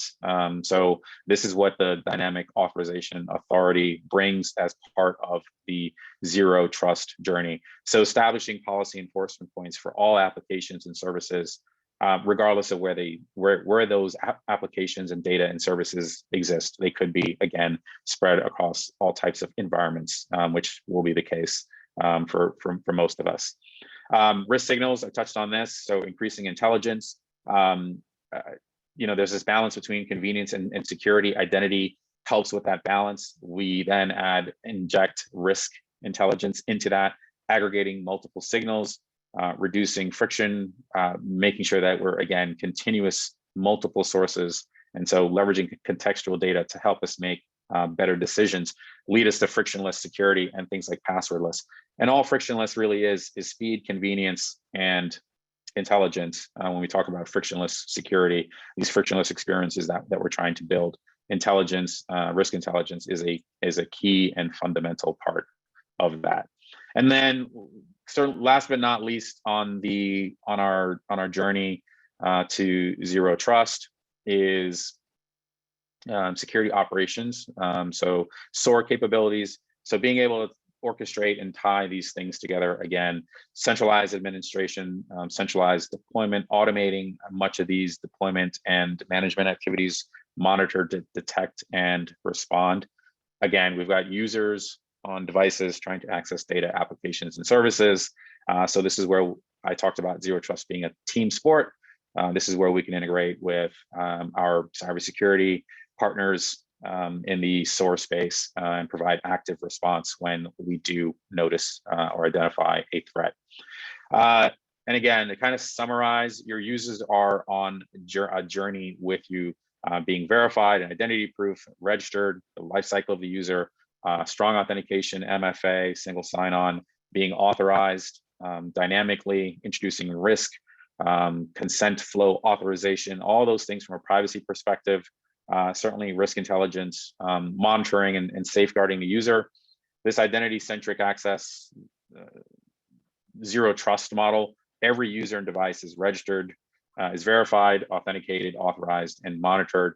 That's the concept. And this is, again, where if I may, the PingIdentity platform supports this zero trust journey, as well as orchestrating it within the Ping stack, but also across the cybersecurity tools and technologies that you may be using. I gave a number of examples. Endpoint come to mind, SOAR, CASB, SASE, sort of all these other privileged access security, all these identity and non-identity cybersecurity solutions can be orchestrated to, again, secure the user's journey with you, starting with certainly being verified, moving through to registration, authentication, proving who the user is, and like I said, taking hundreds, thousands of lines of code that we would have to do or in the past previously, bringing that down into a single API. So that's the idea behind this identity-centric zero trust with orchestration that we're talking about.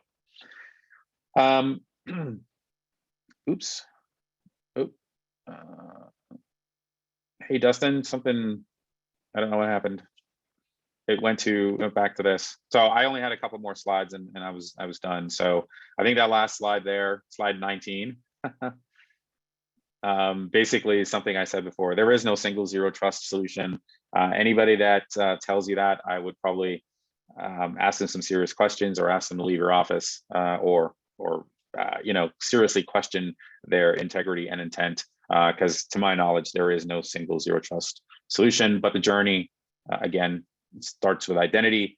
You can't get to identity, you can't get to least privilege without identity, and least privilege is a sort of a key part of zero trust. And then the last slide here, just a few concluding summary thoughts as I wrap up. And identity equals the control plane. Don't worry, I know this kind of by heart, so we don't have to go back to it. I'll just kind of walk you guys through it. There's three things there. So identity is the control plane across your clouds and all of your environments. Identity becomes the control plane. So that's a key part of it. Also, zero trust is a team sport. How we scale zero trust is through partnership. That really depends on the ecosystem of these partners with the right orchestration solution. So I firmly believe that, even as I strongly advocate for identity-centric zero trust, it is really only one part of the equation. So partnership is key to scale, and partnership with technologies as well as your key business partners from a cybersecurity perspective, any solutions integrators, any technology partners like Ping, internal stakeholders. You get the idea. It's a team sport, and that's important to scale. And don't forget about user experience. A successful zero trust deployment still leads or leans into the user experience. So that's a key part of it. This is certainly on the consumer side, where we lead and start with the end user experience.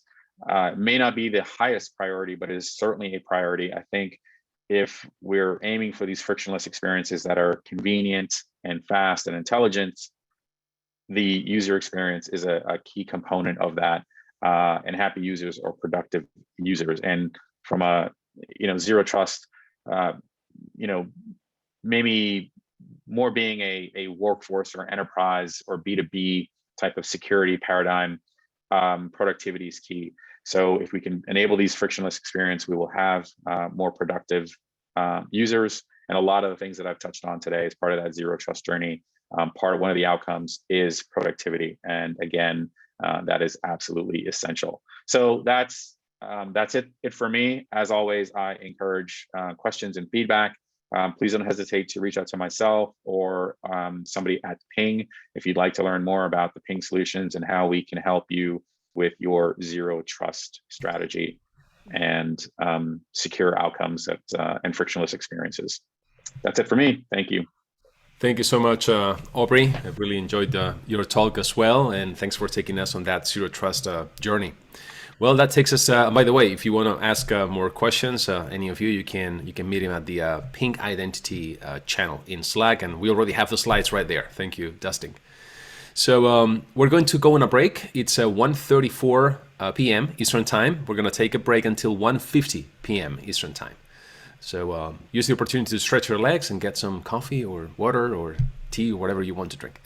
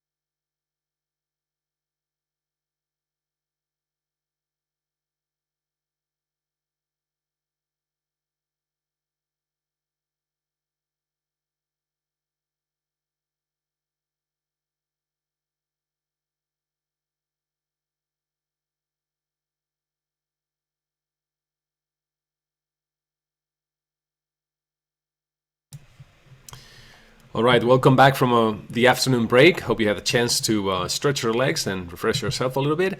And we're going to continue talking about this zero trust journey and solutions and strategies. In this case, with Ilya Bain and Son and Ayush Srivastava. Sorry. So Ilya is a security solutions lead for the Google Cloud Enterprise Security Team in Mid-Atlantic, helping enterprise customers understand and adopt Google cybersecurity solutions. And Ayush is a Global Security Solutions Manager for Zero Trust Architectures for Google Cloud and Workspace. So they're going to be talking about transforming your organization with Zero Trust principles. So let's pay attention to Ayush and to Ilya.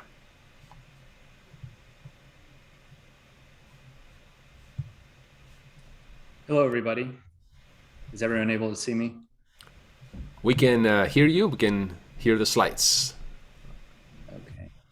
Or we can see the slides, not here. All right. Let me see if I can fix the camera issue here. Hello, everyone.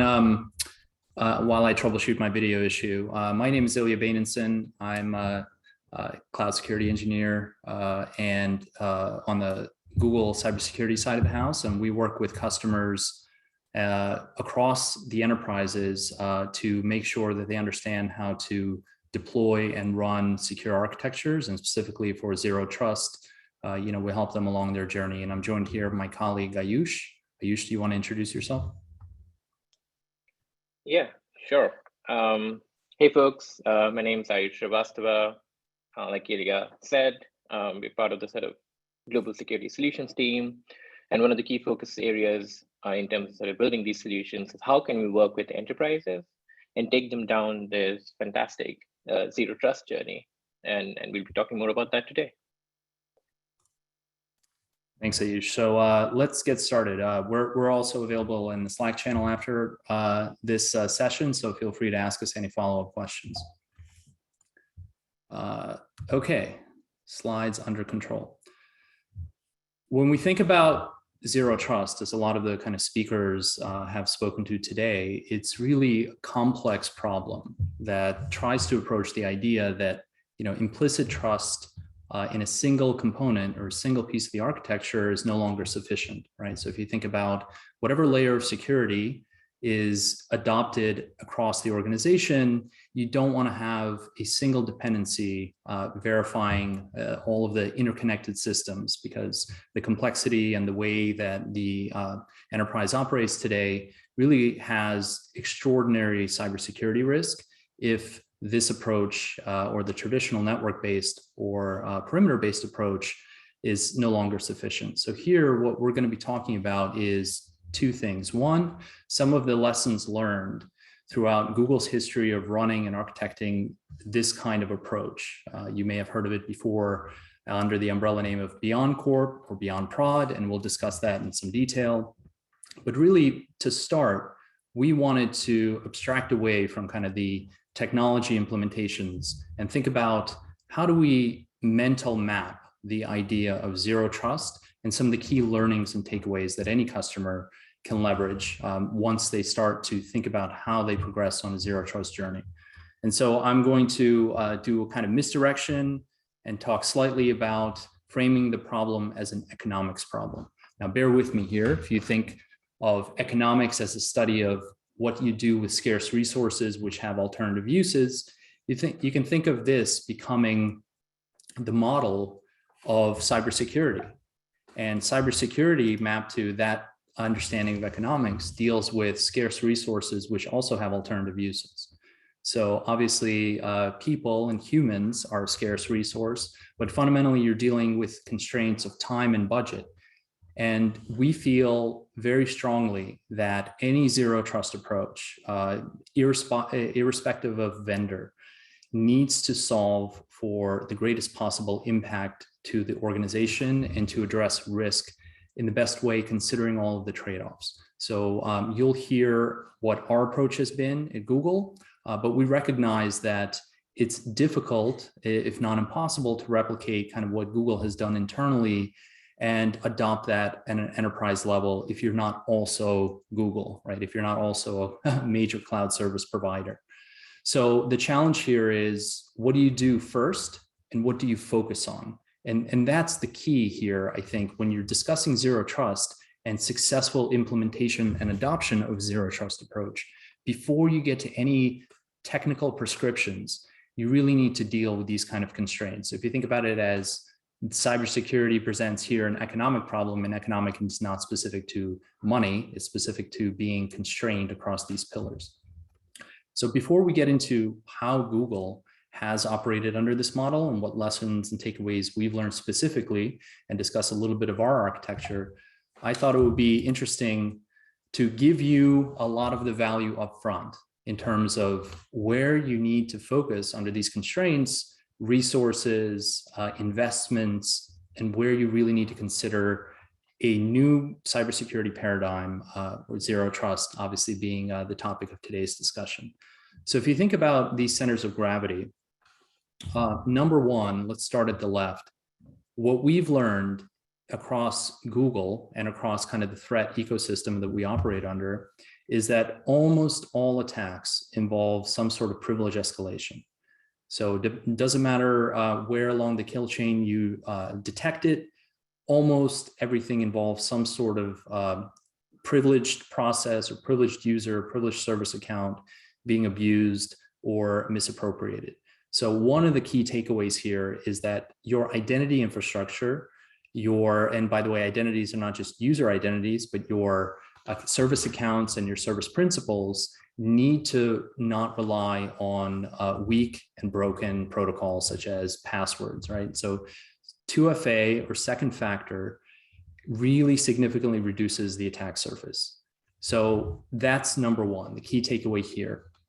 Now, before we move on to the next pillar, what do you do with that information, right? It's not sufficient just to enforce 2FA and then you have zero trust. No, the model of a new paradigm where you don't trust or have implicit trust among these pillars is that you need to take this as context, as signaling, feeding into a shared model that understands contextual authorization, authentication, and is able to work across all of these different centers of gravity. So once your identities are under kind of second factor, strong root of trust, you have to feed that signal somewhere. So one of the things that we learned is that if you focus on the user pillar and you want to feed user-based context into this system, enforcing MFA or 2FA is one of the biggest ROIs that you can get. So irrespective of the system that you're using, that's a very key area to focus on.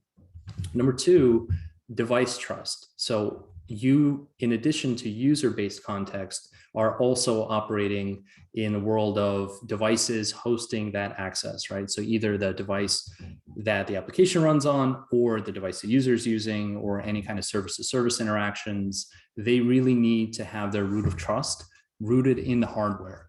And then what we've learned is that you, in addition to having that root of trust firmly established at the hardware level, obviously need to categorize the level of access that you give to those various devices. So what do we mean by that?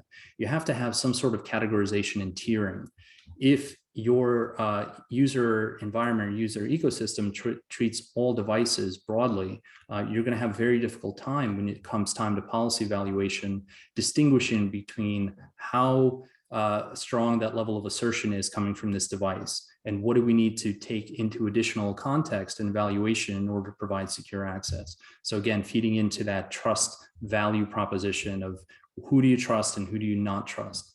Then if you look at the data center security pillar, this is obviously speaking to best practices from deploying global networks across various workloads. One of the things that you need to do is have your network layer, have your data center layer, and all workloads there also participate in this dynamic trust evaluation process. So if your current designs or if your current architectures are very monolithic and don't subscribe to either containers or microservices, it's going to be difficult for you to segment away a dynamic evaluation of trust from static resources. So one of the things that we practice, and we'll get into this more granularly, is re-architecting how all of our underlying services run, both services that are consumer facing as well as our products that you can consume or that enterprises can consume. And obviously the strong emphasis here is on retiring that kind of monolithic architecture and moving away from that model. And then finally, for your security operations team, it really pays to focus on the most common attack surfaces, right? Your attack surfaces are going to be common no matter the underlying technology that's hosting it, email, endpoint identity, and they all need to participate in this trust exercise. So that's something that like are key takeaways across these centers of gravity and across these pillars. So let's dig a little bit deeper into what does that mean from a Google perspective. The way that Google has implemented and discussed these zero trust approaches is pretty well rooted in our own history, right? So Beyond Corp was a paper published in 2014 that talked about de-emphasizing or deperimeterization, right? So if you no longer can trust the network as the sole source of truth, how can you architect a model that takes these contextual signals, marries them with stronger proofs of validity, we talk about from a user perspective, from a device perspective, and has a continuous evaluation process that has that dynamic root of trust being evaluated and enforced. So Beyond Corp was essentially our published approach of what Google has done internally to address kind of the workforce security in a modern zero trust way. And then secondly, we have workload security, or you can think of it as Beyond Prod. How do you operate workloads in this new model that also confer the same kind of no implicit trust paradigm when you architect and do that at scale? So what are the assumptions? This is to this audience probably not anything new or revelationary. The perimeter has changed, and the perimeter is now following the user, the device, the workload, and there's no way that you can put the horse back in the barn. So just leveraging security at the perimeter is completely insufficient. And you have to have a new understanding and new model of how do you dynamically evaluate all of the newly established relationships on networks that you don't control, on devices you don't manage, for users who may or may not be using strong authentication, et cetera. And so Beyond Corp works to essentially address several key aspects of that model. And then you think about Beyond Prod, it's a very similar de-emphasis of the perimeter, essentially as the sole element. And you need to be able to apply that same mental model to workloads that you run in data centers, right? So either that could be any cloud service provider, or it can be your own privately hosted data center, or anywhere where your workload runs, perimeter security is no longer sufficient. So how do we do that will be part of this session. Again, kind of reiterating, network edge is no longer sufficient. And then a very key learning or takeaway is that the people who build your applications are not necessarily the ones who should be designing or enforcing security. So if you're baking security or thinking about baking your security into the actual application that you're designing, and you're not leveraging these other paradigms or distributed services, you are not doing it right. So developers should develop the app, and security should kind of function on its own out of the box, given these new sets of constraints. And then, as we mentioned, workloads are not the places where you set those policies. Everything that you do in this ecosystem, whether it's user-driven, API-driven, service-driven, workload-driven, has to have a shared model of trust, or obviously zero trust. And the continuous evaluation has to happen across those pillars. So what do we mean a little bit deeper into Beyond Prod? Network protection at the edge, meaning your resources need to be obviously protected at the network edge. And here I'm going to step on my own talking points, because I have been talking about de-emphasizing the network. But however, we don't throw the baby out with the bathwater. A best practice still remains a best practice. You do need those minimum protections at the edge in order for your access attempts to your backend resources, first of all, to be authenticated and encrypted and validated, right? So we're still enforcing protections at the network edge. One thing we do differently is that protection does not stop at the network edge. We in Google also enforce service-to-service authentication and encryption. So when you're operating in this model, we don't assume that just because you're on the network, you have sufficient privileges or sufficient access to anything. We actually infer that you don't out of the box. And then obviously, as you work down the actual individual workloads, the code itself, the machines themselves, the hosts themselves, the hardware itself cannot attest to its own security. You have to have very strong isolation between the actual workloads, between the service accounts interacting, between the host and the containers and everything in between. And so again, what do you do with that model? How do you work where you don't trust anything? So one of the things you need to enforce, irrespective of where you're operating that workload, is kind of a single model for policy evaluation and enforcement that takes all of the context we were talking about into consideration, right? So we call that kind of a policy choke point. And then as far as continuous secure deployment, we're no longer operating in a world where, you know, we have VMs running, let's say a database, right? All of it is a distributed service. It's all a new model for the way that workloads operate. And we have extremely strong isolation, workload to workload, even if they reside on the same host. So we don't infer any sort of trust, even when you go to the workload. When you talk about mapping traditional security controls to this, what we call kind of cloud native security, everything that we've discussed so far applies, meaning you are taking the best of what you've been doing and augmenting it with new value. So what do I mean by that? Take, for instance, identity. Identity and the network used to be a little bit like oil and vinegar. You had your identity systems and you had your network, and rarely do the two interact or talk with one another or feed into the same zero trust evaluation.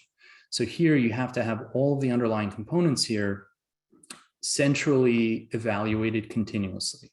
So here we have gone from a kind of a perimeter-based approach quite a while ago to enforcing all of this irrespective of the network segment, while also maintaining TLS termination and kind of inspection layers, et cetera. So while you do want to have a central place where you're doing all this policy, still having that encrypted, authenticated, and authorized traffic feeding into dynamic policy evaluation is critical.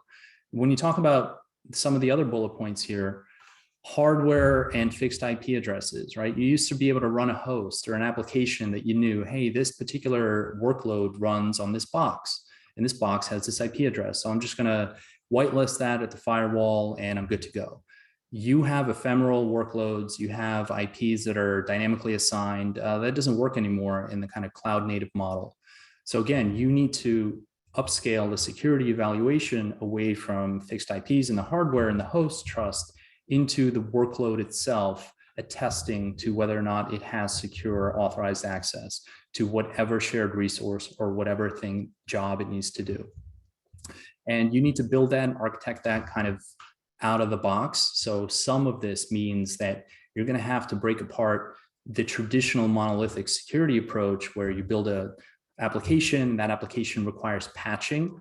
And so you have to patch the entire system, and you have to standardize on a kind of new model where there is no patching. It's just kind of you deploy a new binary in a static state, and there's just container updates and you're good to go. So when you're moving to more of a microservices and containerized model, you inherit a lot of those best practices right away. So those are some of the things that work well in cloud native environment. Well, one thing I want to point out here is that being a cloud vendor, you really have to accept the fact that you believe the vendor is doing the right thing from a security point of view. Security can't be assumed. You can't say, I'm moving to a cloud model and it fixes all my issues. At Google, we essentially partner with you to assure you that we follow zero trust best practices for our own workloads, and we recommend that for your own services. So you're essentially sharing that model with us. You're entering into a trusted partnership with Google Cloud when you use our services to run production workloads or for resource access. So that's something that kind of you have to buy into that value proposition, and we very strongly believe in that at Google. So one thing that is a good call out to have, and then here I'll pass to my colleague Ayush, is that this takes time, and these are changes that you make to both your process and your infrastructure over time. And it's dependent on the folks, the humans, under time and pressures and constraints, understanding and buying into this new model and this new architecture and this new way of thinking. I don't think it'll ever be the way that it was before. I mean, even pre-COVID, things where the horses were leaving the barns at an accelerated rate. And this is something that you need to invest in terms of your own time and efforts, and you need to partner with vendors and cloud service providers that really understand this model in depth. So here I'm going to pass to my colleague, Ayush. Well, thanks, Ilya. I think you very rightly said that when you're partnering with a cloud provider who's talking about zero trust, it is critical that you're able to peel the layers of the onion and actually look at the zero trust architecture that said cloud provider is providing to you. So there are a couple of internal tools and components that are a key part to our zero trust architecture. And I'm going to sort of walk you through that and share some of the interesting attributes about them that I've learned over my time at Google. So we have multiple tools which we've designed and developed, right? And a key part of that is the Google front end, right? And an interesting fact that I learned over the last few years is that the GFE, like we call it internally, can withstand DDoS attacks in the order of magnitude of 100 times the largest known DDoS attack, right? And Ilya talked about it, right? That while we're moving towards a paradigm of deperimeterization, we still use the Google front end as a key part of our strategy. And essentially it terminates the connection from the end user and provides a central point for enforcing TLS best practices. And even though we moved away from perimeter-based security, the GFE is still an important part of our strategy for protecting internal services, precisely for those denial of service attacks, right? If we look at some more tools, right? Let's look at the next slide. One of the key parts of our strategy is, can I move to the next slide? Yeah, I'm trying to advance the slide here. There you go. Sorry, some delay. Oh, no worries. Yeah. So application layer transport security. That's, again, a very cool internal tool that we use that is differentiated for us. It's used for RPC authentication, integrity, and encryption. It's essentially, think about it like a mutual authentication and transport encryption system. And it applies to all services in the Google infrastructure. And we talked about this at length, right? Like we don't put any inherent trust in these services. And think about it, how identities are in general bound to services instead of specific server name or host. And this prevents a very important risk factor, right? Which is insider threat, privilege escalation, and lateral movement. And if you think about vulnerabilities, right? Like if you tie your identities to these services, it prevents any bad actor getting access to those services and using that for lateral escalation. It's eventually served us quite well when we talk about some of the other insider threats here. So if we move on to the next slide, we have something known as binary authorization, right? And here's a fun fact, like back in 2009, it's a very publicly known attack that happened on Google infrastructure called Operation Aurora, right? And the primary goal of the attack was to gain access to and potentially modify our source code repositories. And the reason why we were well prepared to sort of deal with that is that our binary authorization for Borg, and Borg is sort of the internal name for our systems. Essentially what it does is it's a deploy time enforcement check that ensures that the code meets internal security requirements before it's deployed. And it checks to include things like, hey, is there a second engineer who's reviewing the code? Is the code being submitted to a source code repository? And finally, are the binaries being verifiably built on dedicated infrastructure, right? And this entire sort of process goes back to what Ilya was talking about earlier, which is you need a combination of people, process, technology. And binary authorization and how we commit code is a critical part to that. Let's look at some of the other things here, right? Like what you see is service access policy. Now, service access policy is how we limit how data is accessed between services. For example, when an RPC is sent from one service to another, the service access policy defines the authentication, the authorization, and auditing policies required to access the receiving services data. What it does is that it limits one microservice's access to another microservices data, right? So you can see the different layers in which we apply these isolation. Another interesting aspect of this is end user context tickets. These tickets provide services with a user identity separate from that service identity. These are integrity protected, centrally issued, forwardable credentials that attest to the identity of an end user who made a request to that service. And this is one of the sort of critical things that prevent any insider threat, because we have these checks and balances in place, right? If you move on to the next one, which is the Borg tooling for blue-green deployment. I think this is one of the most fascinating internal tools that I've seen so far. I remember back in January 2018, I was at Amazon Web Services at that point of time, when Spectre and Meltdown happened. And I remember support tickets going left and right. And one of the key things I realized is that not only we were critical in discovering, which is Project Zero, with Spectre and Meltdown attacks, we were able to sort of patch them with zero downtime, right? And that was all responsible because of the blue-green deployment methods that we were following. And for a lot of you, this is not new, right? But it's important to sort of remember that zero trust architectures is not reinventing the wheel. It is a combination of these people process technology that allow us to make sure that we're positioned to effectively deal with any type of incoming attacks. And like digging a little deeper into Borg, a new Borg job is essentially deployed in addition to an existing Borg job, and a load balancer gradually moves traffic from one to the other. And this allows a microservice to be updated with no downtime and without the user noticing, right? And finally, I think this is one of my favorite ones, the sandbox environment that gvisor offers. If you could move to the next slide. Yeah. So let's talk about the beauty of how critical gvisor is. One of the biggest antivirus companies, uses GCP for malware detonation. And this has been sort of possible because gvisor uses a user space kernel to intercept and handle syscalls, reducing the interaction with the host and the potential attack surface. This kernel provides most of the functionality required to run an application, but it limits the host kernel service that is accessible to the application. And this kind of isolation has been critical in preventing any type of lateral movement if an attacker is inside the system. And with that, I think we talked about a lot of our internal tooling that have made our zero trust architecture possible, but it's critical that you understand how you go about making that change. And Ilya, I think, is going to walk you through that.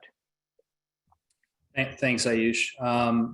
So you've seen a little bit of the tooling and the approach that Google took, but it's very difficult to scale that process, right? You're not going to inherit all the engineers and all of the infrastructure that Google has built and rebuild that in your own kind of data center, right? So this is why that partnership is key, that adopting an investment in terms of security alignment with your service providers, with your vendors, with the Google Cloud is important, because we have thought and operated in this way for a very long time. And what you can take away from this is that you really need to do change both at the people process technology level and plan where you can have the most impact. We discussed earlier some of the kind of low-hanging fruit that you could do to start right away. So feeding those hardware root of trust, user strong auth proofs, micro-segmented workloads and container-based workloads, not trusting any of them inherently, feeding them through some sort of central evaluation engine is a way that you can leverage those pillars or centers of gravity, irrespective of where they run, and marry them together for that continuous policy evaluation. Obviously, if you leverage core Google services, you inherit a lot of that out of the box. So as Ayush mentioned, that some vendors use our cloud for malware detonation. Essentially, they're inheriting our architecture and our best practices by doing that. So you don't have to reinvent the wheel. Reuse what you can, right? So if there's a partner or a vendor that's providing you more value, don't try to reinvent the wheel. And start where you are today. So one of the things you need to start thinking about is, do you know who all of your users are and who your contractors are and what resources they're accessing and what your devices are? Can you do asset inventory at scale? Do you know where all of your resources and what all their dependencies are end to end? Do you have an up-to-date network map, right? So that's one of the basic things that we're operating in a network environment. But now the challenge is you're in a multi-cloud environment where networks change or networks have different dependencies. Do you have an idea of where all of that is? So one of the things that you can do is think about how can you assess or evaluate where you are today, right? And so one of the things that we're working on the Google Cloud security side of the house is providing these out-of-the-box assessments to provide that immediate zero trust value of knowing where you are today and understanding where to start, where the immediacy is. Then secondarily, focus on the principles from a workload that no longer suffer from single points of failure, right? So aside from, obviously, we hammer home that the fact that you need a central enforcement, central policy service, uncoupling and decoupling these dependencies has tremendous security benefits, right? So not only workload or service-to-service communication and that being authorized and encrypted end-to-end, doesn't matter what network it runs on, it has to meet those parameters, right? How you deploy, Ayush mentioned Spectre meltdown, right? Side channel attacks, hardware vulnerabilities, those are things that are in the ecosystem, they're outside of your control. So what can you do as a best practice, or what can your developers adopt to mitigate the blast radius, right? No solutions, we'll speak to ourselves, are 100% foolproof, right? But you need to be able to operate in an assumption that when something happens that is a security related event, it is contained and constrained, right? And it doesn't bring down your entire environment. So one of the things that we like to talk about internally is that, security practitioners are really, or enterprises with security focus, they're in a shepherding business. Like, you have to take the assumption that you're going to lose some sheep to the wolves. The level of resources the adversaries have and are equal, if not stronger, than what you can provide your defenders in terms of people, process, and technology. So you have to make the assumption that when things happen, you can quickly recover and remediate. And part of the preventative measures that you can take is taking these zero trust approaches and principles and invoking them in your own environment where it makes sense, right? We talked about how Google adopted some of these and what some of the technologies are that we use internally and that we operate at a cloud scale. But think about where you are and where you are in your journey to kind of modernize the security with the assumption that how can I do security when I don't trust anything? And how can I defend when I'm outgunned and outmanned by every single serious nation state threat actor out there? So these are some of the things that obviously Google deals with every day. And these are things that are not dependent on our technologies. We use them, we adopt these principles, but you can too. So that's one of the things that we recommend as a takeaway here. And finally, we have very robust published resources. If you wanted to actually figure out what are the considerations that you took to develop this paradigm, what are the actual implementation steps? How does that application layer security, work for service-to-service authorization? What do we do in terms of secure design of the infrastructure? How do we handle hardware root of trust? Those are all things that if you follow these links, you can read and you'll be exposed to kind of what Google considers to be a modern cloud native security approach. And with that, I think we're going to conclude. And thank you all for your time. Again, this is a journey and we're happy to partner with you on this journey and happy to present. Thank you for having us. Thank you so much, Ilya and Ayush, for your presentation. And I really liked what you said about reuse what you can, do not reinvent the wheel, and how you've shown us that, what you guys have been doing at Google Cloud, obviously at a huge scale, you can apply these principles at smaller scale as well. So that is very useful. We're going to move on. We don't have time for more questions in this case, but if you have more questions, you can contact Ilya and Ayush in this channel, Google Cloud, in the Slack space that we have. We're going to go to the next talk. We're going to discuss whether detection is very important for zero trust in this paradigm. We have been talking about how important is identity throughout the whole day, but we say identity is the new perimeter. But obviously, a lot of this automation orchestration relies on heavily in detection, having a strong detection across different platforms, but definitely on the network as well. So we have Nick Hunter with us. He's a senior technical product manager at CoreLight, and with over 15 years of experience in a wide range of cybersecurity roles, including 8 years of security operations experience. So he's going to talk to us about, can you trust your zero trust with only privileged access security? So we'll pay attention to you, Nick.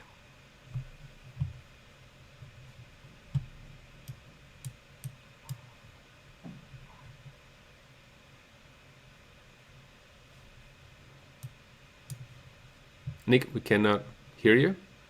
We see the slides, but... Sorry about that. Thank you, everyone. Oh, no problem. We can hear you and see you now.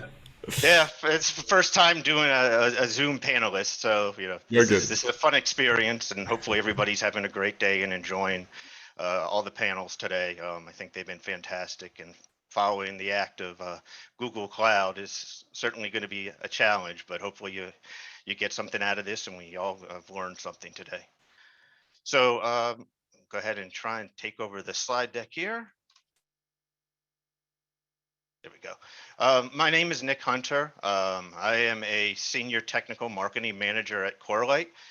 My background, I spent 7 or 8 years in a SOC, a very dark room in the basement of a building in Alexandria, Virginia. So, being in a SOC, you get a great amount of experience with not just a particular type of log type or a security platform, but you get exposure to the whole stack. And so, I've gotten quite a bit of experience with NDR, PAM, and identity access management since I've left the SOC, and I joined CoreLight in 2021.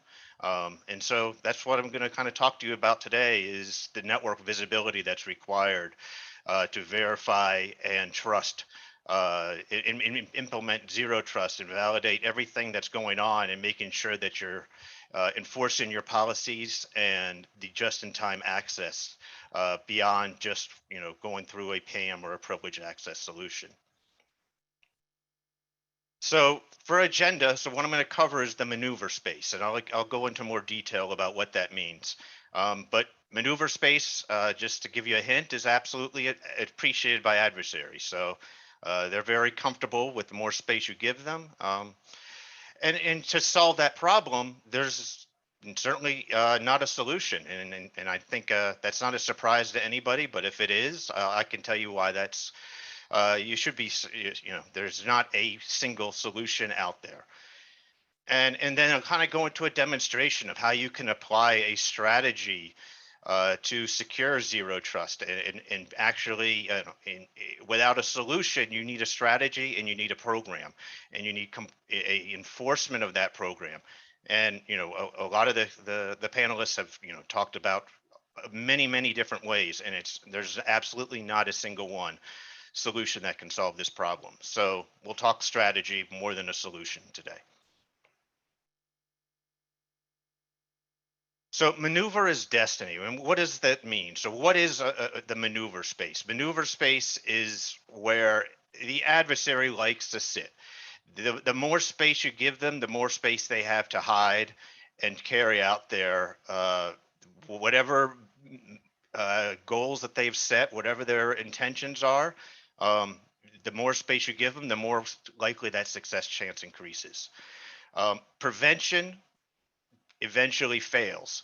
And it's inside the network, it becomes even harder to have prevention, because business continuity and network operations takes precedence. Anytime you put security measures in, and I don't know if, I'm sure there's some people that have sat on in the security operations team, and I'm sure there's people that sit on the network operations team. That collaboration, at least in my experience, it can be stressful and can be have some challenges, because security is all about trying to implement controls and enforcement and protecting the network, while the network operations team is all about the continuity. And while I have a lot of friends that sat on the network operations team, being in the SOC, you're trying to do what you can to protect your clients, your business, your name, your reputation. And a lot of times those, working with the NOC and the network operations teams, those that becomes a grind, trying to figure out how you can work together and balance that relationship. And from a defender space, the maneuver volume is about trying to shrink that maneuver volume of the adversary. And comparatively, that strategy is very scattered because you've got all these different stacks of solution that you've put in place that make it very difficult to measure and figure out, okay, how much space and how much maneuver am I actually providing with this stack? When you work and you try and secure everything and you try and lock down and you implement privileged access and just-in-time access, you're really shrinking that maneuverability, specifically on the endpoint.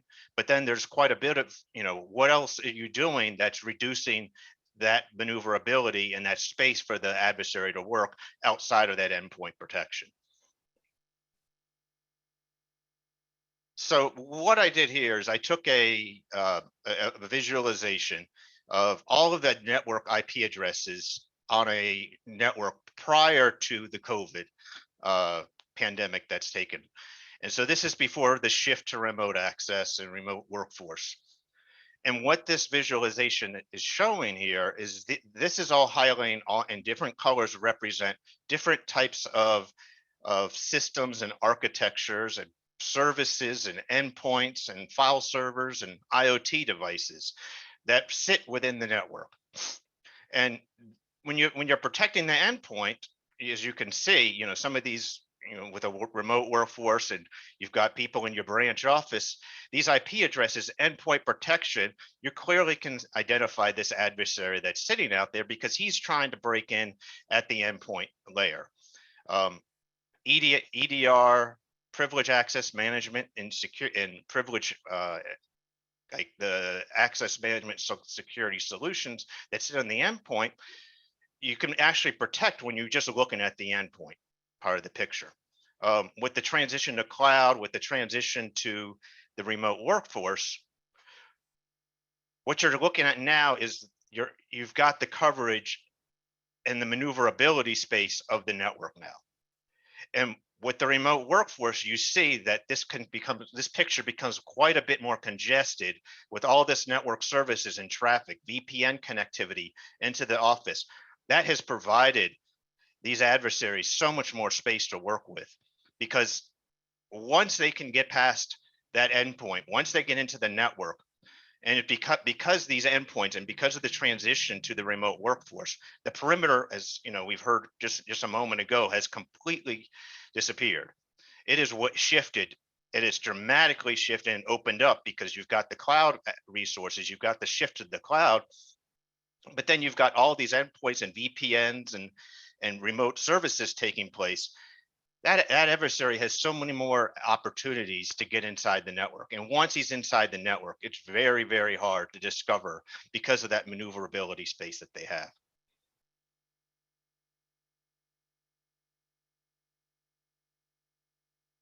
And let's click through this one. A little latency on the slide. So earlier this year, the NIST publication 800-207 came out, and this was all about zero trust. And what it talks about is that zero trust solution that used to be solved by the endpoint security has now shifted, and absolutely and they recognize you need visibility in the network.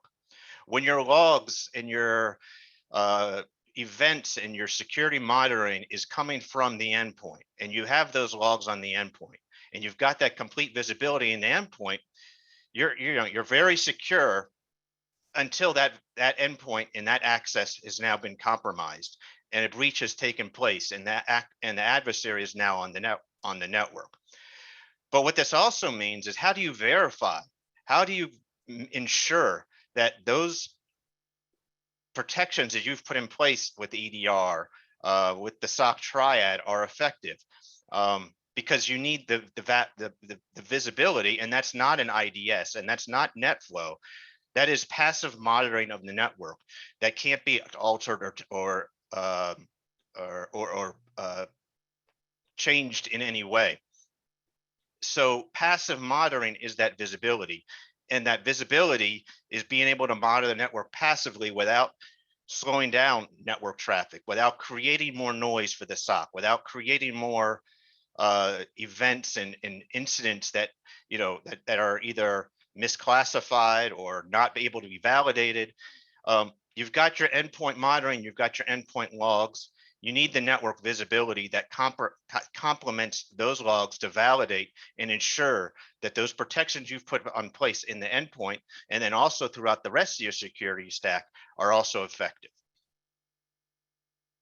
So some basic maneuvers that you can start off with, having been in the SOC, you really want to make sure that the SOC environment is encouraging mentoring and rewards curiosity and camaraderie between the teams. You want to develop policies that enforce and validate least privilege. You want to encourage the collaboration between the SOC and the NOC. You want to implement NIST security handling and NIST ITIL management practices. Absolutely important when you do it that way, because what that does is that puts procedures and policies in place that govern what the analysts and what your SOC teams are looking at, and they measure it and they can hand off and use the workflows that those policies and those frameworks focus on, so that you're actually able to move and provide the proper incident reviews, incident management life cycles that you need for incident response. And then you're only focusing on true incidents, true high severity incidents, and your IR teams can go out and respond to any type of threats and possible breaches and contain those effectively in a matter of time. And then while that's all going on, you also want to have continuous hunts. This is where user behavior analytics come in and machine learning and AI, because you have analysts from the human that are looking at the logs and the events and creating incidents and doing the incident lifecycle management. But you also need machines doing that now, because you don't have the resources and the expertise needed. And it's hard to keep that in the SOC when all of this activity is taking place and all of these more noise and false positives are taking the time of the humans.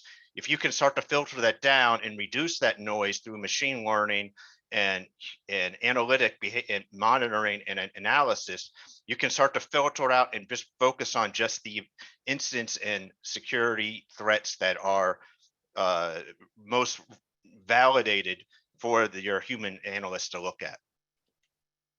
And then what I'm going to talk about next in this coming slides is what kind of practice can you put in place that can make sure that you're securing your endpoints, securing your zero trust policies, and enforcing least privilege and just-in-time access. So what that means is you create and replicate the current state of your environment as best that you can. So this is your blue team, red team activities. You create that model, you continually practice attacks and threats, and you keep them current and relevant. You keep testing and you validate and you make sure that when you see an attack or a breach and you see that activity at the endpoint, that you're able to correlate that with what you see on the network and what you see with the rest of your security stack. And you learn from that and you improve. You make sure that you keep checking those boxes, that as the different strategies and the different scenarios that take place, adversaries becoming more sophisticated with their attacks, you want to make sure that when those new types of tactics that they're using, that you're able to check the box and say, okay, EDR saw that. EDR maybe didn't see that. What did the network see that? Does it show up in our SIM? What other tools do we have that can detect that? And you just want to see and check those boxes and always be monitoring and practicing and validating and then learning from those exercises and improving your security program from that. So I talked about not having a solution earlier, and there really isn't one. But there you can do, and this shouldn't be new, but this is a layered validated privilege access approach of validating just-in-time access through a segmented, micro-segmented, macro-segmented network validation layer. So what you're doing here at this connection layer is you're validating in things with zero trust network awareness or network monitoring, and using CASBs and proxies to limit just-in-time asset and implementing role-based access controls.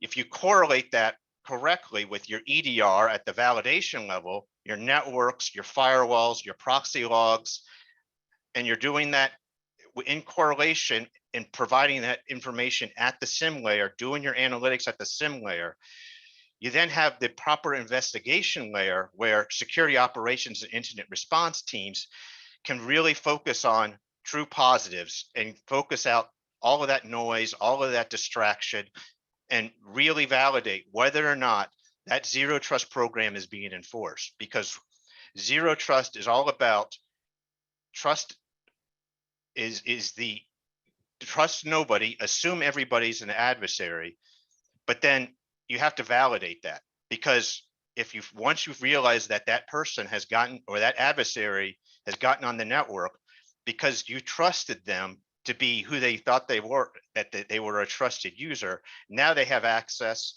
and you have to be able to validate, okay, well, how else can we detect a trusted user is accessing and is really who they are? And the only way you can do that is through correlation of all of these different logs, and specifically network visibility, to see where they're going on the network. And that's where the SOC triad comes in with layered privilege strategy.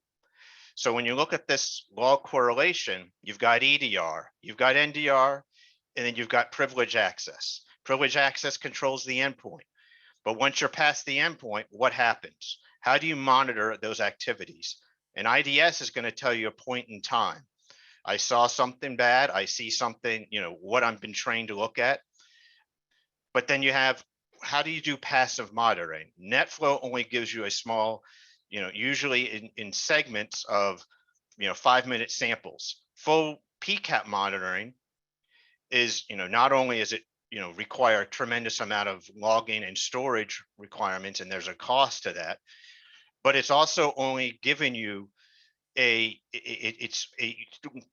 a moment in time, because you're not able to do full-time PCAP monitoring, and you're not able to do one-click access inside of your SIM.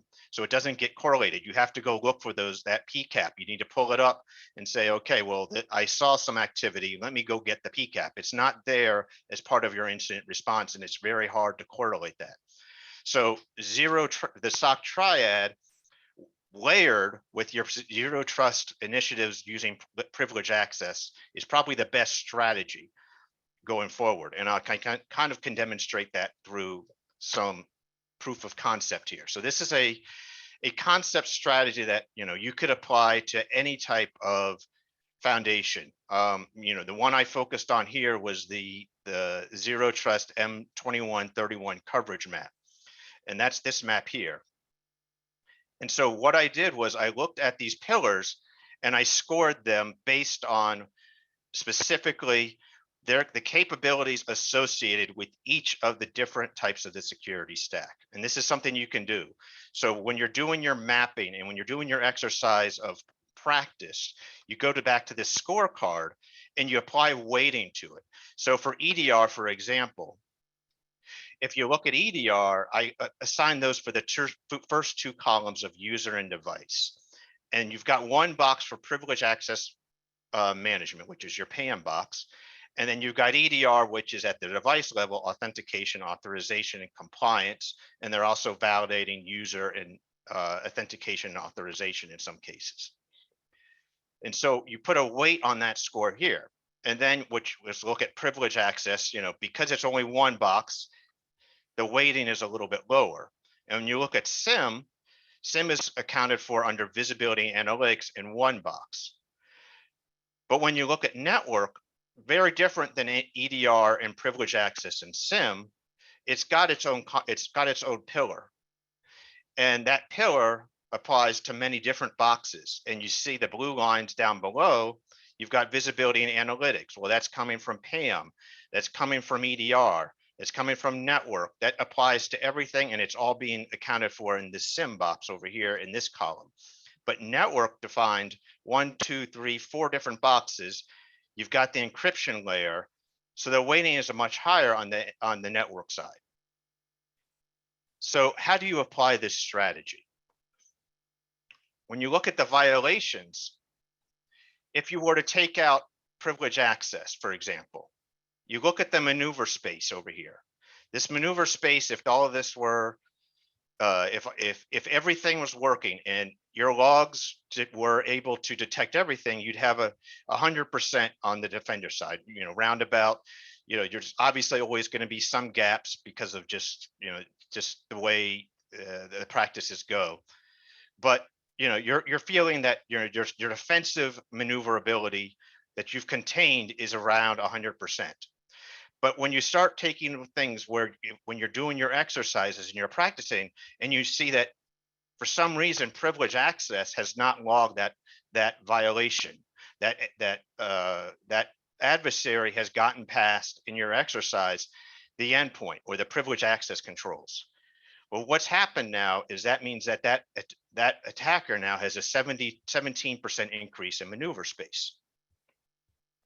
You're still feeling pretty good because you're at an 83% defender maneuver space. That's a pretty good containment. Let's take a look at CIEM. CIEM being at with a weighting of about 17%. If your CIEM for some reason doesn't correlate that activity and present it to an analyst, you're still at 83%, and you're only giving the adversary a 17% maneuverability.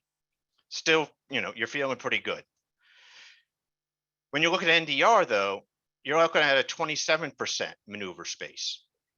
You're at 73%, because this NDR covers so much areas, as we looked at the map earlier, 27%, it's not a terrible situation, but it's certainly much more increased. And there's a lot more maneuver space for that adversary to work with.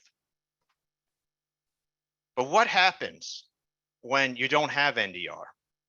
Let's just say that you're looking at the SOC triad and you've invested in EDR, you've invested in PAM, and you've invested in the CIEM.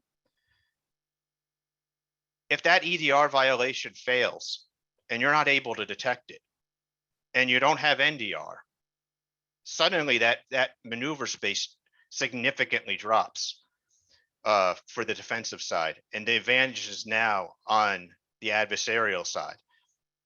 That's a 51% to 49% difference in maneuver space.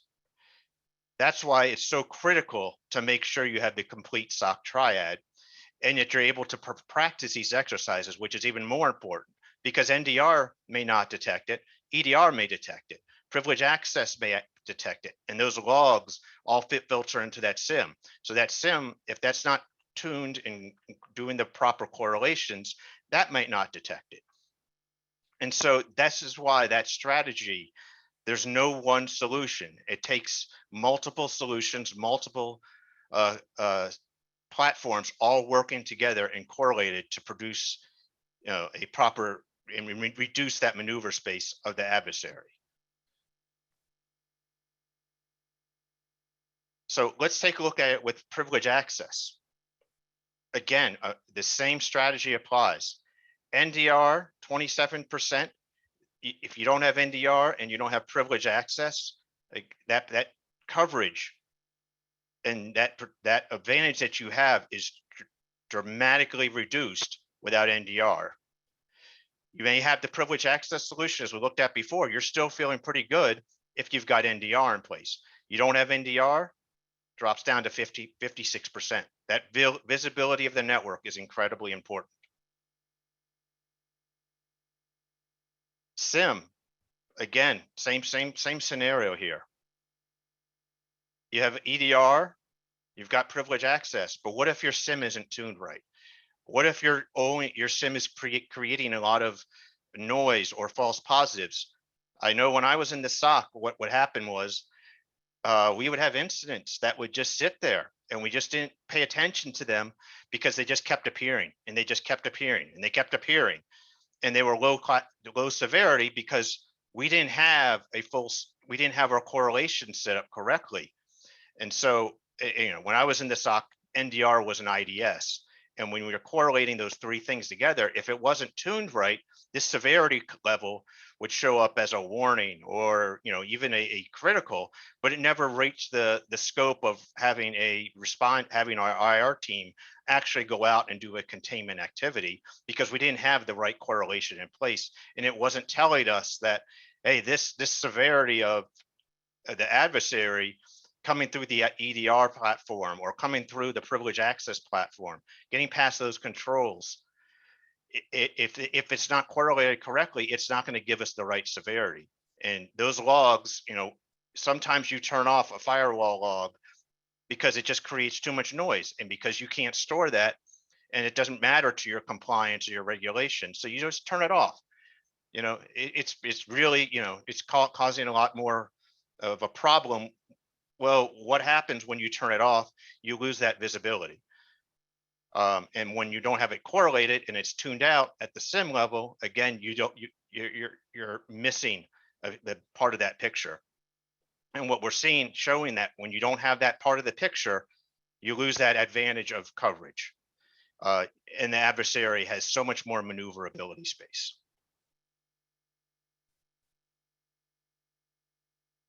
If you'd like to learn more about NDR or CoreLight, I'll be in the Slack channel. Be happy to talk to you there.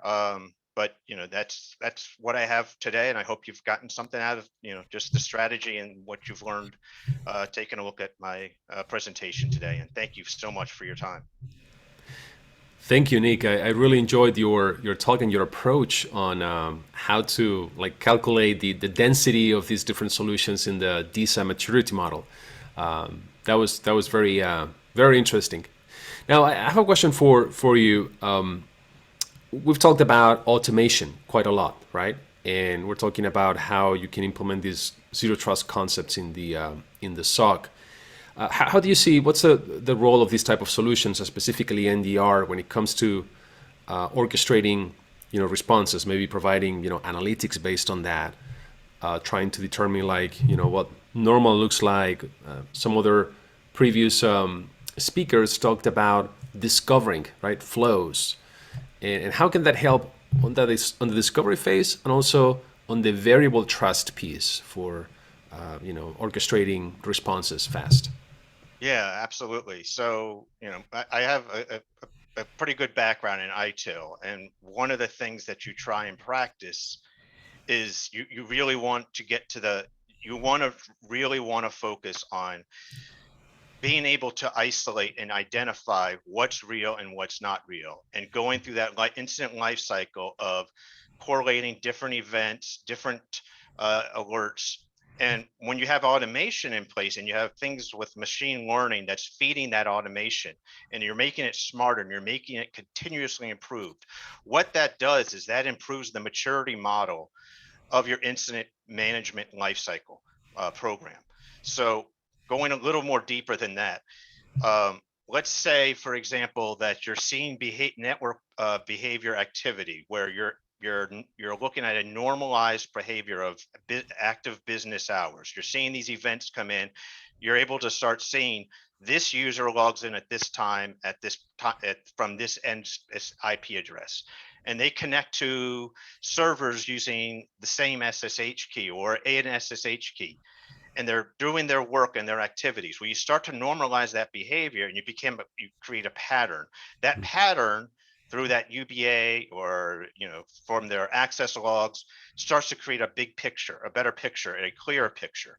And that starts to feed the automation and the learning that goes in behind that automation. And it starts to feed correlation. And that correlation starts to get smarter and smarter, and it starts to reduce the noise, and it gets you closer to having true positives. True positives are what feeds and strengthens the maneuverability of defenses of the SOC. I really like that response, Nick. Good example of how, you know, something that may not be like super revolutionary new technology, but used in the right way can help us to implement these zero trust concepts. Yeah, it used to always be a human. I'm sorry, just real fast. It used to always be a human that had to do that. But now, as the machines are doing that and taking that place, humans can focus more on looking at what the machines produce. What does that analytics produce? What does that pattern produce? they can focus on that and leave that up to the machines who can do some of that pattern matching, but it still takes validation and tuning and constant evaluation of that tuning to make sure it's accurate and current. Exactly, and that allows humans to do more like high cognitive tasks, which is essentially what we should be doing in the SOC. Absolutely. Excellent. Thank you, Nick. I really enjoyed that. If you want to connect with him, and you can go to the CoreLight channel in our Slack space, and we're going to be moving to the next one. We are getting towards the end of the sessions. Like, wow, days going so fast when we're having so much fun. We're going to be listening to Ryan Terry. He's a solutions and product marketing manager at Okta. We've talked about identity a lot, so we look forward to hearing from you, Ryan. And Ryan brings more than 8 years of experience in cybersecurity and previously worked at Proofpoint and Symantec. He's going to be talking about this important topic, securing the hybrid workforce, how to establish trust in a zero trust world. So we'll listen to you, Ryan.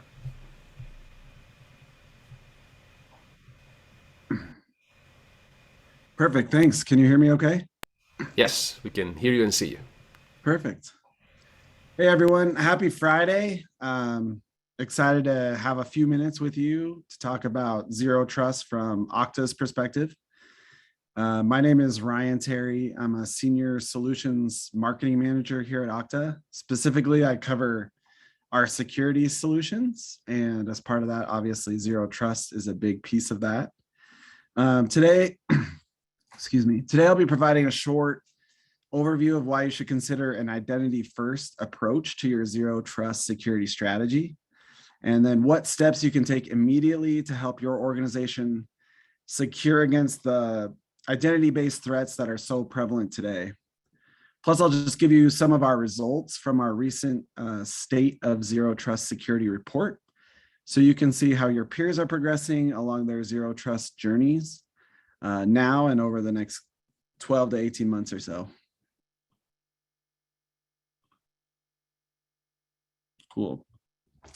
But before we get started, I'm going to kick things off with a little buzzword bingo. So obviously buzzwords are everywhere. All we hear is buzzwords, but we're just going to kind of kick it off with a little fun and before we get kind of more serious about zero trust. So in today's landscape, technology and security teams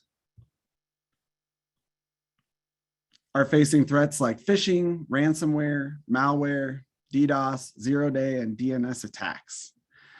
To address these threats, we're seeing innovations that promise scalable, orchestrated, automated, next-gen technology that provides visibility and leverages machine learning, AI, and comprehensive behavioral context-aware monitoring. And on top of all these threats, we have frameworks, security frameworks, and regulation and compliance requirements to adhere to. So what's left? What's left is various strategies that all focus on evolving the way we think about securing our environments. But where should we start? So you really should start where it makes sense most for your business. But we're engaged in a never-ending chess game where the pieces all keep moving across the board. It's no longer news that companies need to support hybrid and increasingly distributed workforces. This really was already the case before the global pandemic, but now 82% of company leaders plan to allow employees to work remotely at least part of the time after the pandemic, and 47% plan to allow their employees to work permanently from home going forward. So the game has changed, but we still rely on the same approaches to protect ourselves that we've relied on in our past and in our history. So it's no wonder cyber attacks appear to be 3 moves ahead. The surface that needs to be protected keeps shifting, and really the perimeter has changed.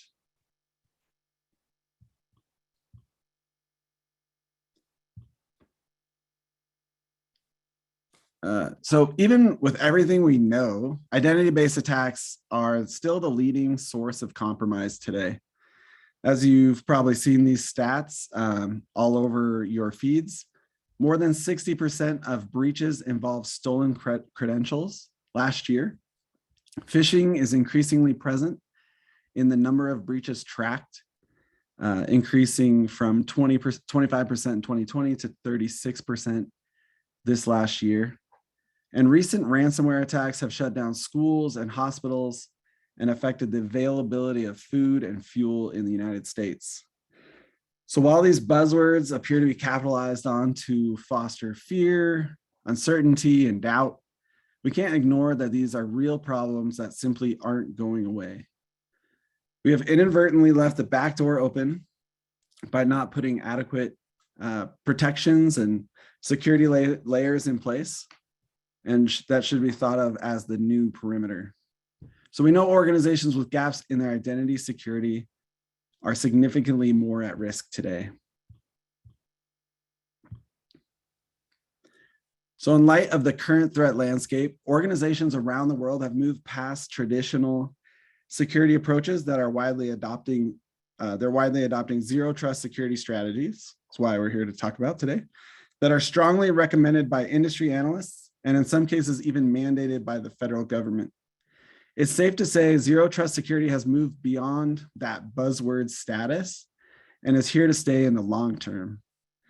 So Okta recently surveyed more than 600 security decision makers from companies around the world, of companies of all sizes and all industry verticals in multiple countries.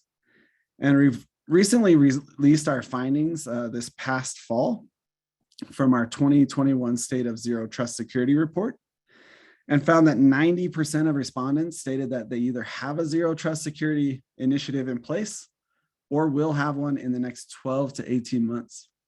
That's up from 41% in the previous year's report. So organizations have moved past this idea that this is a buzzword, something that we see at all the conferences and all the emails and things, and it really is here to stay for the long term.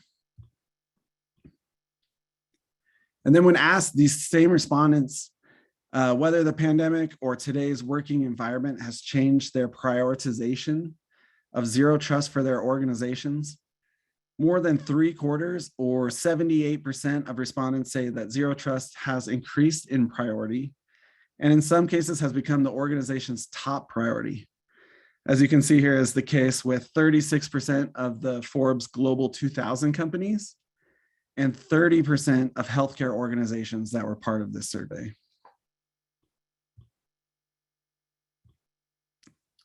So if we believe identity is effectively the new perimeter for organizations today, regardless of their location, device, or network, then this is a logical place to start no matter what overall security strategy you have prioritized.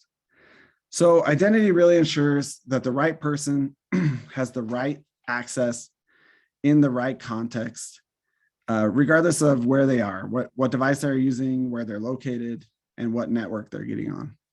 So to that end, it's likely no surprise that organizations ranked people and devices as the top core security requirements within their zero trust security strategies in terms of what they wanted to prioritize in the next 12 to 18 months. And to that end, Gartner also listed identity first security on their list of top 10 security and risk management trends for 2021.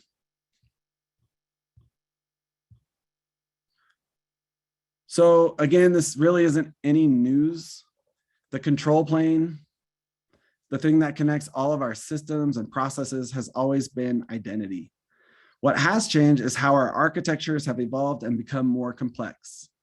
As more organizations move to modernize and go through digital transformation, another buzzword for those of you keeping score at home, identity is becoming even more critical, which is why it is a logical starting point for you when you're considering how to evolve your approach to securing our environments today.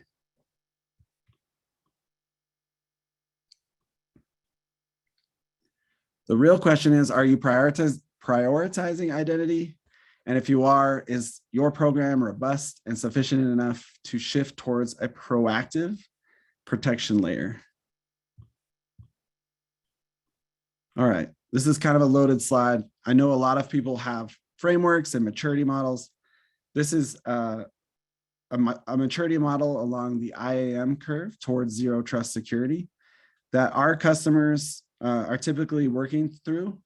And we're seeing that this is a model they're using to kind of start and advance their zero trust security initiatives. So if you start from left to right, on the left, you have fragmented identity, where it's quite difficult to enforce contextual access policies.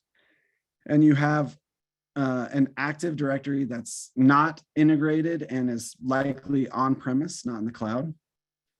And then as programs mature, we start to unify identity and access management and set the groundwork for doing contextual access for your zero trust security strategies.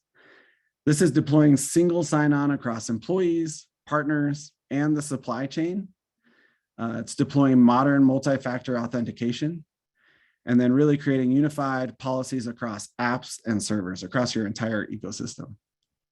Then moving from left to right, you get into the contextual access stage.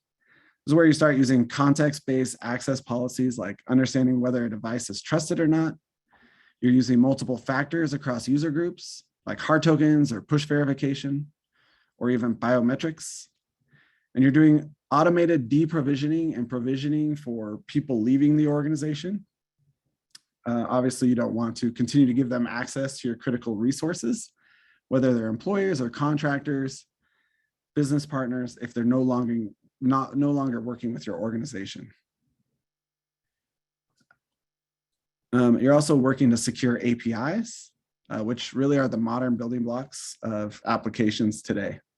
And then finally, as you continue on your way to the right-hand side of the slide, stage 3 is adaptive workforce. So no longer just relying on context-based policies, but really moving towards risk-based access policies, doing continuous and adaptive authentication and authorization, and then even frictionless access, like passwordless authentication, that a lot of organizations around the world are looking to do now. In fact, we're seeing a lot of organizations thinking about this over the next 12 to 18 months from our survey that I mentioned a couple of minutes ago. Our research found organizations around the world plan to make significant strides towards maturing along this identity and access maturity curve that's on this slide. And then I'm going to specifically show a few things in the next slides of where companies are looking to go in the next 12 to 18 months.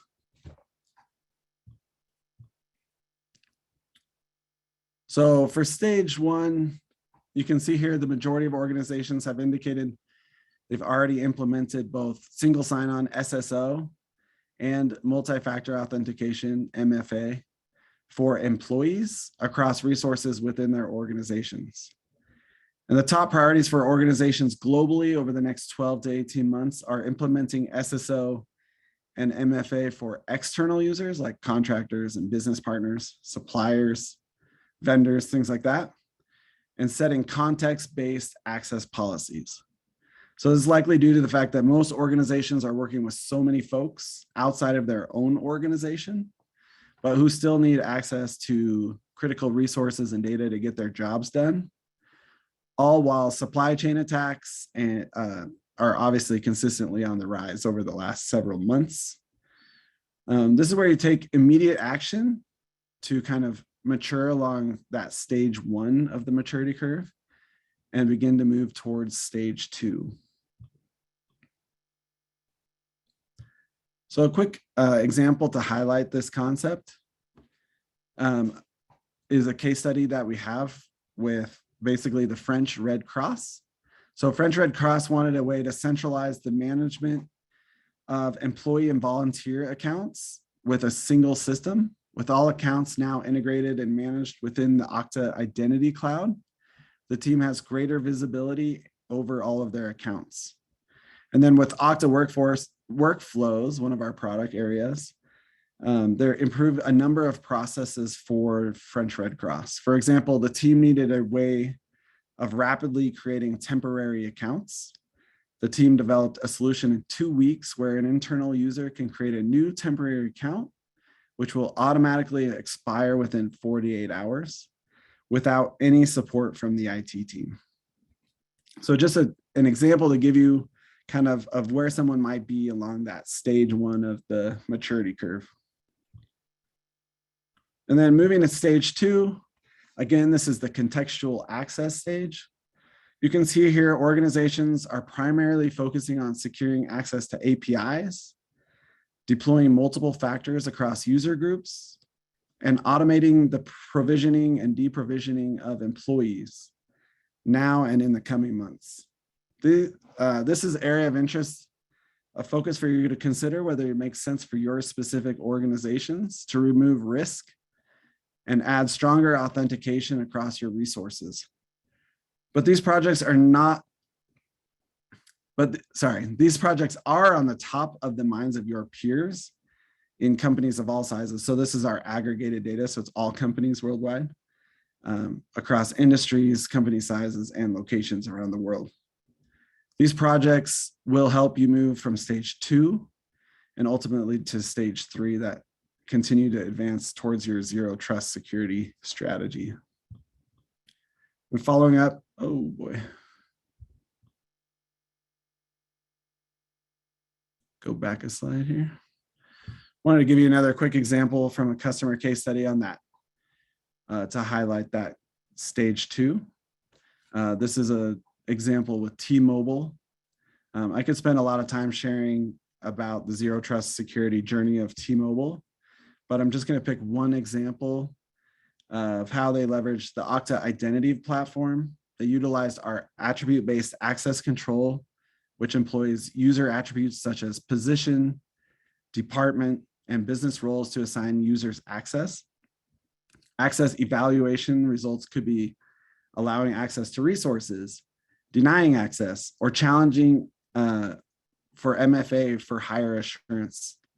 Context could also vary with the type of application. For example, a mobile app may require implementing a mobile device management or MDM solution to ensure security level required for client integrity and source of origination.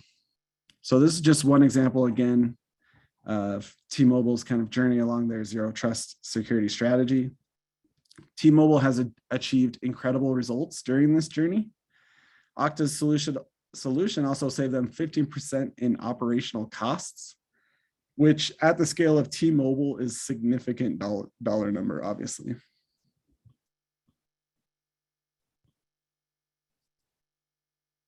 Finally, in stage 3, adaptive workforce, we asked respondents about their plans to adopt passwordless authentication.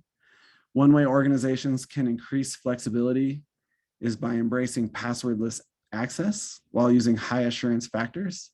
Given the insecurity of passwords, particularly since 73% of online accounts use duplicated passwords, credential harvesting tends to be the most fruitful tactic for today's threat actors.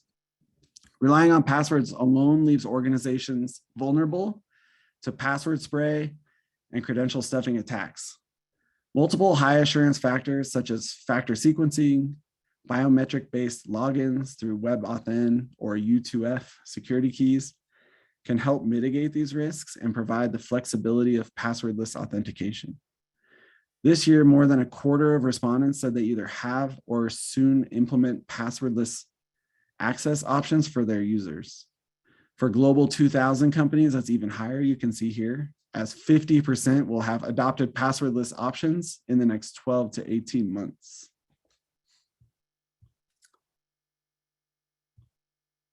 FedEx had spent 20 years spinning up IAM point solutions and found it was constantly playing a game of whack-a-mole from a security perspective. Each solution created a bigger attack surface for the company, more friction for software developers, and multiple logins for employees.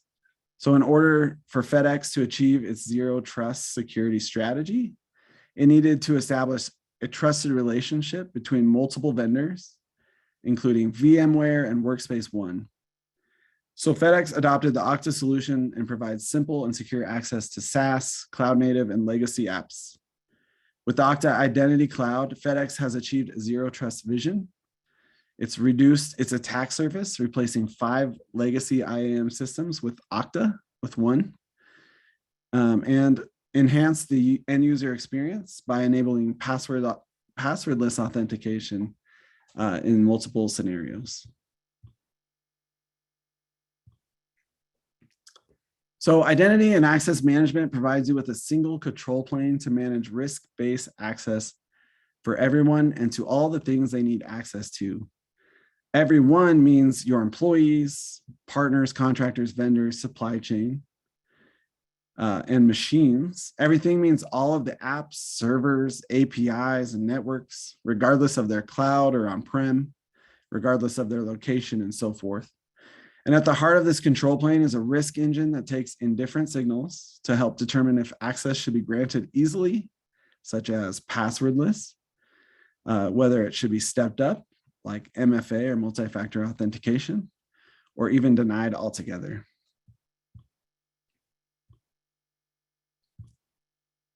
So now we discussed how others are prioritizing identity, and it's clear why you should start with identity. Let's chat a little bit about why organizations aren't already doing this at this point. So there's no question that there are fundamental challenges at the business level around funding and prioritization, at the people level with identity and security teams being disconnected, and at the technical level with a complex mix of legacy and cloud technologies. Identity can be prioritized as a foundational part of your security strategy. Ways to do that, a key component is getting started is to ensure appropriate sponsorship within the organization. This is an initiative that needs to come from the bottom up and the top down. According to a recent study by LogRhythm and Optimising, one of the biggest blockers is when the executive level doesn't have a clear understanding of the potential impact of security incidents and feel that IT leaders don't fundamentally understand business goals. So not only do we need alignment at the business level, but we also need to align core priorities and foster collaboration between security and identity teams. With appropriate funding, prioritization, and cooperation between teams, adopting the right technology is the last piece of the puzzle. Complex or legacy architectures can be modernized with the adoption of agnostic platforms that bring everything together and create common identity source that has security controls like authentication and policies.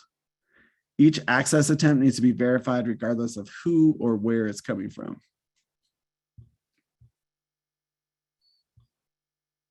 And just to close, the real magic of our secure identity platform isn't all the risk signals we evaluate within Okta. It's how we share those signals across your security stack of choice. So we have over 7,000 integrations across applications and infrastructure. Many of these integrations allow us to ingest security signals to make context access decisions, such as whether the device was compromised,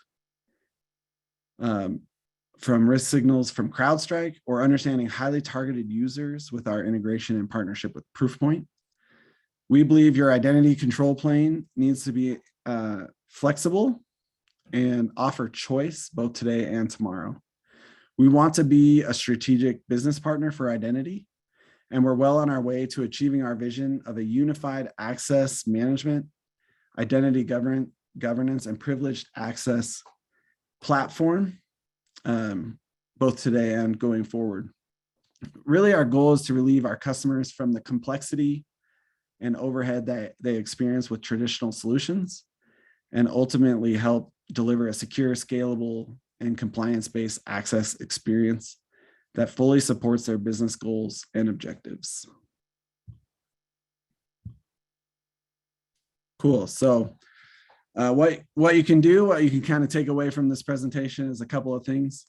One, you can check out our Zero Trust Security Report from 2021 and just get even more information about where companies are along their journey, specific to identity, but what projects they're working on now and in the coming 12 to 18 months. That's evaluated based on different industries and company sizes and geos. And then you can also go to our website at okta.com and take a quick survey and kind of just figure out where your organization fits on that identity and access management curve. So you can kind of see what actionable steps you can take next to advance towards a zero trust security strategy from that identity perspective. And with that, I want to thank you for your time and see if there are any questions. Thank you, Ryan, for your presentation, and I enjoyed the use cases and the practical applications. I have a couple of questions for you. There are some questions around the presentations. Just to remind everybody, the presentations are actually in the Slack channel. We're posting them as the talks are over. You can see each of the presentations in each of the different channels for each speaker. And just to ask you something related to identity. You know, we've been talking a lot about identity throughout the entire day, a lot of, you know, cloud workloads and integration, but there might be a lot of companies, once again, maybe smaller organizations that still have a lot of traditional on-prem AD. So they might be wondering, is this still for me, right? But what's the benefit that I can get from implementing this type of solution if I just have like a, you know, kind of a legacy on-prem Active Directory? And the other question is like, if there's something that you can recommend to do in the very first 30 days, if you want to establish an identity program, what would that be? Yeah, cool. Good question. So the maturity curve we have obviously kind of explains that the AD on-prem is kind of at that very beginning stage. But what we're finding as time goes on and we're reevaluating and asking these questions through surveys and different things, that, you know, everyone's journey is different and everyone's coming from a different place, a different starting point. And that's really the case with identity and access management, but it's also really the case with zero trust. So it's basically just come from where you are and figure out what are some real actionable steps you can take. Like you said, kind of leading into your next 30 days thing is just the foundations and fundamentals of, offering security for your employees is where most organizations are starting. Secure sign-on, multi-factor authentication for employees, provisioning and deprovisioning employees as they start. But they're also starting to think beyond employees. Once they get that kind of tackled, is, what do I do for my contractors and business partners over the next 12 to 18 months? How can I start implementing those access controls for those external users? And then obviously, like, passwordless authentication was kind of listed on the far right-hand side of my model, but it's something that a lot of companies are working towards much earlier on in the process. So I guess to sum it up is just come where you are. Everyone's at a different place, and figure out what quick actionable steps you can make to advance towards that zero trust security strategy. Like, what are the next steps for you? Excellent. Good answer, right? There's no one single journey. Like, you have to figure out what are the quick wins, right? Or the low-hanging fruit for you. Exactly. Very good. Well, thank you so much, Ryan, again. And we're going to move on to the next and final presentation for today. We have James Young and Rajan Koo. James has more than 20 years of experience in cybersecurity across a lot of different industry verticals, and as a security architect. In his role at Splunk as a security strategist, he spends a lot of time advising organizations around how to develop and mature their security operations and how to best leverage all of these technologies. And I've been told that he also likes snowboarding. Nice. So Rajan Koo, he's a chief customer officer for DTEX, responsible for customer success and managing DTEX installations, services, and implementations globally. And he's got also a very long history of technical innovation in R&D with several patents. So they're going to wrap up this amazing Zero Trust Architecture Solutions Forum, talking about how to optimize SOC with Zero Trust and Insider Threat Intelligence, talking about 30 days, in 30 days or less. And I've been told that they're going to also demystify something that we have said many times, that the human is the weakest link. How is that? Well, looking forward to your presentation. Let's pay attention to Rajan and James. Fantastic, Ismail. I'll just make sure that you can hear me loud and clear. Yes, all good. Fantastic. So yeah, look, we've had some fantastic presentations today. I think we're going to take a little bit of a different view of this, and we're going to try and put the SOC lens a little bit onto this problem, and take a few steps back. Thinking about from the view of the SOC, often the SOC is the last kind of team to the table. That we often choose security solutions for the SOC, and they're the ones that have to kind of work through all of the information and try and find kind of actionable output. So, one of the things that I wanted to start with today, before we get into the problem statements and working through, from the DTEX and Splunk side, how we view the problem. I wanted to ask the audience, from their perspective, what is the number one SOC problem that they see today, especially in your own organization or that you've seen working with your own customers?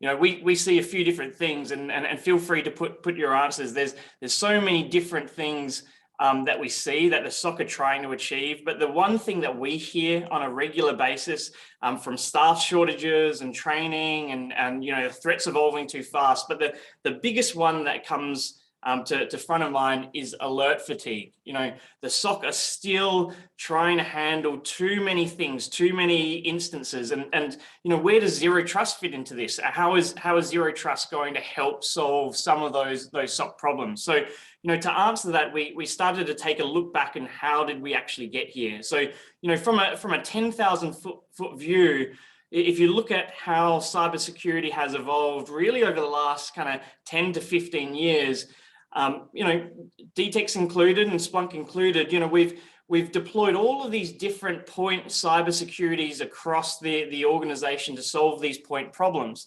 And there really hasn't been enough skilled SOC analysts or skilled staff to really manage each of these individual point solutions. Go back almost 6-7 years ago, that was the advent of the SIEM. Let's pull all of this log data into a single pane of glass with a view that, if our SOC analysts didn't have to learn so many different point solutions, they could have that one single pane of glass and they'd still be able to solve the problem.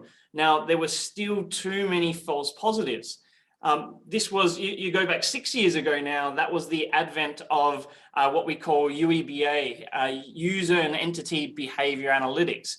That was the promise of layering machine learning, artificial intelligence, statistical analysis on top of our SIEM to solve those problems. And by and large, some of the algorithms and some of the solution sets are incredible. The types of analysis that are being done on top of all of this log data is really incredible. But we're still finding that we have those same problems. A lot of these point solutions were never really designed to talk to each other. There were still too many gaps in the audit trail to really understand what was happening. And if you look at this journey, this is really the typical kind of defense in depth strategy. And we know many organizations have been on this path for many years. MITRE has a fantastic paper, by the way. I'll put that in the Slack channel on achieving mission assurance for zero trust. And I think it's a really worthy read for anybody on here. Obviously, MITRE, very, very well known for MITRE ATT&CK, but there's a whole raft of research they've done on the zero trust topic that I think is really useful. But that was the defense in depth piece. And we've started to see this evolution even before zero trust was a thing. We've seen this consolidation on the security vendor side of different technologies. It started at the firewall piece. Now we talk about the next gen firewalls, and we heard from the likes of Palo Alto and other leaders in this space earlier today. They were some of the pioneers in kind of pulling together a few disparate technologies under that kind of next generation firewall hood, cloud first, being able to do a lot of different things inside that one platform. Next week we saw this consolidation of the AV, the antivirus, the EPP, EDR products into what we now call next generation antivirus, where that focus is really on the device and the application. A few years ago, probably about 3 or 4 years ago, we've started to see the evolution into next gen SIEM, where the focus is on the data, which is why I'm really happy to have James from Splunk, one of the market leaders in the next generation SIEM space, as well, where the focus has really been on that data. Now, from our side, the human problem, and where humans have been traditionally treated as that weakest link, and there's that there's a misconception because of the terminology of zero trust that we don't trust our employees. That's not quite true. That is kind of a misconception of zero trust. That trusted engagement has to be there, but you also have to be able to validate and verify. And when individuals or employees or contractors are not respecting that trust, then you need to be able to enforce and enact those policies and do things like least privilege. But what we've been focused on from the DTEX side is that human element. And you'll see a lot of kind of typical technologies that have traditionally been on the endpoint, things like DLP, file integrity monitoring, digital forensics type solutions, even inside a threat, which is one of the key kind of pieces that we'll be talking about here. But we've seen this evolution. But really what's been happening here, regardless of what you term this evolution really aligns well with zero trust. And we'll go into that in a little bit of detail. But I wanted to pause here, James, just to ask you a quick question. I think what we've seen, and with our kind of partnership, we've seen the importance of the ecosystem. Are you able to talk a little bit from the Splunk perspective of the importance, especially within a zero trust architecture, of solutions and vendors playing really nicely together?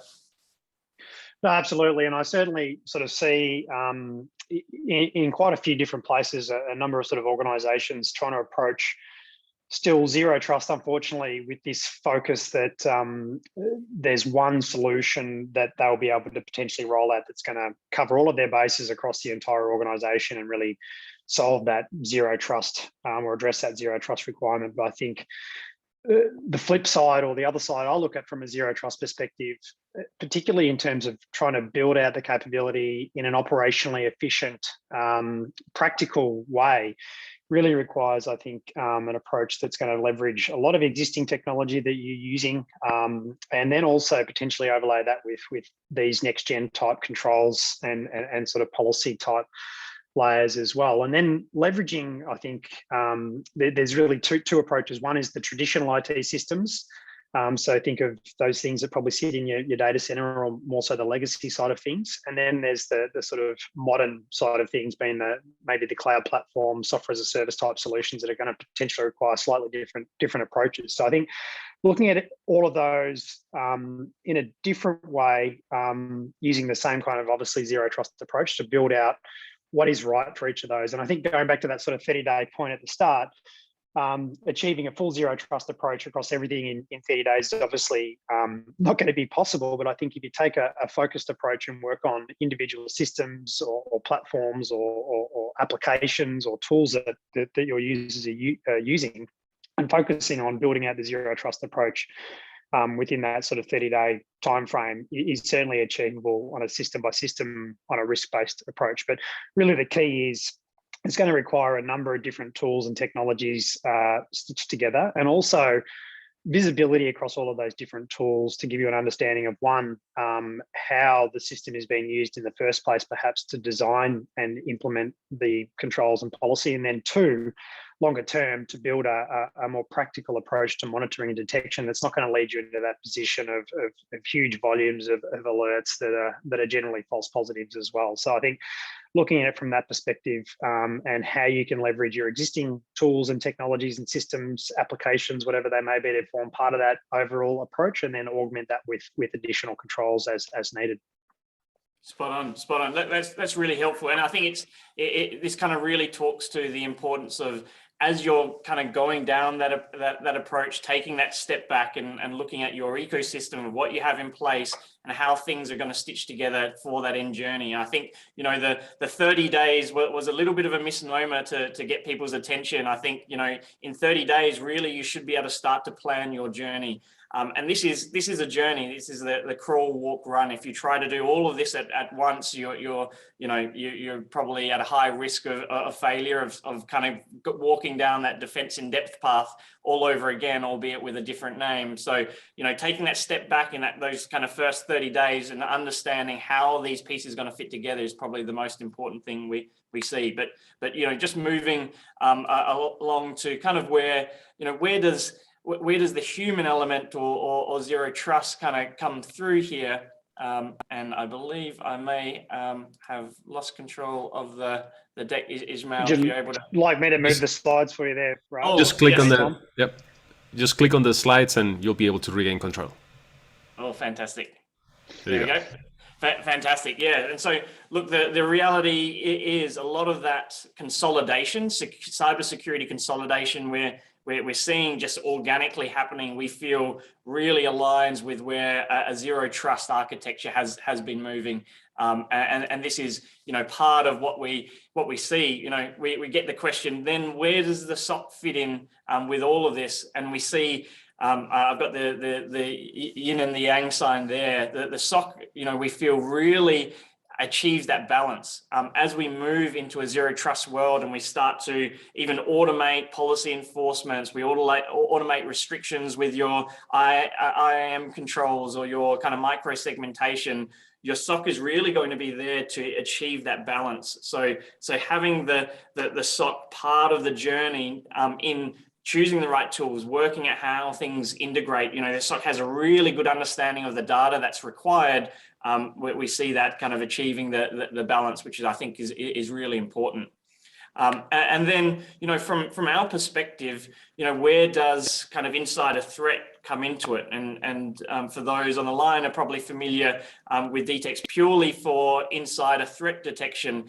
But what we've been starting to do with our partners like Splunk and others is providing that contextual awareness of risk, of potential risk from every single user account, from every single, it could be a local account, a domain account, a local user, but continuously risk scoring that user so that the policies that you provide can be proportional to the risk that you face by that user account.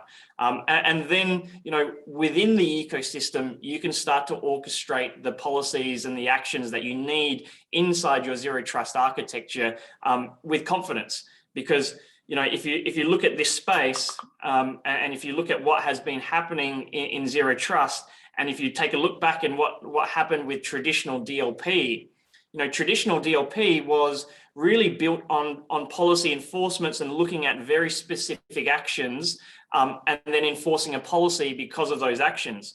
But without that context, and where we see traditional DLP has failed could be where zero trust fails if you don't get the balance right. If you don't have the context about why you're enforcing a policy or to what level that enforcement action should or shouldn't be taken, you can often get it wrong. And that's where you're going to have pushback from your employee base, especially engineers and researchers that can't get their job done.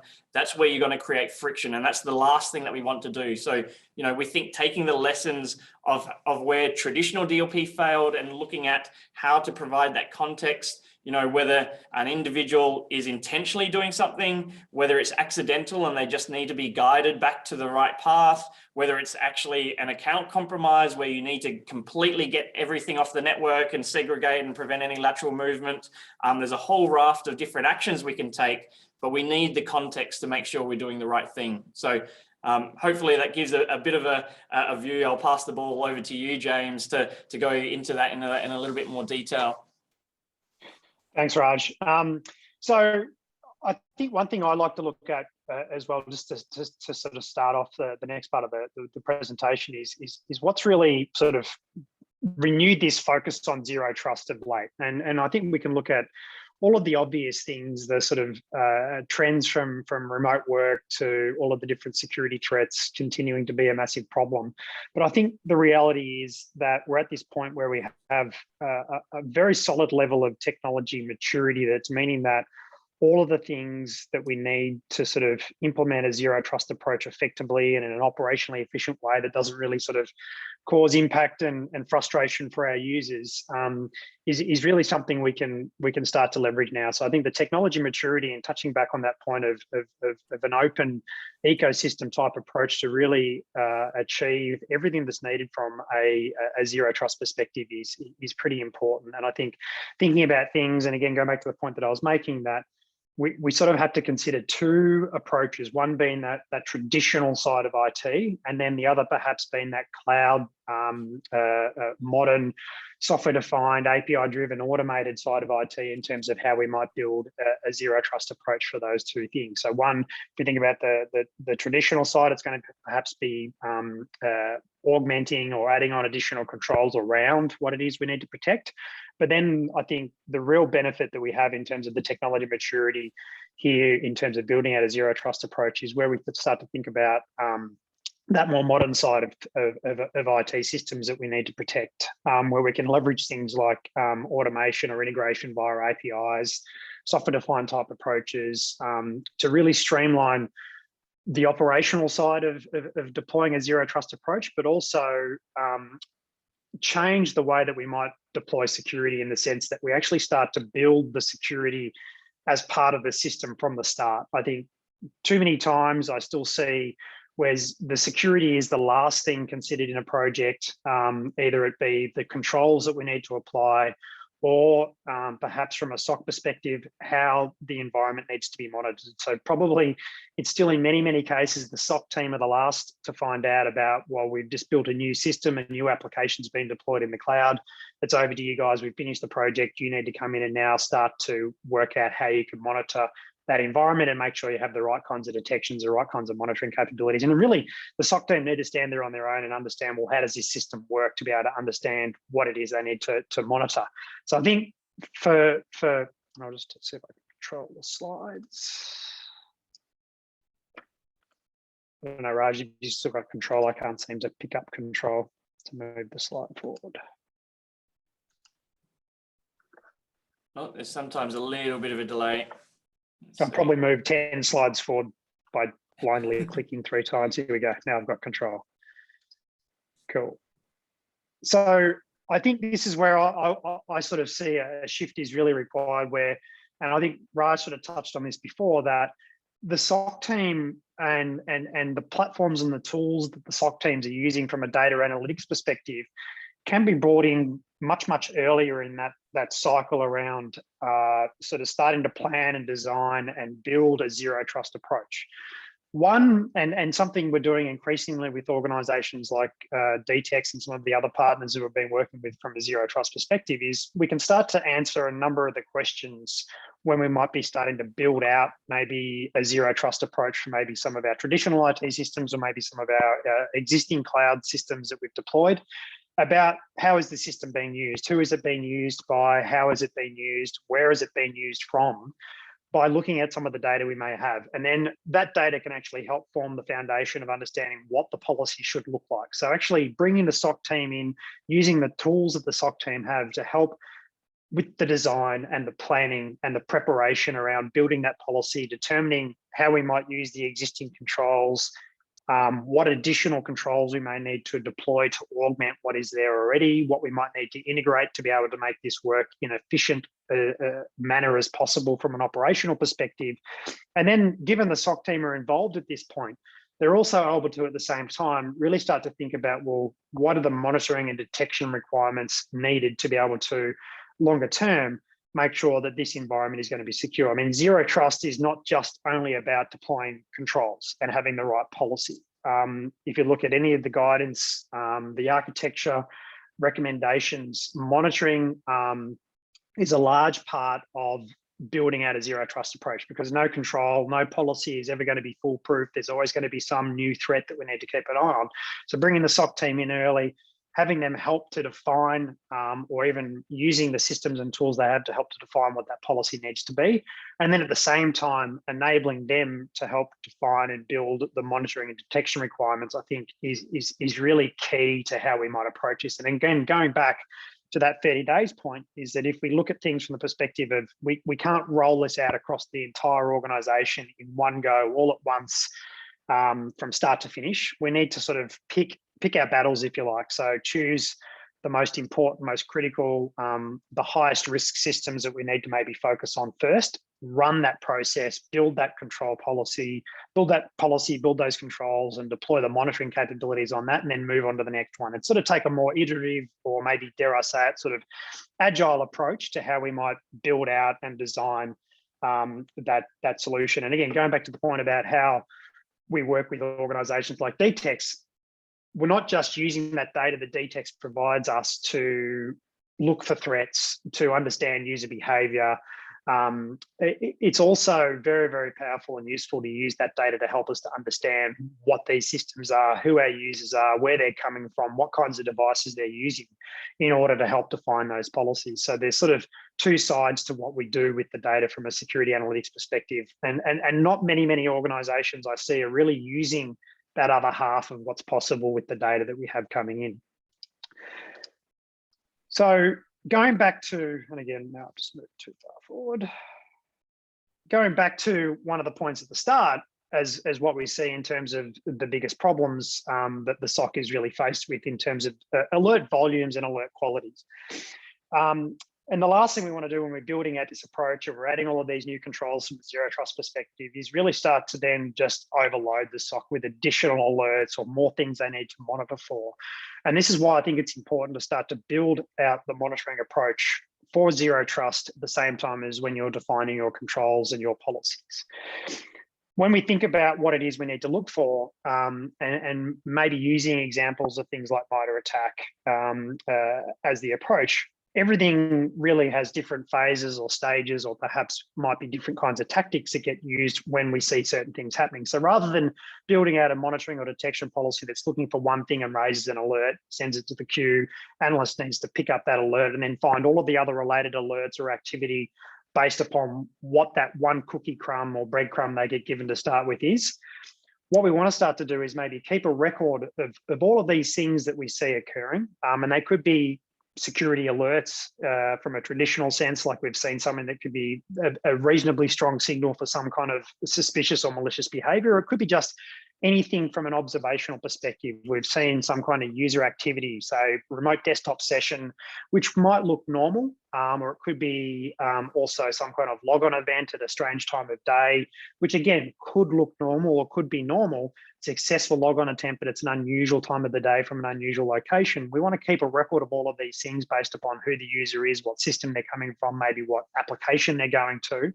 Keep a record of all of those things, then start to apply sort of a detection capability that looks across what we call this risk index, or this sort of index of observations or facts around user behavior, to try and start to look for these patterns or sequences of behavior that might match sort of progression, repeated attempts with inside sort of a single tactic category of some kind of behavior that could be initial access, maybe persistence, maybe reconnaissance, lateral movement, whatever it may be, or data staging. And when we see patterns or sequences or repeated attempts, that's when we raise the alert. So rather than raising an alert that goes to a SOC analyst based upon one thing, we're raising an alert that goes to a SOC analyst based upon multiple things. So multiple indications of something unusual or strange occurring. And I think this point is really key when we think about the idea that bringing the SOC in early to help define the monitoring policy in line with the security controls and the zero trust policy enables us to really think about what this sort of detection and monitoring should look like. Because when we think about the different stages or phases that a malicious insider is going to go through, or maybe an external attacker is going to go through, they're going to relate very, very closely to the zero trust policy, the zero trust architecture in terms of the different types of controls that you have across the end-to-end sort of system that you're building protection for. So building the detection and monitoring policy in line with that control policy is going to make a lot of sense when we start to think about things in these terms.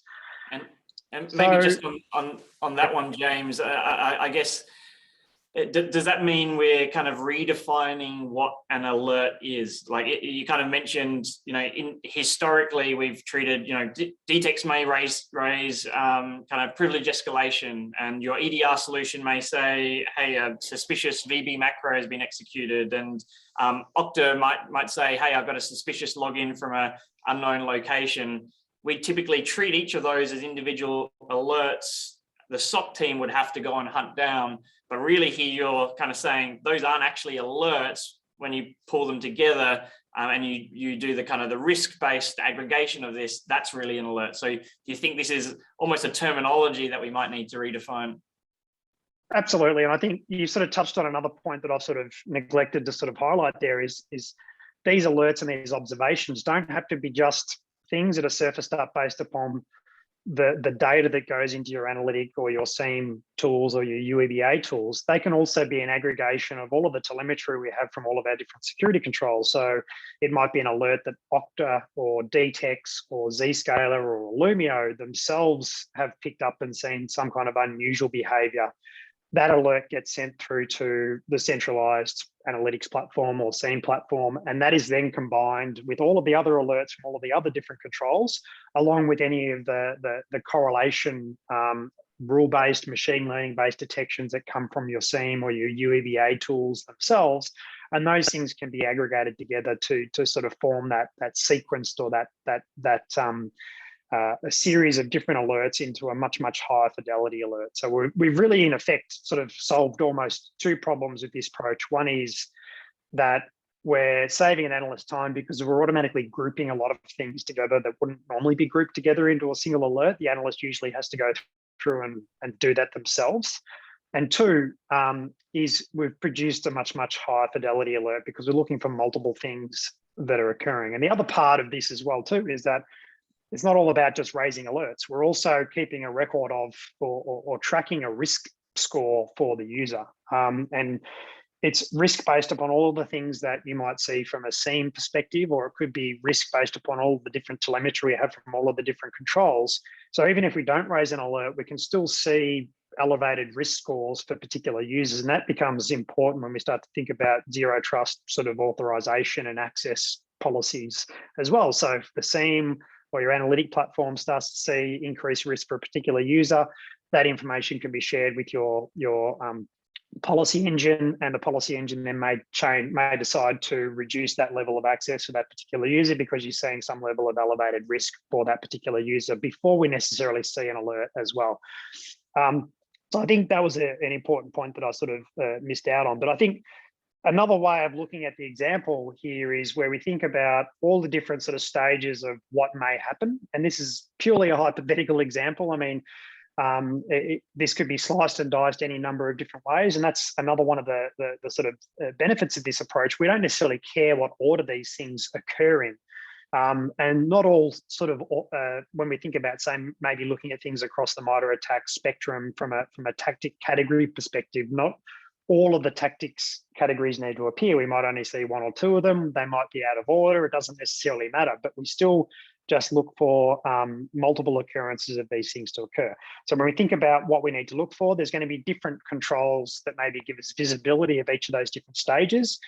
And then we need to sort of think about, well, what are the types of detections we would need to get from each of those different kinds of tools? And when we think about, say, in this particular example, we see Zscaler, who are another great partner of ours we've been doing a lot of work with from a zero trust perspective, are typically there where we see the initial access activity. So that would be Zscaler private access, where the user initially connects to the network. Then we might see activity from a DTEX or an endpoint or a user perspective around command and control, persistence, privilege escalation, whatever it may be, some more authentication activity from an Okta perspective, lateral movement from an Illumio, from a micro-segmentation perspective.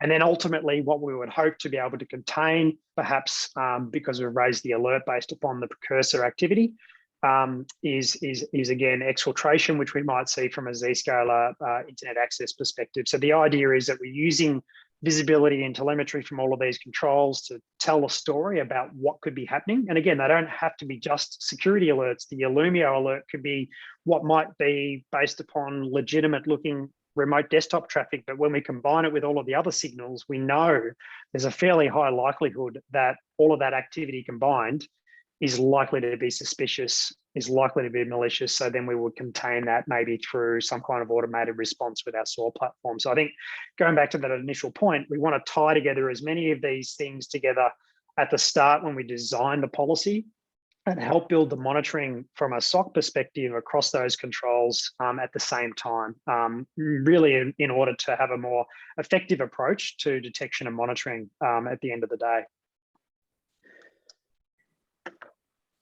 So just maybe drilling down into a couple more points, and I think we're just about at the end of the session and open things up for questions, but really just again to summarize some of the points. Not only are we able to obviously get visibility and detect threats from the data that we use from sort of the ecosystem approach, but we're also able to understand context, understand what something is, who's using a particular device, where are they coming from, the security posture of the device. All of these things are important, as well as the analytics side of things that we want to be able to do from a monitoring and detection perspective. And then using this idea of a risk index where we can actually keep maybe a record of activity that may be legitimate sort of security type threat activity, but also rather normally rather benign type of activity like remote desktop traffic or some kind of authentication activity, where we keep a summarized, aggregated, normalized, structured version of all of these events to be able to tell a story with all of the other contextual data that we may have coming in from our different kinds of security controls we might use. And then these are what are surfaced up when we join these things together into the alerts or the events that end up going to the analysts for triage. And the benefit there is that it's all there presented to the analyst, telling a story of what's happened from a start to finish perspective in a nice, easy to read, understand kind of way. So they're very, very quickly able to understand the exact detail of what has led to this alert being raised, rather than this singular approach where we've seen one thing, we raise one alert, and then it's up to the analyst to try and decipher what's happened. So I think that really brings us to the end of the session there. So I don't know, Raj, if you wanted to recap some of the summary points, or you want me to sort of step through some of these at all. Maybe you want to jump in first before I finish off a couple of points. I was just going to kind of add, and I think one of the key things that you mentioned, look, when it comes to enforcement from the zero trust perspective, you had on one of your slides there automation, and I think that's one of the goals from a zero trust architecture that many organizations are working towards, and some with different levels of success. You know, when you go to automate, if you're going to automate a lockout of a user account or some enforcement action, the fidelity of your information, that signal that's coming in to tell you that you're with a really high confidence you're dealing with something either malicious or an account that could be compromised. You're going to need that fidelity, otherwise you won't be able to automate. So I just want to kind of hammer that point home, James. But then getting back to you know the purpose of this session, and if you think of the human behind this is where I think for a zero trust architecture, when people are planning this out, they have to really take a really good consideration of the human element. One, how they're framing their zero trust approach to your employee base. But you know, the thing is, a lot of your users, especially during a pandemic, are trying to get their work done. They're often coming up with new and novel ways to get their job done that might be outside of out of their kind of IT acceptable use policy. But users are not your weakest link. If you engage them and you're transparent with the things that you're trying to do, and you educate them the right way, we call them teachable moments. There's a lot of these things where rather than an enforcement action, there might be a training action or certain things that can still fit into your zero trust architecture. If you get that balance right, you can engage your workforce, and they can become, you know, we sometimes use the term that the human firewall, that the human needs to be engaged as part of this, just like the SOC needs to be brought in at an early stage of planning this out. So, you know, we've focused in on the SOC in particular because we believe they really are a key to getting this right. And if you don't engage them early as well, people can go down the wrong path. But hopefully that summarizes a few of the key aspects, James. Absolutely. So I think, yeah, you've certainly recapped all of the main points there, but I think the idea that's really key and something that we're really focused on trying to do is to take that ecosystem approach and work with as many different partners, many different organizations as we can to make sure that we've got solutions that are ready to go and we've got guidance that is ready to go to at least sort of help organizations get started and start to move in that right direction around deploying that zero trust approach. And as much as you can, evaluating and using as much of that technology that's already deployed, and then augmenting that where necessary, because there's so much out there, I think, now that can help and form a part of that zero trust solution. It doesn't necessarily only have to be controls. There's so many parts of the sort of traditional IT infrastructure layers from a cloud computing perspective, for instance, that can form part of the overall approach from a zero trust perspective as well. It's not just going to be about a single security control or single security technology that you apply somewhere that's going to give you zero trust. It's going to be part of an overall integrated system. And I think that point that I made before around technology maturity being at the right level now, where we can use automation, we can use API-driven approaches, software-defined approaches to build a system that includes zero trust as part of that overall system is really where we ultimately want to get to. But we still can't forget the traditional IT systems that we have sitting in our data centers as well. 100%.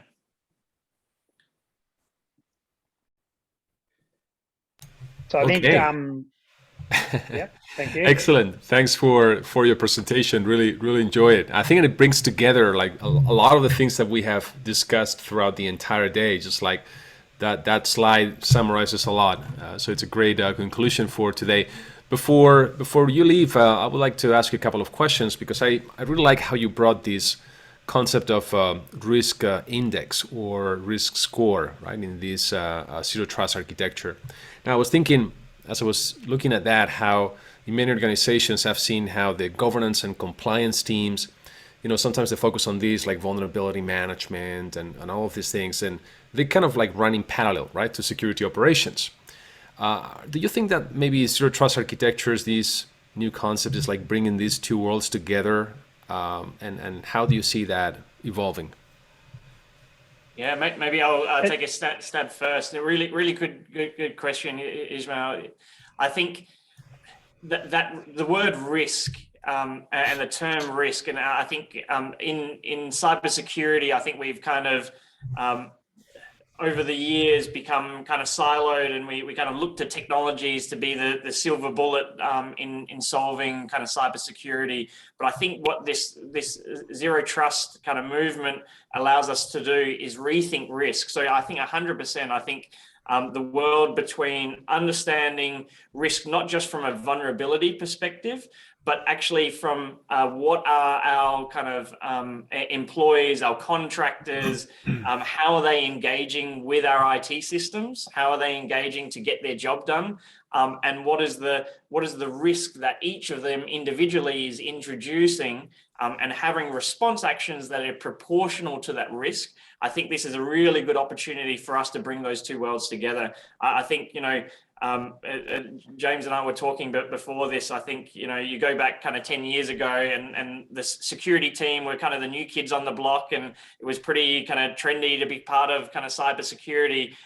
And like over the years, I think, the security teams have started to become quite siloed within an organization or within themselves. This is a chance to re-engage with the risk part of the business to kind of open up to HR and others, because I think within a zero trust, this is not just cybersecurity that we need to take into account. It's really the whole business. And this is kind of security by design. And I think is one of the points that you were getting at, James, as well. No, absolutely.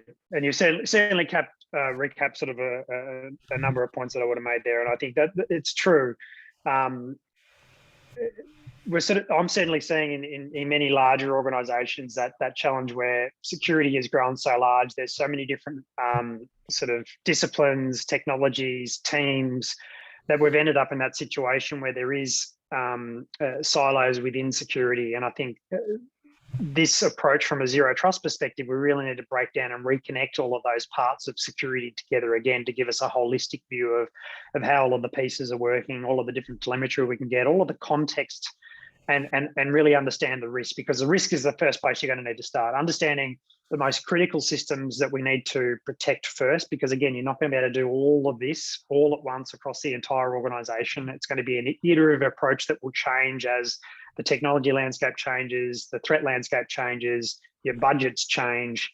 So you're going to need to take that iterative approach, tick off things as fast as you can, focused on maybe a system at a time based upon the highest risk first, and really try and use as much existing capability that you have at your disposal across all of the different teams, all of the different technologies that those teams are responsible for, to build out that approach, I think is going to be key. Excellent. Great thoughts, very practical, and once again, a very informative session.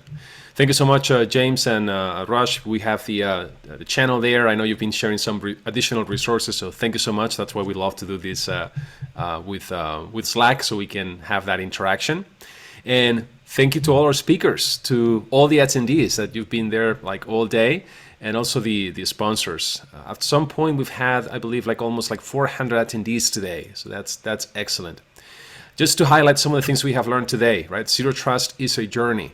As James was saying in the last talk, it's an iterative approach. It's not like you can just buy one thing and have Zero Trust. It's also a team sport, right? There's no single solution. It's all about integration, automation, and orchestration. And automation, as it's been highlighted in the last talk as well, requires high fidelity and solid detection across endpoints, network, applications. Identity, it's been at the center of all of our discussions today.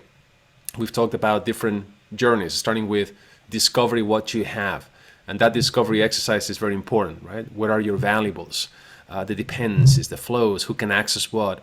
And then reducing attack surface by implementing single sign-on, multi-factor authentication, and strong identity management practices. That was highlighted across the entire day. Reducing privileges across cloud workloads and applications. That was emphasized.